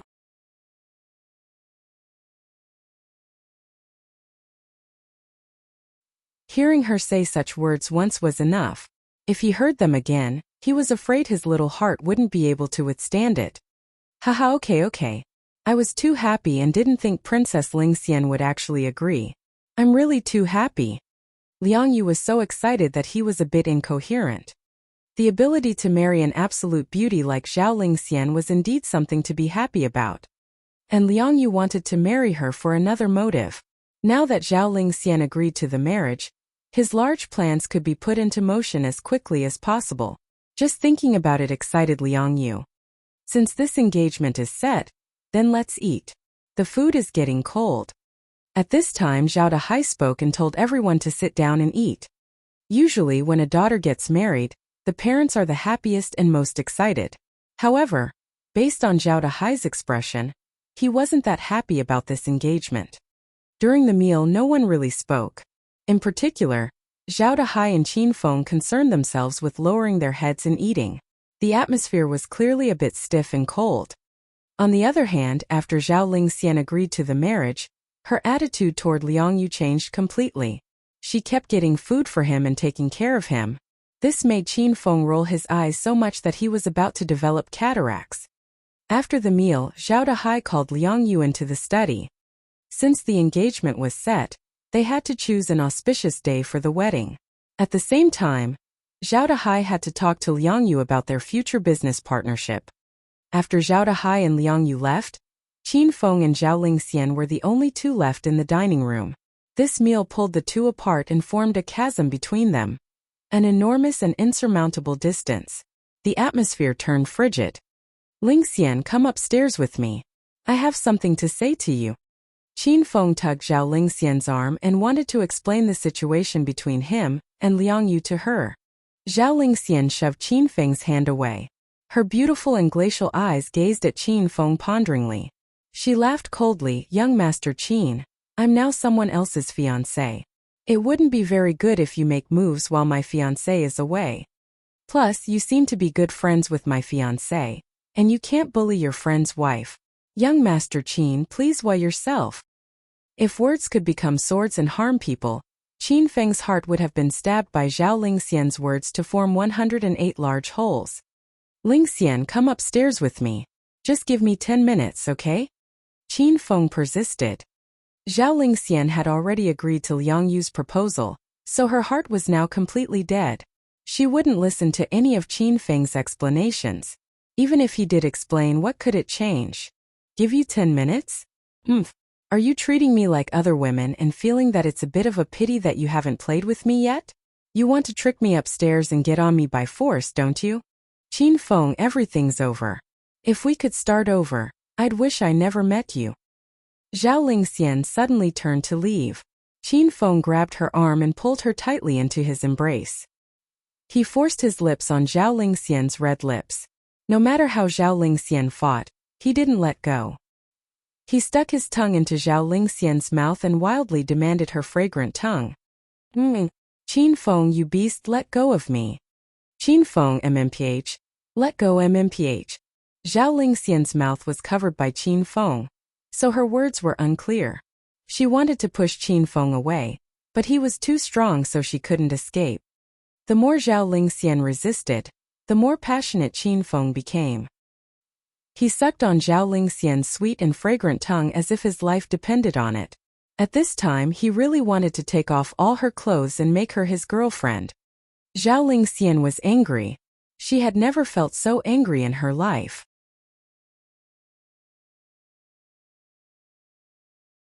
In her anger, she harshly bit down. She used all her strength to bite Qin Feng's lip. Qin Feng's entire body then became rigid. A sharp pain passed from his lip, and he was pulled out of his wildness and came to his senses. He stared at Zhao Lingxian's charming face and slowly released her. Drops of fresh blood dripped from Qin Feng's mouth. Qin Feng merely touched them casually with the back of his hand. He had an expression of nonchalance, and continued to look adoringly at Zhao Lingxian. A while later, Qin Feng spoke. Lingxian, I won't say too much, but I want you to remember that you, Zhao Lingxian, are my woman, and no one can even think of taking you away. You have to wait for me. Wait for me to appear before you again. I will tell everyone loud and clear that I want to marry you, Zhao Lingxian. I want you, Zhao Lingxian, to be Qin Feng's wife. Qin Feng actually had a lot more to say, but no matter what he said, it wouldn't be as reliable as actions. He didn't want to make more promises. He wanted to prove his sincerity through action. Lingxian, I'm going to leave. You have to take care of yourself. I won't let you wait for too long. You have to wait for me. After saying all this, Qin Feng turned and left the Zhao villa. Zhao Lingxian stood there blankly and waited Qin Feng depart. She waited him ride his 28 bicycle and quickly disappear. Only the phrase "you have to wait for me" reverberated in Zhao Lingxian's head for a long time. In the third-floor study, Zhao Dahai and Liang Yu were in the middle of talking about the wedding date. Zhao Dahai flipped through the calendar. After a detailed selection process, he set the ceremony on an auspicious day 2 months in the future. 2 months was too long for Liang Yu. If the wedding date were up to Liang Yu, he would probably have chosen to hold the ceremony tomorrow. However, since Zhao Dahai insisted on a date 2 months away, it wouldn't be good for Liang Yu to appear too anxious. Okay, Uncle Zhao, then we'll set it at that. The 8th, 2 months from now, will be my wedding day with Lingxian, said Liang Yu beaming. Zhao Dahai's expression was a bit heavy. He nodded and said, since Lingxian agreed to the marriage herself, I, as her father, will certainly give you my blessing. This child, Lingxian, has had her share of suffering since she was young. When she was little, her mother left. You have to treat her well. Don't worry, Uncle Zhao, I'll be sure to treat Lingxian very well. As Liang Yu spoke, an almost imperceptible vulgarness flashed in his eyes. What he meant by treating Zhao Lingxian well was that he would treat her body well and ravage her every night. Liang Yu didn't have the leisure to care of Zhao Lingxian. This marriage was a business partnership at its core. It was to complete the capital's Liang family's newest major project. As long as he married and took Zhao Dahai's high medical group at the right time, Zhao Lingxian would become only a plaything for his lower body. Uncle Zhao, since Lingxian already agreed to the marriage, then when I go home, I'll take her back to the Liang residence as well.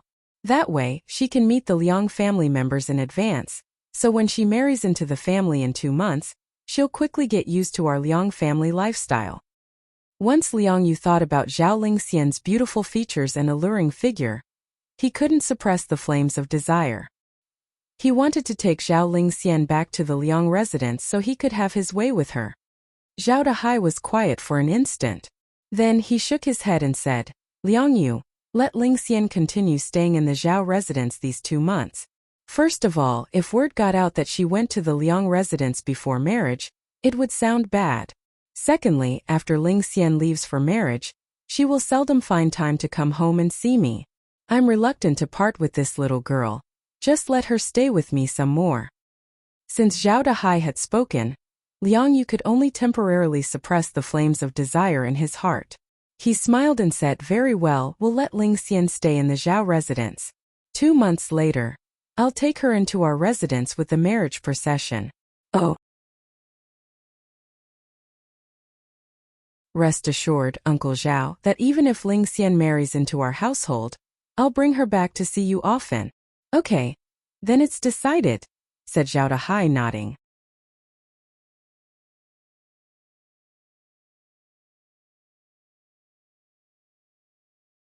Chapter 242. Chapter 242. Yun Shao must leave. When Qin Feng left the Zhao villa, He was in an extremely bad mood, so he had no desire to return to work. He was about to go home and have a long nap when his cell phone rang. It was a call from the beautiful teacher Yun Xiao. "Qin Feng, are you free right now?" Once he answered, Yun Xiao's pleasant voice came through the phone. "Teacher Yun Xiao, is something wrong?" Qin Feng asked while riding his bicycle.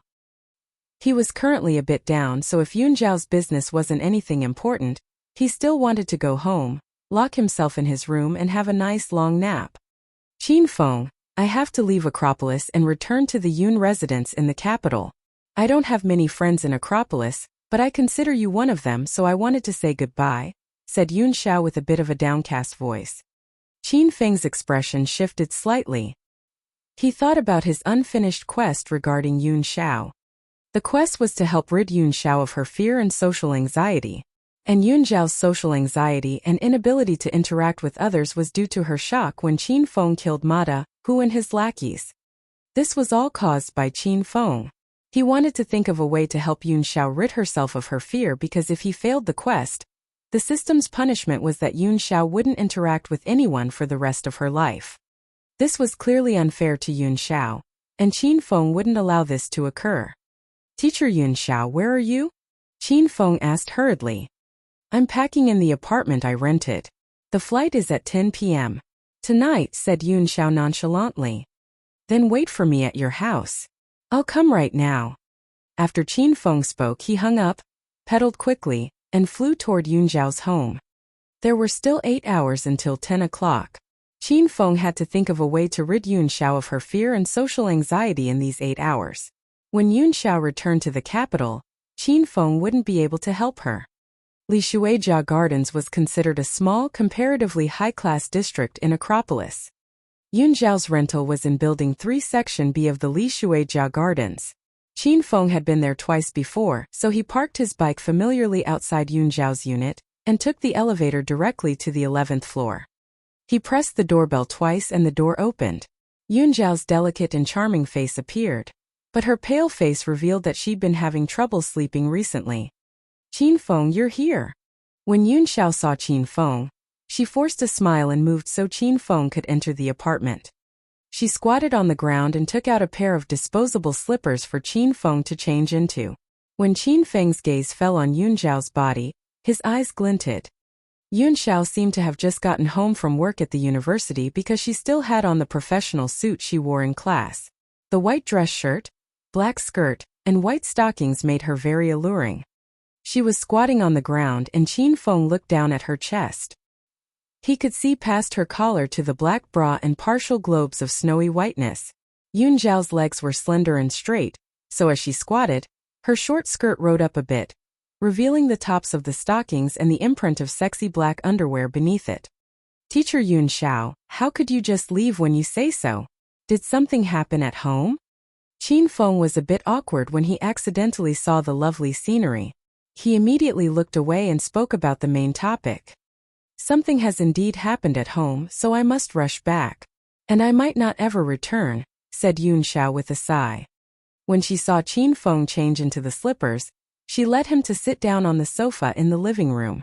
At this time, Yun Xiao didn't have the seriousness and imposing attitude of a teacher.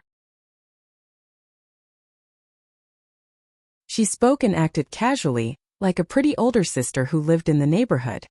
She tucked a lock of her beautiful hair behind her ear. Her casual action sent out a languid and moving scent. She looked at Qin Feng with a smile. "Sit here. I also just came back from submitting my resignation to Acropolis University, and these clothes are a bit tight. I'll go change into looser and more comfortable clothes."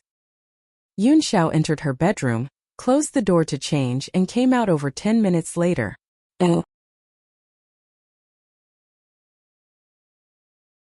She'd taken off the professional clothing and walked out in a conservative, dark-colored nightgown. Qin Feng casually glanced at Yun Xiao's chest and could tell she wasn't wearing a bra beneath the nightgown. Qin Feng didn't dare imagine whether or not she'd also removed her underwear. "Qin Feng, you must have been really surprised when I suddenly told you I have to leave." Yun Xiao sat on the sofa again, found a comfortable position, and leaned into it. She was practically shoulder to shoulder with Qin Feng, and he could smell the body fragrance wafting from Yun Xiao's gown. It was indeed a bit sudden. Qin Feng did all he could to calm his frantic heart. He said, "If Teacher Yun Xiao hadn't notified me today, then I wouldn't have been able to see you again." Yun Xiao laughed lightly and said, "Qin Feng, though we're teacher and student at school, I'm only 2 to 3 years older than you, so in private I've always treated you as a friend. I also haven't been in Acropolis for long, so I don't have many friends.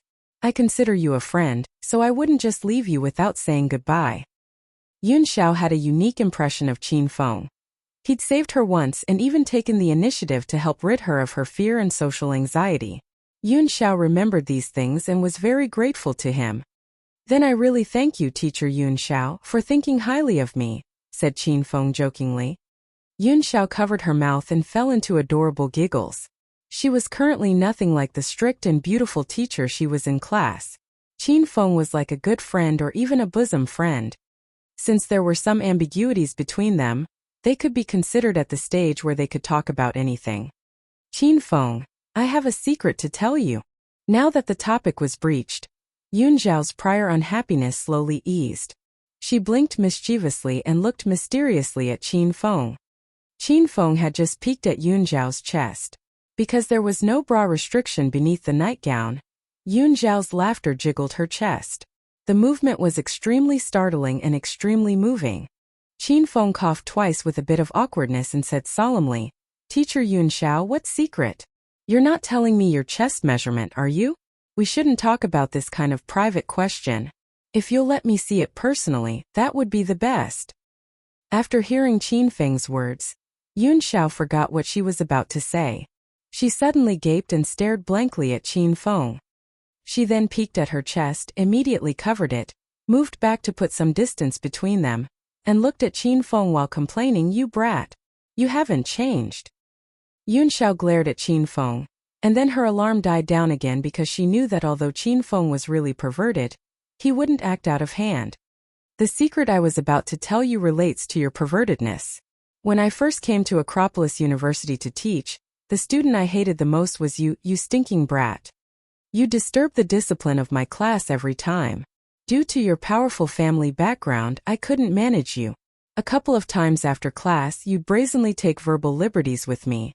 Back then, I wondered how there could be such a shameless student in this world who didn't study or enrich his mind with knowledge at school but filled his brain with bad things instead."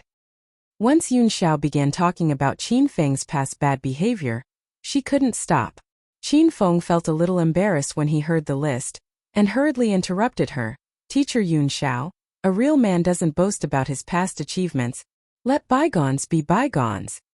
Yun Xiao covered her mouth and laughed. "Of course you'd still be that shameless. You talk about these past achievements like they were good things." After laughing a bit, Yun Xiao became serious again. She looked earnestly at Qin Feng and said, "But after slowly interacting with you, I've found that you aren't the way everyone sees you. I also met the real Qin Feng. That's why I became your friend. Though this trip to Acropolis wasn't long, it still contained lots of beautiful memories. When I return to the capital, I'll definitely think of you all often. If you have time to come visit the capital, remember to go to the capital's Yun residence and look for me." "Teacher Yun Xiao, what happened at home that you must return so urgently for? And you're not coming back? If you just leave like that, who knows how many boys at Acropolis University will jump into the river and kill themselves," said Qin Feng, reluctant for her to go. Yun Xiao laughed tenderly. She rolled her eyes at Qin Feng and said, "You sure are talkative. How am I as charming as you say I am? But after going back, I really can't return. Something big has happened to the Yun family. I can't tell you the details." Yun Zhao's mood seesawed without constraint, happy one instant and gloomy the next. She'd escaped from the capital's Yun residence and ran to teach in Acropolis to avoid a forced marriage from her large family clan. After fleeing to Acropolis this time, she had a new life uninhibited by various family clan rules and restrictions. Her life was leisurely, relaxing, and casual. Yun Xiao enjoyed her days teaching in Acropolis. But ever since the capital's Wei family's Wei Xiaolei came to Acropolis, Yun Xiao's quiet life had been thrown into a frenzy. Her father also kept calling her to rush her into marrying into the Wei family as soon as possible. Nevertheless, Yun Xiao got through it by continuing to resist. However, a couple of days ago, Yun Xiao's father called and said something huge and shocking. Her fiancé Wei Xiaolei had suddenly died, ending the alliance between the Wei and Yun families. Thus, the family clan had to find Yun Xiao a new marriage partner, and begin a new cycle of marriage alliances. Yun Xiao was unwilling. She felt that these types of marriages weren't real marriages, and that she was like a commodity getting bought and sold. However, the Yun family was about to engage in the competition for selecting the heir. Yun Xiao had a younger brother who was a contender. If Yun Xiao could find a large family to marry into, she could give her younger brother a lot of support. That way, her younger brother would have a better chance of winning. Yun Xiao would compromise only for her younger brother. She was prepared to return to the capital's Yun family, and wait to marry into some large family in the capital. Since Yun Xiao didn't speak, Qin Feng didn't pry. He thought of how he'd come mainly to rid Yun Xiao of her fear and social anxiety, so he changed the topic. Teacher Yun Xiao, how is your social anxiety? I can't explain properly, but after the last time you helped me with the chi massage, it seemed to get a bit better. I can now interact normally with females. As for males, if they stay 2 meters away from me in a public place, I also won't be afraid, said Yun Xiao earnestly. Qin Feng suddenly scooted close, stuck his body to Yun Xiao's, and lightly held her shoulders. He said, but you haven't exhibited any nervousness after talking to me in this enclosed room, or even now that there's no distance between us. Yun Xiao also thought this was weird. She wasn't too willing to touch other men, but she didn't have that feeling of resistance with Qin Feng. Yun Xiao thought a bit and said, maybe because you're my friend, you discovered my fear and social anxiety, and you're the doctor who's helping me fix it. Maybe I feel a bit differently toward you. Qin Feng agreed with Yun Xiao's words. He thought this must be the case. Teacher Yun Xiao, it seems that the chi massage from last time was effective. Why don't I help massage you again? Said Qin Feng while looking earnestly at Yun Xiao. Yun Xiao blushed slightly and immediately thought of the loving chi massage last time. The massage was indeed effective, but the two of them had to touch intimately, and Yun Xiao was still very shy. However, when she thought about how this might be the last time Qin Feng could give her a massage, she just gritted her teeth and agreed. She was also afraid that if she kept being hesitant, she'd make Qin Feng unhappy and make him think that she didn't trust him. Qin Feng, then I'll have to trouble you. Yun Xiao raised her head, and her entire face was red.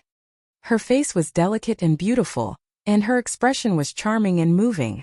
When Qin Feng saw it, he fell into a bit of a daze.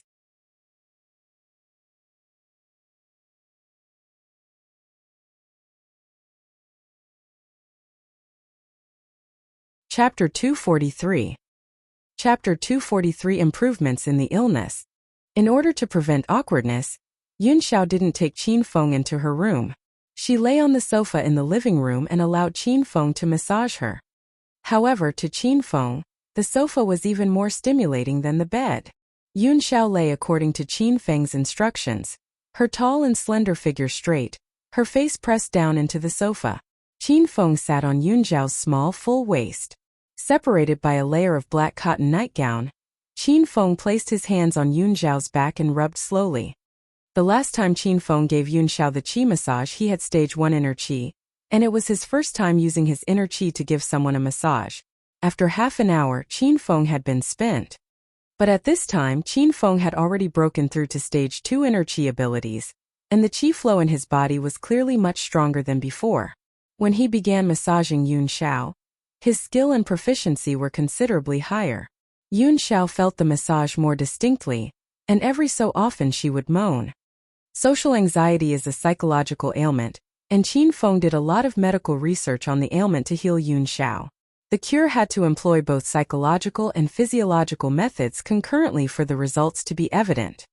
Qin Feng kept talking to and interacting with Yun Xiao to help her psychologically, and used the chi massage to resolve the impeded chi and blood flows to help her physiologically. Though Qin Feng always smiled and looked like he wanted to take advantage of Yun Xiao, he never went astray. His main goal was still to cure Yun Xiao. In around 10 minutes, Qin Feng got Yun Xiao's qi to flow properly through the meridians in her back. He turned his body and sat on Yun Xiao's waist while facing the opposite direction. He was about to facilitate the blood and qi flows in Yun Xiao's legs. Teacher Yun Xiao, I'm now going to massage your legs to facilitate the blood and qi flows in your legs, so I'm going to remove your stockings for more effectiveness.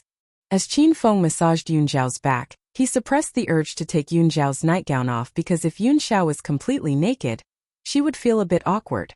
However, now that Qin Feng had to massage her legs, he felt there wouldn't be much of a problem with removing her stockings. Qin Feng's massage felt too comfortable. Yun Xiao felt a gentle qi flow back and forth through her body, so she couldn't help but make some noises. At the moment, her face was extremely red. Then get off me and turn away. When I'm done taking them off, I'll tell you. Yun Xiao spoke delicately. Her voice was so soft it was like a fly.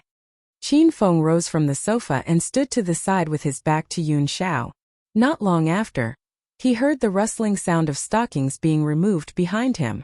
Qin Feng's heartbeat increased as he thought about how Yun Xiao might not be wearing undergarments beneath her dark-colored nightgown. Qin Feng, I'm done. A little over a minute later, he heard Yun Xiao's voice. It was gentler than the last time. She was clearly a bit embarrassed to have removed her stockings while Qin Feng's back was to her. Qin Feng turned and his eyes instantly brightened. Yun Xiao had finished taking off her white stockings, which were tossed to the side. She was already lying on the sofa with her long fair legs uncovered, comfortably breathing in the fragrant air. Her calves were smooth and fully rounded without any excess flesh, and her thighs were fair and luminous. Her legs were as perfect as jade. Qin Feng looked at Yun Xiao's legs for a long time before regaining his senses. He immediately gathered his wits and sat back on Yun Xiao's waist. Then he began to massage her legs. The skin on Yun Xiao's legs were ice-cold, smooth and soft. Her calves and thighs were around the same thickness, and Qin Feng could completely grasp them with one hand.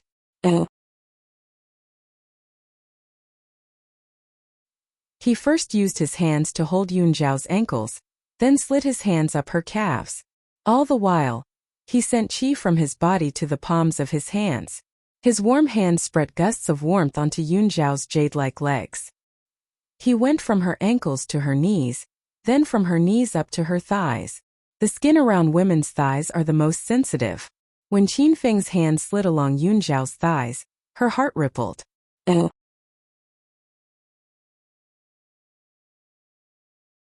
The feeling was very strange, and it made Yun Xiao feel a light and airy thrill.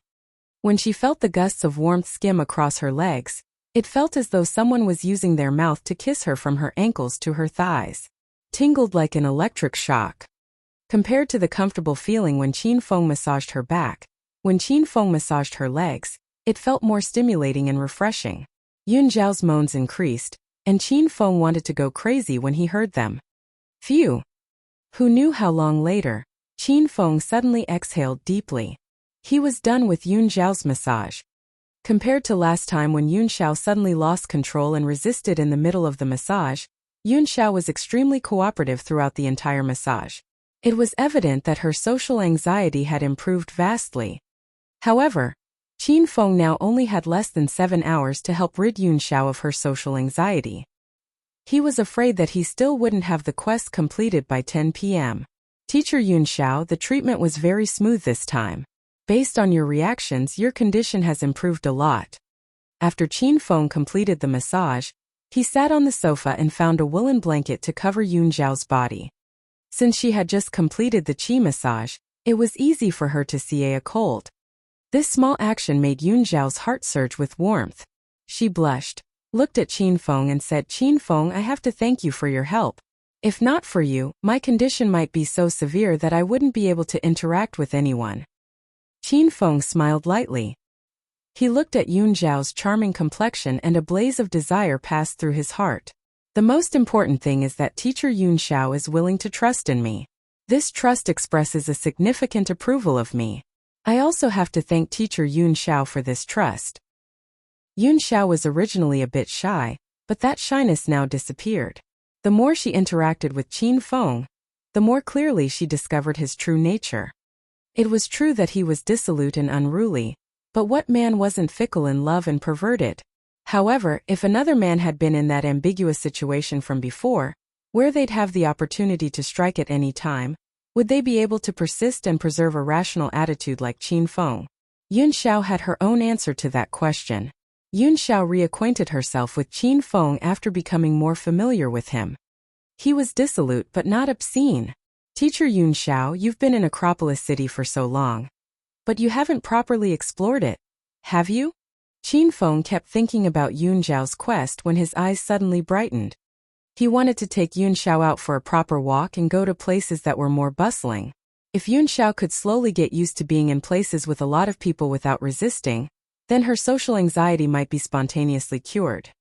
Yeah, I've been here for almost half a year, but I haven't really explored, Yun Xiao said with a bit of a laugh at herself. Your flight is at 10 p.m. So if you're free this afternoon, would you be willing to explore Acropolis City with me? I'm young Master Qin who was born and raised in Acropolis.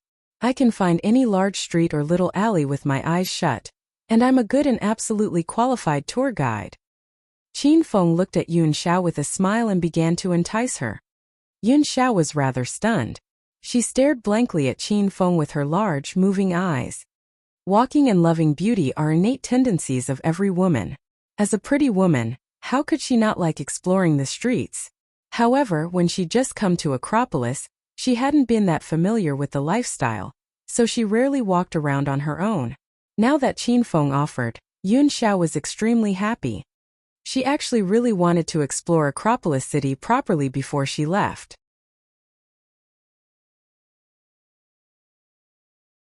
After all, she'd spent the happiest and most liberating time of her 25 years of life here after escaping the restrictions of her family clan.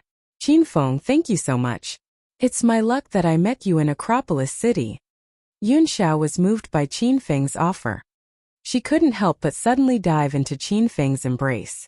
She hugged his neck and buried her head in his shoulder.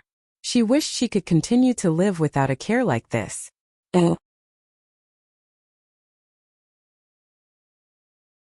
Qin Feng was slightly startled by Yun Xiao's actions. The woolen blanket fell off her body, and the two of them were only separated by her dark-colored nightgown as she hugged him. Qin Feng had just seen that Yun Xiao wasn't wearing undergarments under the nightgown. Now that he felt the softness press against him, his guess was confirmed. Teacher Yun Xiao. Then go change and we can head out whenever. Qin Feng's top priority was still his quest, so all the rest of his thoughts were placed on the back burner. Yun Xiao didn't think too much.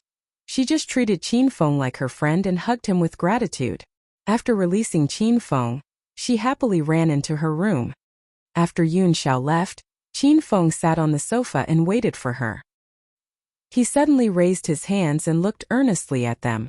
After staring at them for a good while, he lifted them to his nose and sniffed. A light fragrance wafted to his nose. The scent lingered from the sweat from Yun Xiao's legs when he'd massaged her. Qin Feng decided that he wasn't going to wash his hands today. After over 20 minutes, Yun Xiao came out of her room. It was clear that she'd put effort into dressing up. She wore a loose light yellow chiffon muslin top and a light blue jean skirt. The bottom of the skirt covered her knees, revealing her soft, white calves, and her delicate and attractive feet were in black high heels. She was sexy and energetic. Yun Xiao's wavy curls fell casually on her shoulders, and she'd applied a bit of eyeshadow and mascara. Her makeup was light and natural. Qin Feng, what do you think of Big Sister's outfit? Yun Xiao stood in the sunlight, held the edge of her skirt, and twirled in front of Qin Feng. She said with a brimming smile, I won't embarrass Acropolis City's #1 young master, right? Yun Xiao's current youthful vitality was completely different from the serious and cold teacher at the podium. This was how one should look like at her age. Taking out a beauty like teacher Yun Xiao would only bring additional glory. How could it be embarrassing? Said Qin Feng with a laugh. Yun Xiao was very satisfied with Qin Feng's response. She walked up to him, casually looped her arm around his, and looked at him with a smile. She said, then let's go. You have to mentally prepare yourself because I'm going to force you to walk with me the entire afternoon. When the time comes, don't complain if you're tired. After all, who told you to bring something like this up with a woman? Before doing so, you should have thought about the painful consequences. Qin Feng had an uncaring expression.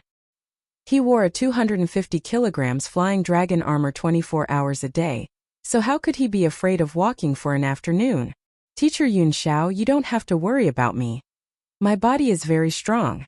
After walking around with you, I'd still have strength to do an intense workout. If you don't believe me, why don't I show you tonight? Qin Feng looked lasciviously at Yun Xiao, and she unhappily pinched his shoulder. She said with a playful protest, "You're talking nonsense again, brat. See if I don't tire you to death today."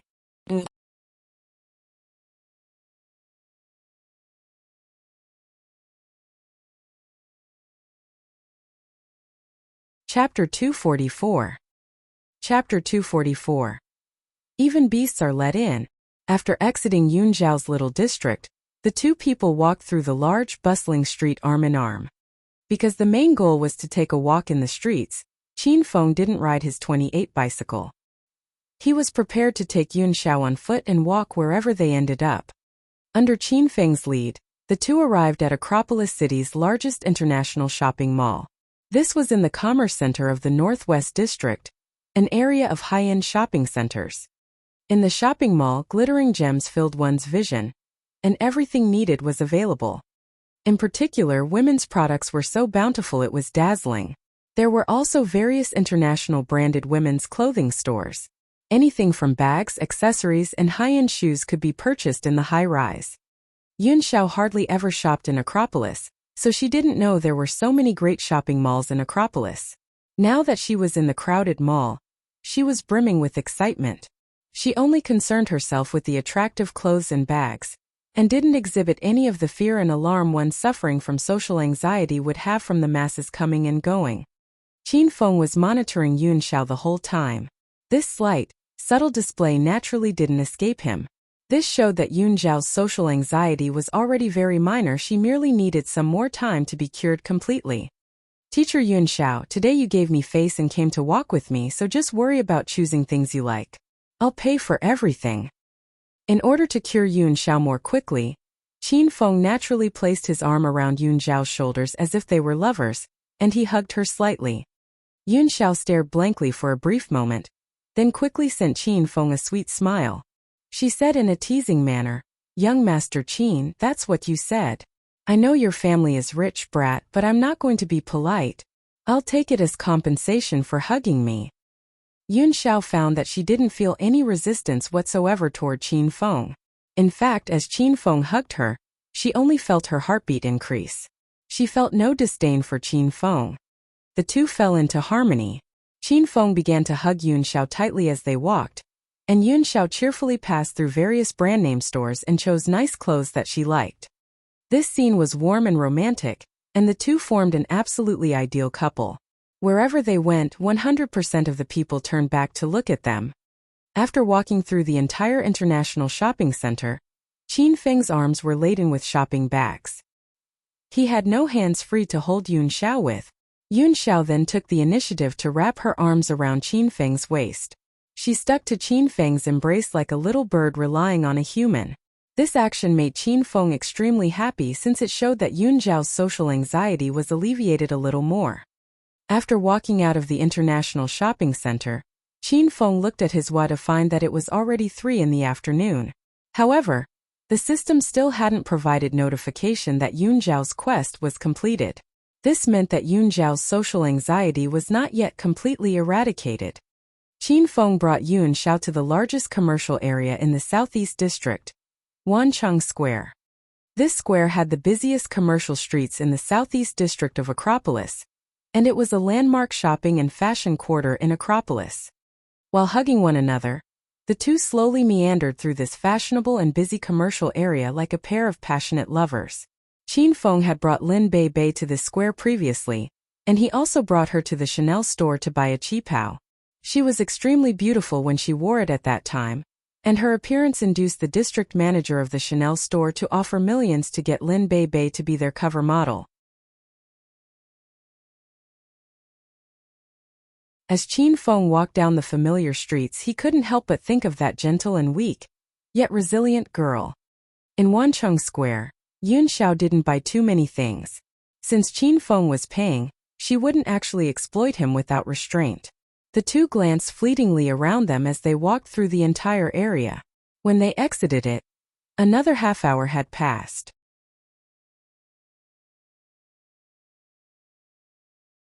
Qin Feng felt a bit anxious when he looked at his watch to see that it was 5 in the afternoon, yet the system didn't provide any sort of notification. There were only 5 hours until Yun Zhao's plane took off. Taking into account the hour to get to the airport and board the plane, Qin Feng only had 4 more hours to help Yun Xiao get rid of her social anxiety. This quest was truly a bit thorny. Qin Feng, why don't we find a place to rest? I'm dead tired from walking the entire afternoon. Before leaving, Yun Xiao had been worried Qin Feng would complain about being tired during their excursion. However, Qin Feng's arms were laden with shopping bags and his expression remained unchanged, yet Yun Xiao was so tired she was panting. Qin Feng smiled as he weighed Yun Xiao's tired, slightly flushed and charming face. He said, "Teacher Yun Xiao, I know Lotus Lake is nearby. It's currently the season for lotuses, so why don't we rest while rowing a boat and admiring the flowers and the scenery?" Yun Xiao's mesmerizing eyes shone. She took Qin Feng's arm and nodded vigorously. She said, "Yes, let's go right now." Under Qin Feng's lead, the two quickly arrived at the lotus pond nearby. This was a scenic district. Since the lotuses were in bloom, there was an extremely large number of people rowing boats. Qin Feng and Yun Xiao rented a 2-person pedal boat. After sitting on it, Yun Xiao lay on the boat to rest while Qin Feng pedaled the boat toward the middle of the pond. The middle of the lotus lake was a lotus pond that was sectioned off by bamboo. The scenery was extremely beautiful. Most of the visitors rowed their boats to the center of the lotus pond to take pictures for their memories. "Qin Feng, your stamina is pretty good. I thought you were bluffing earlier." Yun Xiao admired the scenery around her while casually chatting with Qin Feng. Qin Feng looked at Yun Xiao while smiling. "Teacher Yun Xiao, it's not too late to know that now. Do you want to try some intense exercise with me when we get back later?" Of course, Yun Xiao knew what kind of intense exercise Qin Feng was hinting at. Her charming face suddenly reddened. She glared unhappily at Qin Feng. "In your dreams. I don't want to do that." Qin Feng was just joking. He felt that saying these lovey-dovey things would help rid Yun Xiao of her social anxiety. He continued to pedal the boat forward with a brimming smile. Boom! They had just gotten to the middle of the lake when a dull sound came from the tail of the boat. Then the boat jolted and swayed. Yun Xiao was so frightened that she immediately grabbed Qin Feng's arm. Qin Feng turned his head to see a motorboat heading toward them from behind. "Haha, beauty, want to play on these Big Brother speedboat? This oil-burning motorboat is stimulating and fun. Your old man-powered pedal boat is as slow as a turtle. How boring." The motorboat stopped beside Qin Feng. There were a total of 4 men on it, and they all had their eyes glued to Yun Zhao's body, especially her beautiful legs beneath her sky-blue jean skirt. The 4 men drooled at the sight. They wanted a strong gust of wind to pass over the lake and send this beauty's skirt flying upward. "I'm sorry, I'm not interested in sitting in your motorboat. I like this unhurried feeling of admiring the lake." Yun Xiao glared at the 4 men and spoke with a huff. Her boat was suddenly hit by the motorboat. Angry fire filled her stomach, so how could she get on their motorboat? Also, Yun Xiao saw the 4 men's sinister smiles. She only thought they were extremely disgusting. So the beauty likes the unhurried feeling. These brothers' motorboat can also slow down. A goateed man on the motorboat didn't give up. The smile on his face became even more lascivious. It was his first time seeing a woman as beautiful as Yun Xiao with a large chest, small waist, and long legs. He was willing to lose 10 years of his life to play with this kind of woman once. At this time, the goateed man was about to lose his senses. He saw that there was only one man, Qin Feng, on Yun Zhao's boat, so he wanted to scare him away and pull this beauty onto his boat to play with her properly. "We older brothers are really amazing. We can be fast if you want fast and slow if you want slow. Whatever you like, beauty, these brothers can cooperate." "Haha. Yes, yes, yes, each of these brothers are really amazing. We can be fast or slow and big or small. The goateed man's words made the men on the boat burst into laughter. These words were double entendres, but Yun Xiao could understand them. Her beautiful face instantly fell. She glared at the 4 men on the boat and said, "How shameless and obscene. Io, your words make these big brothers sad, beauty. We are inviting you onto our boat out of the goodness of our hearts. How could you say these brothers are shameless and obscene? You haven't even gotten onto our boat. How do you know how we flow? Haha. Big bro, you're too talented." When Goatee spoke, he peeked at Qin Feng. When he saw that Qin Feng didn't dare make a peep, his teasing of Yun Xiao became even more unbridled. "Piss off, I have my own boat and I'm not getting in yours. All of you piss off." Yun Xiao was extremely angry. She was in a good mood all afternoon, but that good mood was shattered by a couple of sentences from these people. "You all think your boat is really fast?" At this time, Qin Feng's voice was faintly heard. When he spoke, he didn't look at Goatee. He took Yun Xiao's jade hand and looked tenderly at her, urging her not to get mad. Yun Xiao was instantly affected by Qin Feng's gaze. She suddenly felt a surge of warm safety, and her frantic heart calmed. Goatee still thought Qin Feng was a wuss. Qin Feng suddenly uttered senseless words, so Goatee yelled icily, "Stinking brat, who the fuck are you talking to? I always hear about old cows eating new grass, but it's my first time seeing an old goat eating new grass. You guys look over 40 years old. Your children should be supporting themselves. Aren't you ashamed of making a move on this beauty beside me behind your wife's and children's backs?" This time, Qin Feng looked at Goatee as he spoke. Goatee was stunned. He was 43 this year and had a wife and a kid. In fact, his kid had just started working the day before yesterday. Qin Feng was spot on. "Stinking brat, why do you care whether or not your elder's married and has kids? And who the fuck are you calling an old goat? Are you fucking crazy?" Though Goatee yelled at Qin Feng, his voice clearly wasn't as confident as before. "You have a goatee and look like a mountain goat. If you couldn't talk, I would have wondered when beasts were let into Lotus Lake to admire the flowers," said Qin Feng in an indifferent and composed manner. Yun Xiao, who was suppressing her anger, suddenly couldn't help but burst into laughter. She just discovered that this Qin Feng was too cute and too talented. He was even skilled at insulting people.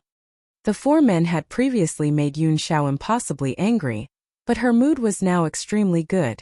She took Qin Feng's arm tightly and refused to let go. Goatee froze for a long while. His expression then suddenly changed drastically as he glared viciously at Qin Feng and yelled, "Are you fucking calling your elder a beast? You're really something, brat. See if your elder doesn't kill you." As Goatee spoke, he looked like he wanted to jump onto Qin Feng's boat and fight him. Qin Feng didn't look frightened in the least. He said calmly, "Old goat, I urge you to pause. Lotus Lake is a scenic tourist area, and there are security guards everywhere. If you dare make a move, you'll only be arrested." Goatee's extended leg was immediately rendered immobile. Qin Feng's words were very logical, and Goatee instantly didn't dare make a move on Qin Feng. "Stinking brat. Then hurry up and jump into the lake for your elder. I'm in a good mood, so I'll spare you once." Goatee found that his situation suddenly became really awkward. If he didn't make Qin Feng look bad today, he wouldn't back down. Qin Feng smiled lightly. He looked at Goatee like one would look at an idiot and said, "Old goat, you want me to jump into the lake? Then let's make a bet.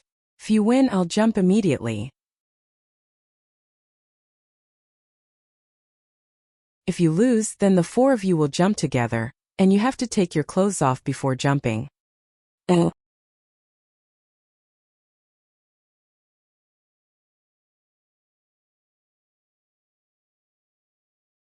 Chapter 245. Chapter 245. Do you trust me? Tell me first. What do you want to bet on with these elders? Goatee was no fool. If Qin Feng didn't mention the contents of the bet first, he wouldn't bet so easily. "Didn't you say your motorboat was really fast? Let's bet on whose boat is faster. We'll start here and the finishing point will be the center of the lotus pond. Whoever gets there first wins." The loser will take off their clothes, jump into the lake, and swim back to shore, said Qin Feng to Goatee in a calm and composed manner. Goatee was stunned, and it took him a long time to regain his senses. He even wondered if there was something wrong with his ears and he'd heard Qin Feng incorrectly. This brat actually wanted to race with his motorboat? Goatee almost laughed until his teeth fell out. If your elder didn't hear wrong, you just said you wanted to race me, brat? Goatee reconfirmed. That's right, do you have the guts to do it or not? Asked Qin Feng indifferently. Tell me, are you using this broken pedal boat to compete with your elder's motorboat? Goatee didn't express excitement. Instead, he looked at Qin Feng with alarm. Of course I'm using my pedal boat to compete. How else would I beat you? Qin Feng smiled. After receiving Qin Feng's confirmation, Goatee and his 3 buddies couldn't stop themselves from bursting into unbridled laughter. Haha, this brat actually wants to race in his pedal boat with our motorboat. That's the funniest joke I've ever heard. I've met an idiot in Lotus Lake in broad daylight. Since you took the initiative to provoke your elder's prowess, then your elder will let you see the results of offending me. Goatee immediately agreed to Qin Feng's bet. He would be an idiot if he didn't agree to this kind of bet where victory was certain. Qin Feng, what are you doing? How could you suggest a bet like that? Yun Xiao got nervous. She didn't believe Qin Feng could win. After all, there was too big a difference between the 2 boats. One was a motorboat that used gas while the other was a metal pedal boat. The competition didn't even need to begin, and one could already predict the results. Stinking brat, how about this? If you lose, this beauty has to take off all her clothes and jump into the lake as well, added Goatee with a grin. His gaze fell on Yun Xiao's perky chest, and he began to imagine her alluring and grand figure after she removed all her clothes. No, Qin Feng, you can't agree to that. Yun Xiao was a bit angry. How could something like this be casually bet upon? Qin Feng took Yun Xiao's jade hand and looked at her earnestly. He said, Teacher Yun Xiao, I'll ask you 3 things before you decide whether or not you want to compete. First question. Do you trust me? Qin Feng's expression was severe. It was Yun Xiao's first time seeing such a serious expression on his face, and she couldn't even look Qin Feng in the eye. A moment later, Yun Xiao nodded hesitantly. She said softly, I trust you, but... Qin Feng waved his hand and interrupted her. His tone became even more solemn as he continued to ask second question. Do you trust me? Yun Xiao was slightly stunned. Her expression shifted a bit. This time she considered the question in earnest. She thought about every little thing that happened between her and Qin Feng. Qin Feng had saved her from Ma Dahu's clues twice. When Qin Feng exhibited his extraordinary painting skills, not only had he defeated Hua Ming, he'd made 3 paintings for her, Lin Bei Bei, and Zhao Ling Xian that exhibited a thorough analysis of their hearts. Qin Feng was treating her social anxiety. Qin Feng now took her out to explore. During the time she knew Qin Feng, he'd continuously appeared in her life when she faced danger and difficulty, and he never abandoned her. He was usually lascivious and frivolous, and was hardly ever serious.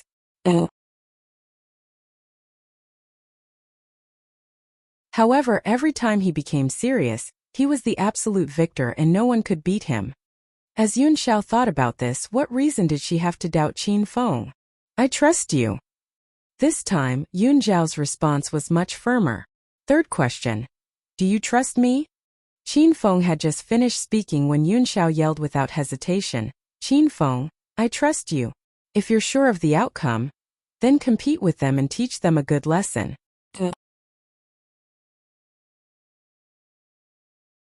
In this fickle and noisy society, there's no knowing what a person really thinks, so it's hard to trust people. However, with that right person, it only takes 3 lines to trust them. Teacher Yun Xiao, with my actions, I'll prove how right your choice is. Qin Feng smiled lightly when he saw that Yun Xiao believed in him. The race was about to begin. There were lots of tourists on Lotus Lake, and the commotion attracted most of the people to stand and watch. When the audience heard that 2 boats were going to race, and that the loser would have to take off their clothes and jump into the lake, they were extremely excited. They were even more excited than the competitors. Goatee's lavish and domineering motorboat and Qin Feng's broken old metal pedal boat got to their places. Goatee stood on his motorboat. His gaze swept over Qin Feng with disdain and he suddenly yelled, "Go!" Once he spoke, Goatee's motorboat produced the deep rumble of an engine. Then waves arose all around. The motorboat was like an arrow leaving a bow. It shot out with speed. And Qin Feng pedaled a broken old metal boat and followed behind leisurely. This scene made the spectators disappointed. It seemed that the competition ended right after it began. Qin Feng, don't be too stressed. Even if you really lose, I'd be willing to jump into the lake with you. In the face of the doubts and mocking laughter, Yun Xiao suddenly clued Qin Feng's arm and looked steadily at him. She didn't place any hopes on this race. However, as a teacher, Yun Xiao was clear that winning or losing didn't matter. What was important was to provide more care and encouragement to those beside you. Teacher Yun Xiao, I'm not stressed. I'm going faster. Very soon, we'll get ahead of the motorboat. Qin Feng looked casually at Yun Xiao. He didn't look worried or afraid in the slightest. And once he spoke, his legs began to speed up.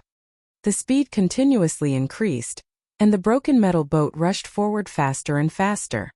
Gradually, the spectating tourists realized the change in Qin Feng's boat. Though the boat was still left far behind by the motorboat, the boat clearly got multiple times faster. It achieved a speed that this metal boat wasn't supposed to possess.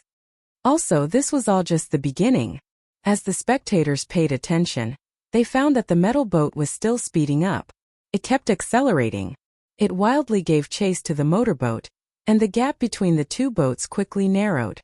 The originally unremarkable boat became everyone's focal point. It was like a super boat with boundless capabilities.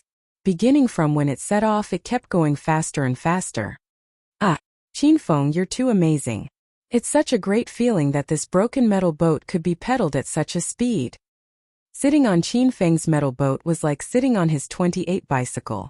Yun Xiao felt that this metal boat was going to fly off the surface of the lake. Once again, she felt the excitement of forgetting everything under absolute speed. Qin Feng flashed Yun Xiao a slight smile. His legs continued to pedal quickly. At this time he exerted all the speed within him. This was the speed possessed by a martial artist of Stage 3 external and Stage 2 inner abilities, not a speed a normal person could attain. Qin Feng's legs already became blurs. They looked like two electric fans spinning at high speed and were even much faster. Whoosh! The speed of the metal boat already surpassed that of the motorboat. Bam bam! Everywhere the metal boat passed, it formed waves as tall as a person. The surrounding tourists stared dumbstruck. Quite a few of them rubbed their eyes several times, yet the scene before them remained unchanged. They were so stunned that their jaws were about to fall out. They couldn't understand how a broken metal boat could be so fast. How strong would the legs of the person pedaling have to be?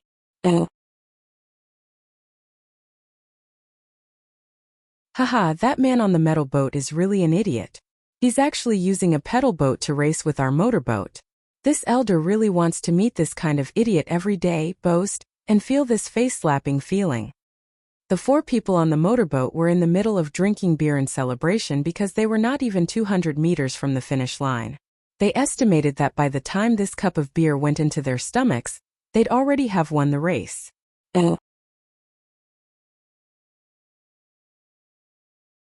Not only is the man crazy, the woman is abnormal as well. She knew they were going to lose, yet she didn't stop the man.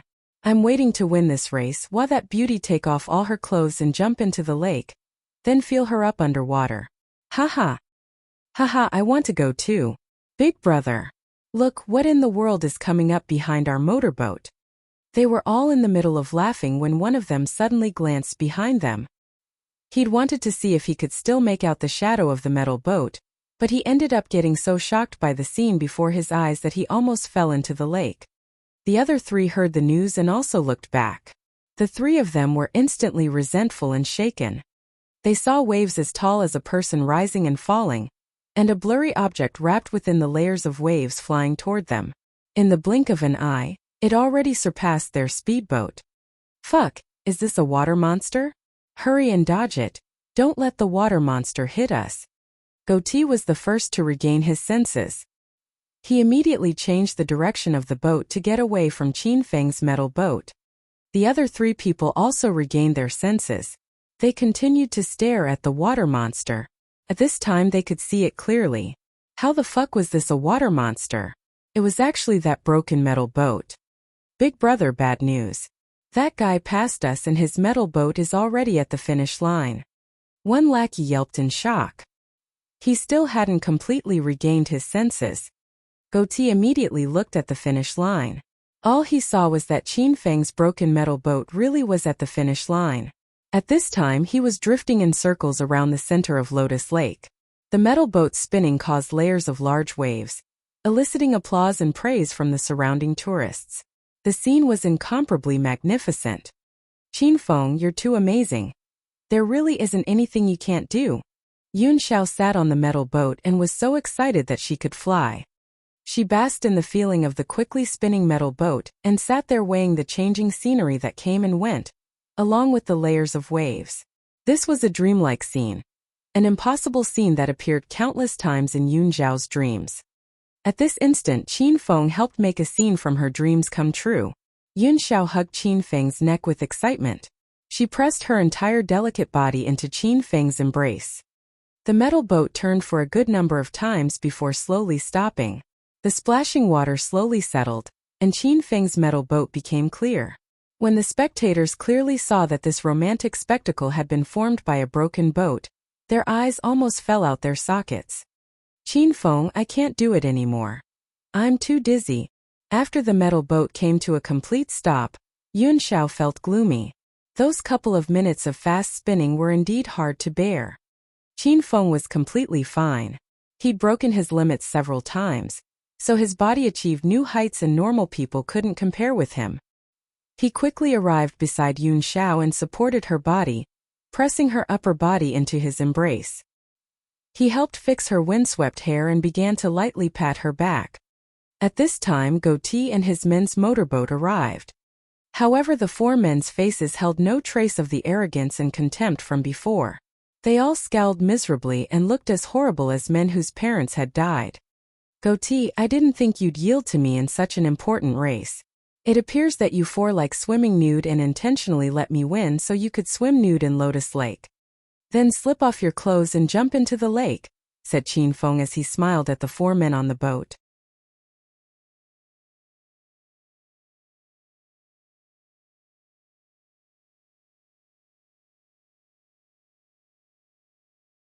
Chapter 246. Chapter 246. Did you consider my feelings? The race was over, and the victor had appeared. On the motorboat, the faces of Goatee and his men were each uglier than the next. Currently they still hadn't accepted the reality of their loss because no one could believe that a metal pedal boat could run at a faster speed than a gas-burning motorboat. I don't believe it, so I won't jump into the lake. After being quiet for a while, Goatee suddenly acted shamelessly. Because this scene attracted a large group of visitors who surrounded them and weighed, Goatee and his men would rather die than take off all their clothes and jump into the river in front of so many people. What don't you believe? Qin Feng laughed lightly. In the face of Goatee's refusal to accept the results, Qin Feng's expression didn't change much. It was clear that Qin Feng guessed Goatee would be like this right from the beginning. I don't believe that your pedal boat can be faster than my motorboat. I think you cheated, brat. Goatee glared at Qin Feng with a huff. However, his excuse was so bad that even the audience that came to see the excitement sighed. Then how do you think I cheated? Qin Feng looked at Goatee in rumination. Goatee couldn't help himself. His pair of fish eyes spun a good number of times before he suddenly stood. I suspect that you put a motor in your pedal boat, and that you didn't use your feet to pedal. It was the motor that propelled the boat forward. TSK. Once Goatee said those words, cries of disdain arose all around them. Because Qin Feng and Yun Xiao sat in an ordinary pedal boat, there wasn't very much space on it. When Qin Feng and Yun Xiao sat inside, they occupied the empty spaces. How was there space to hide a motor? Then how would you believe that I didn't cheat? Qin Feng looked at Goatee with a smile. In reality, Qin Feng guessed what this rascal was doing. In the end, once Qin Feng finished speaking, Goatee faked an angry expression and said, I want to get on your boat and examine it. If I find that you really haven't cheated after examining it, then I'll admit that I've lost and jump into the lake. Your elder isn't trying to act shamelessly with you. Your elder can lose, but he can't lose without understanding the situation. Goatee exhibited a condescending expression and put on a very convincing act. In reality, he already had a plan. He was going to use the excuse of examining the boat to get onto Qin Feng's boat. Then, when Qin Feng and Yun Xiao weren't paying attention, he would personally push the two of them into the lake. Qin Feng, don't trust his bullshit. A scoundrel like this is entertaining some sort of errant thoughts for sure. Who knows what he's scheming? Yun Xiao could see that Goatee's gaze wasn't quite right. She covertly tugged at Qin Feng's arm and quietly cautioned him. Qin Feng's face was filled with a careless smile. He looked at Goatee and said, "Old goat, then hurry and get on the boat to examine it. I can assure you that I haven't any cheating devices on my boat. After you're done examining it, then jump into the lake with the other three of you." After seeing that Qin Feng agreed, Goatee gave the three lackeys a look, then smiled and stepped onto Qin Feng's boat. At this time, Qin Feng had already moved to make room for him and shifted to Yun Xiao's seat. Since there was very little space and Qin Feng occupied the seat, Yun Xiao could only sit in Qin Feng's embrace. "Teacher Yun Xiao, your body is so soft and fragrant. Hugging you is really comfortable." Qin Feng had just hugged Yun Xiao, and then he blew a hot breath into her ear. Yun Xiao was so shocked that she almost yelped. She rolled her eyes at Qin Feng unhappily. "Qin Feng, what time is it? Can't you be more proper? You have to be careful of that Reed man. I'm certain he has ulterior motives for getting on the boat." Qin Feng laughed but said nothing. He hugged Yun Xiao more tightly. How could Qin Feng miss such a great chance to take liberties with teacher Yun Xiao? Thump! At this time, Goatee hopped onto Qin Feng's pedal boat. Seeing Yun Xiao up close, Goatee's eyes almost popped out of his skull. Not only was this woman's face beautiful, her figure was fiery and sexy. Goatee began to be jealous of and hate Qin Feng. He really wanted to swee identities with Qin Feng, so he could enjoy and hug the beauty. "Old goat, examine well. After you're done, you can lead your other three brothers in removing your clothes and jumping into the lake together." After Goatee got on the boat, Qin Feng only glanced at him with disinterest. Then, his gaze fell on Yun Xiao's body, which was in his embrace. He looked at the billowing chest just inches from him. Qin Feng harshly gulped quite a number of times. Goatee pretended to examine Qin Feng's spot after boarding the boat. He kept monitoring Qin Feng and Yun Xiao who were beside him. When he saw that the two of them didn't care about his movements, a sinister smile suddenly flashed through his face. "Stinking brat. Get into the water for your elder." Goatee suddenly pounced and pushed Qin Feng's body. He used all his strength, wanting to push Qin Feng into the water with one shove. Thunk! However, when his hands fell on Qin Feng, it felt like he was pushing a large mountain. Other than a dull sound, nothing else happened. Qin Feng continued to sit there unmoved. He hugged Yun Xiao and was now secretly touching her beautiful and fair thighs beneath her skirt. "Brother old goat, were you pushing me at first?" Qin Feng looked at Goatee with a laugh. In the eyes of Goatee, this smile seemed a bit strange and sinister. It made the hairs on his back rise and goosebumps appear. "Fuck, this elder can't believe it. I was born as strong as an ox. Why wasn't I able to push over a pretty boy like you?"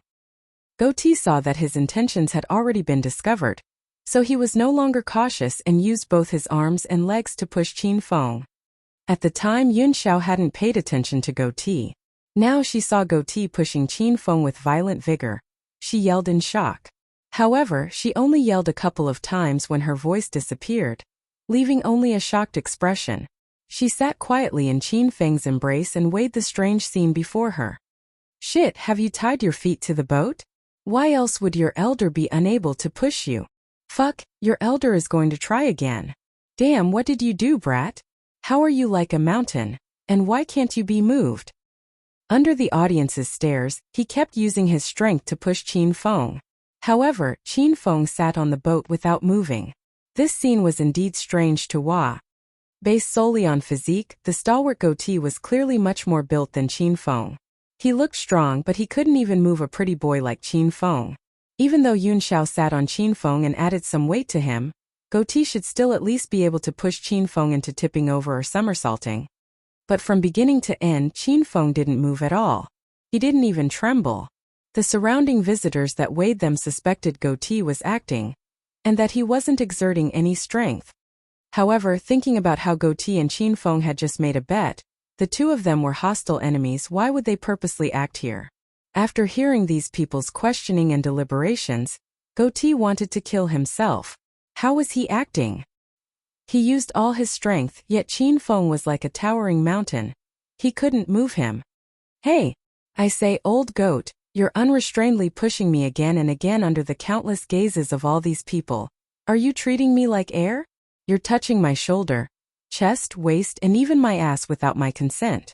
Did you ever consider my feelings? Do you not see this beauty in my arms? Don't you know this young master is in the middle of picking up a girl?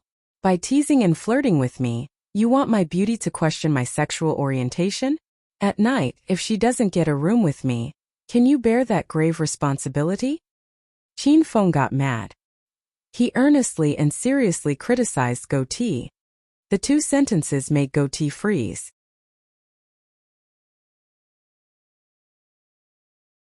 His hands were still suspended midair, and he made the motions of wanting to grasp but not grasping Qin Feng's chest. He was doing exactly what Qin Feng said earlier. In the eyes of the audience, goatee's image instantly changed. They went through all that, and it turned out that this bearded man who was acting cool was homosexual. He wasn't pushing that man at first, he was taking advantage of him. Tut-tut, it was too disgusting. The surrounding visitors looked at goatee with different expressions. However, goatee didn't care about this whatsoever. After all, he knew that he wasn't homosexual, and really wasn't trying to take advantage of Qin Feng. He was actually trying to use all his strength to shove Qin Feng into the water. At that instant, goatee realized the truth. This Qin Feng was an expert. He had startling strength that was at the stage where it couldn't be guessed. Goatee was so shocked that his legs turned to jelly and his heart beat the drums of retreat. He already wanted to back out. Old goat, after taking advantage of me, you want to leave without saying anything? What are you treating this young master as? Qin Feng grabbed goatee's arm and smiled coldly. In goatee's eyes, this smile was like that of the devil in hell. He now completely understood that Qin Feng had been toying him the whole time. Rip! Qin Feng exerted some strength with a single hand and tugged downward, tearing goatee's t-shirt in two. Rip! He exerted his strength again and goatee's pants were also torn off along with his belt. He was so powerful that goatee's underwear fell as well. At that instant, goatee stood above the lake completely naked. Qin Feng was too quick and too strong, scaring goatee so much that he still hadn't regained his senses. He stood stupidly on the boat in the nude, and even forgot to cover his vital areas. Gasp! This scene elicited a wave of gasps from all around. In particular, female visitors shyly covered their eyes and were embarrassed to look. However, they couldn't help but peek curiously through their fingers. After seeing, they couldn't help but think, why is it so small? The instant Qin Feng tore off goatee's pants, he used his other hand to cover the eyes of Yun Xiao, who was in his arms. Thus, Yun Xiao only heard everyone's startled exclamations, but she didn't see the scene. Qin Feng, what happened? Are you all right? Asked Yun Xiao with a bit of nervousness. Teacher Yun Xiao, nothing really happened. It's just that the old goat suddenly went crazy and took off his clothes in broad daylight. Quite a few girls saw his body and couldn't help but yell because his thing is too small, said Qin Feng with a laugh. Yun Xiao's charming face blushed. However, even she was a bit curious about what it looked like because Yun Xiao had never had a boyfriend, so she naturally never saw it.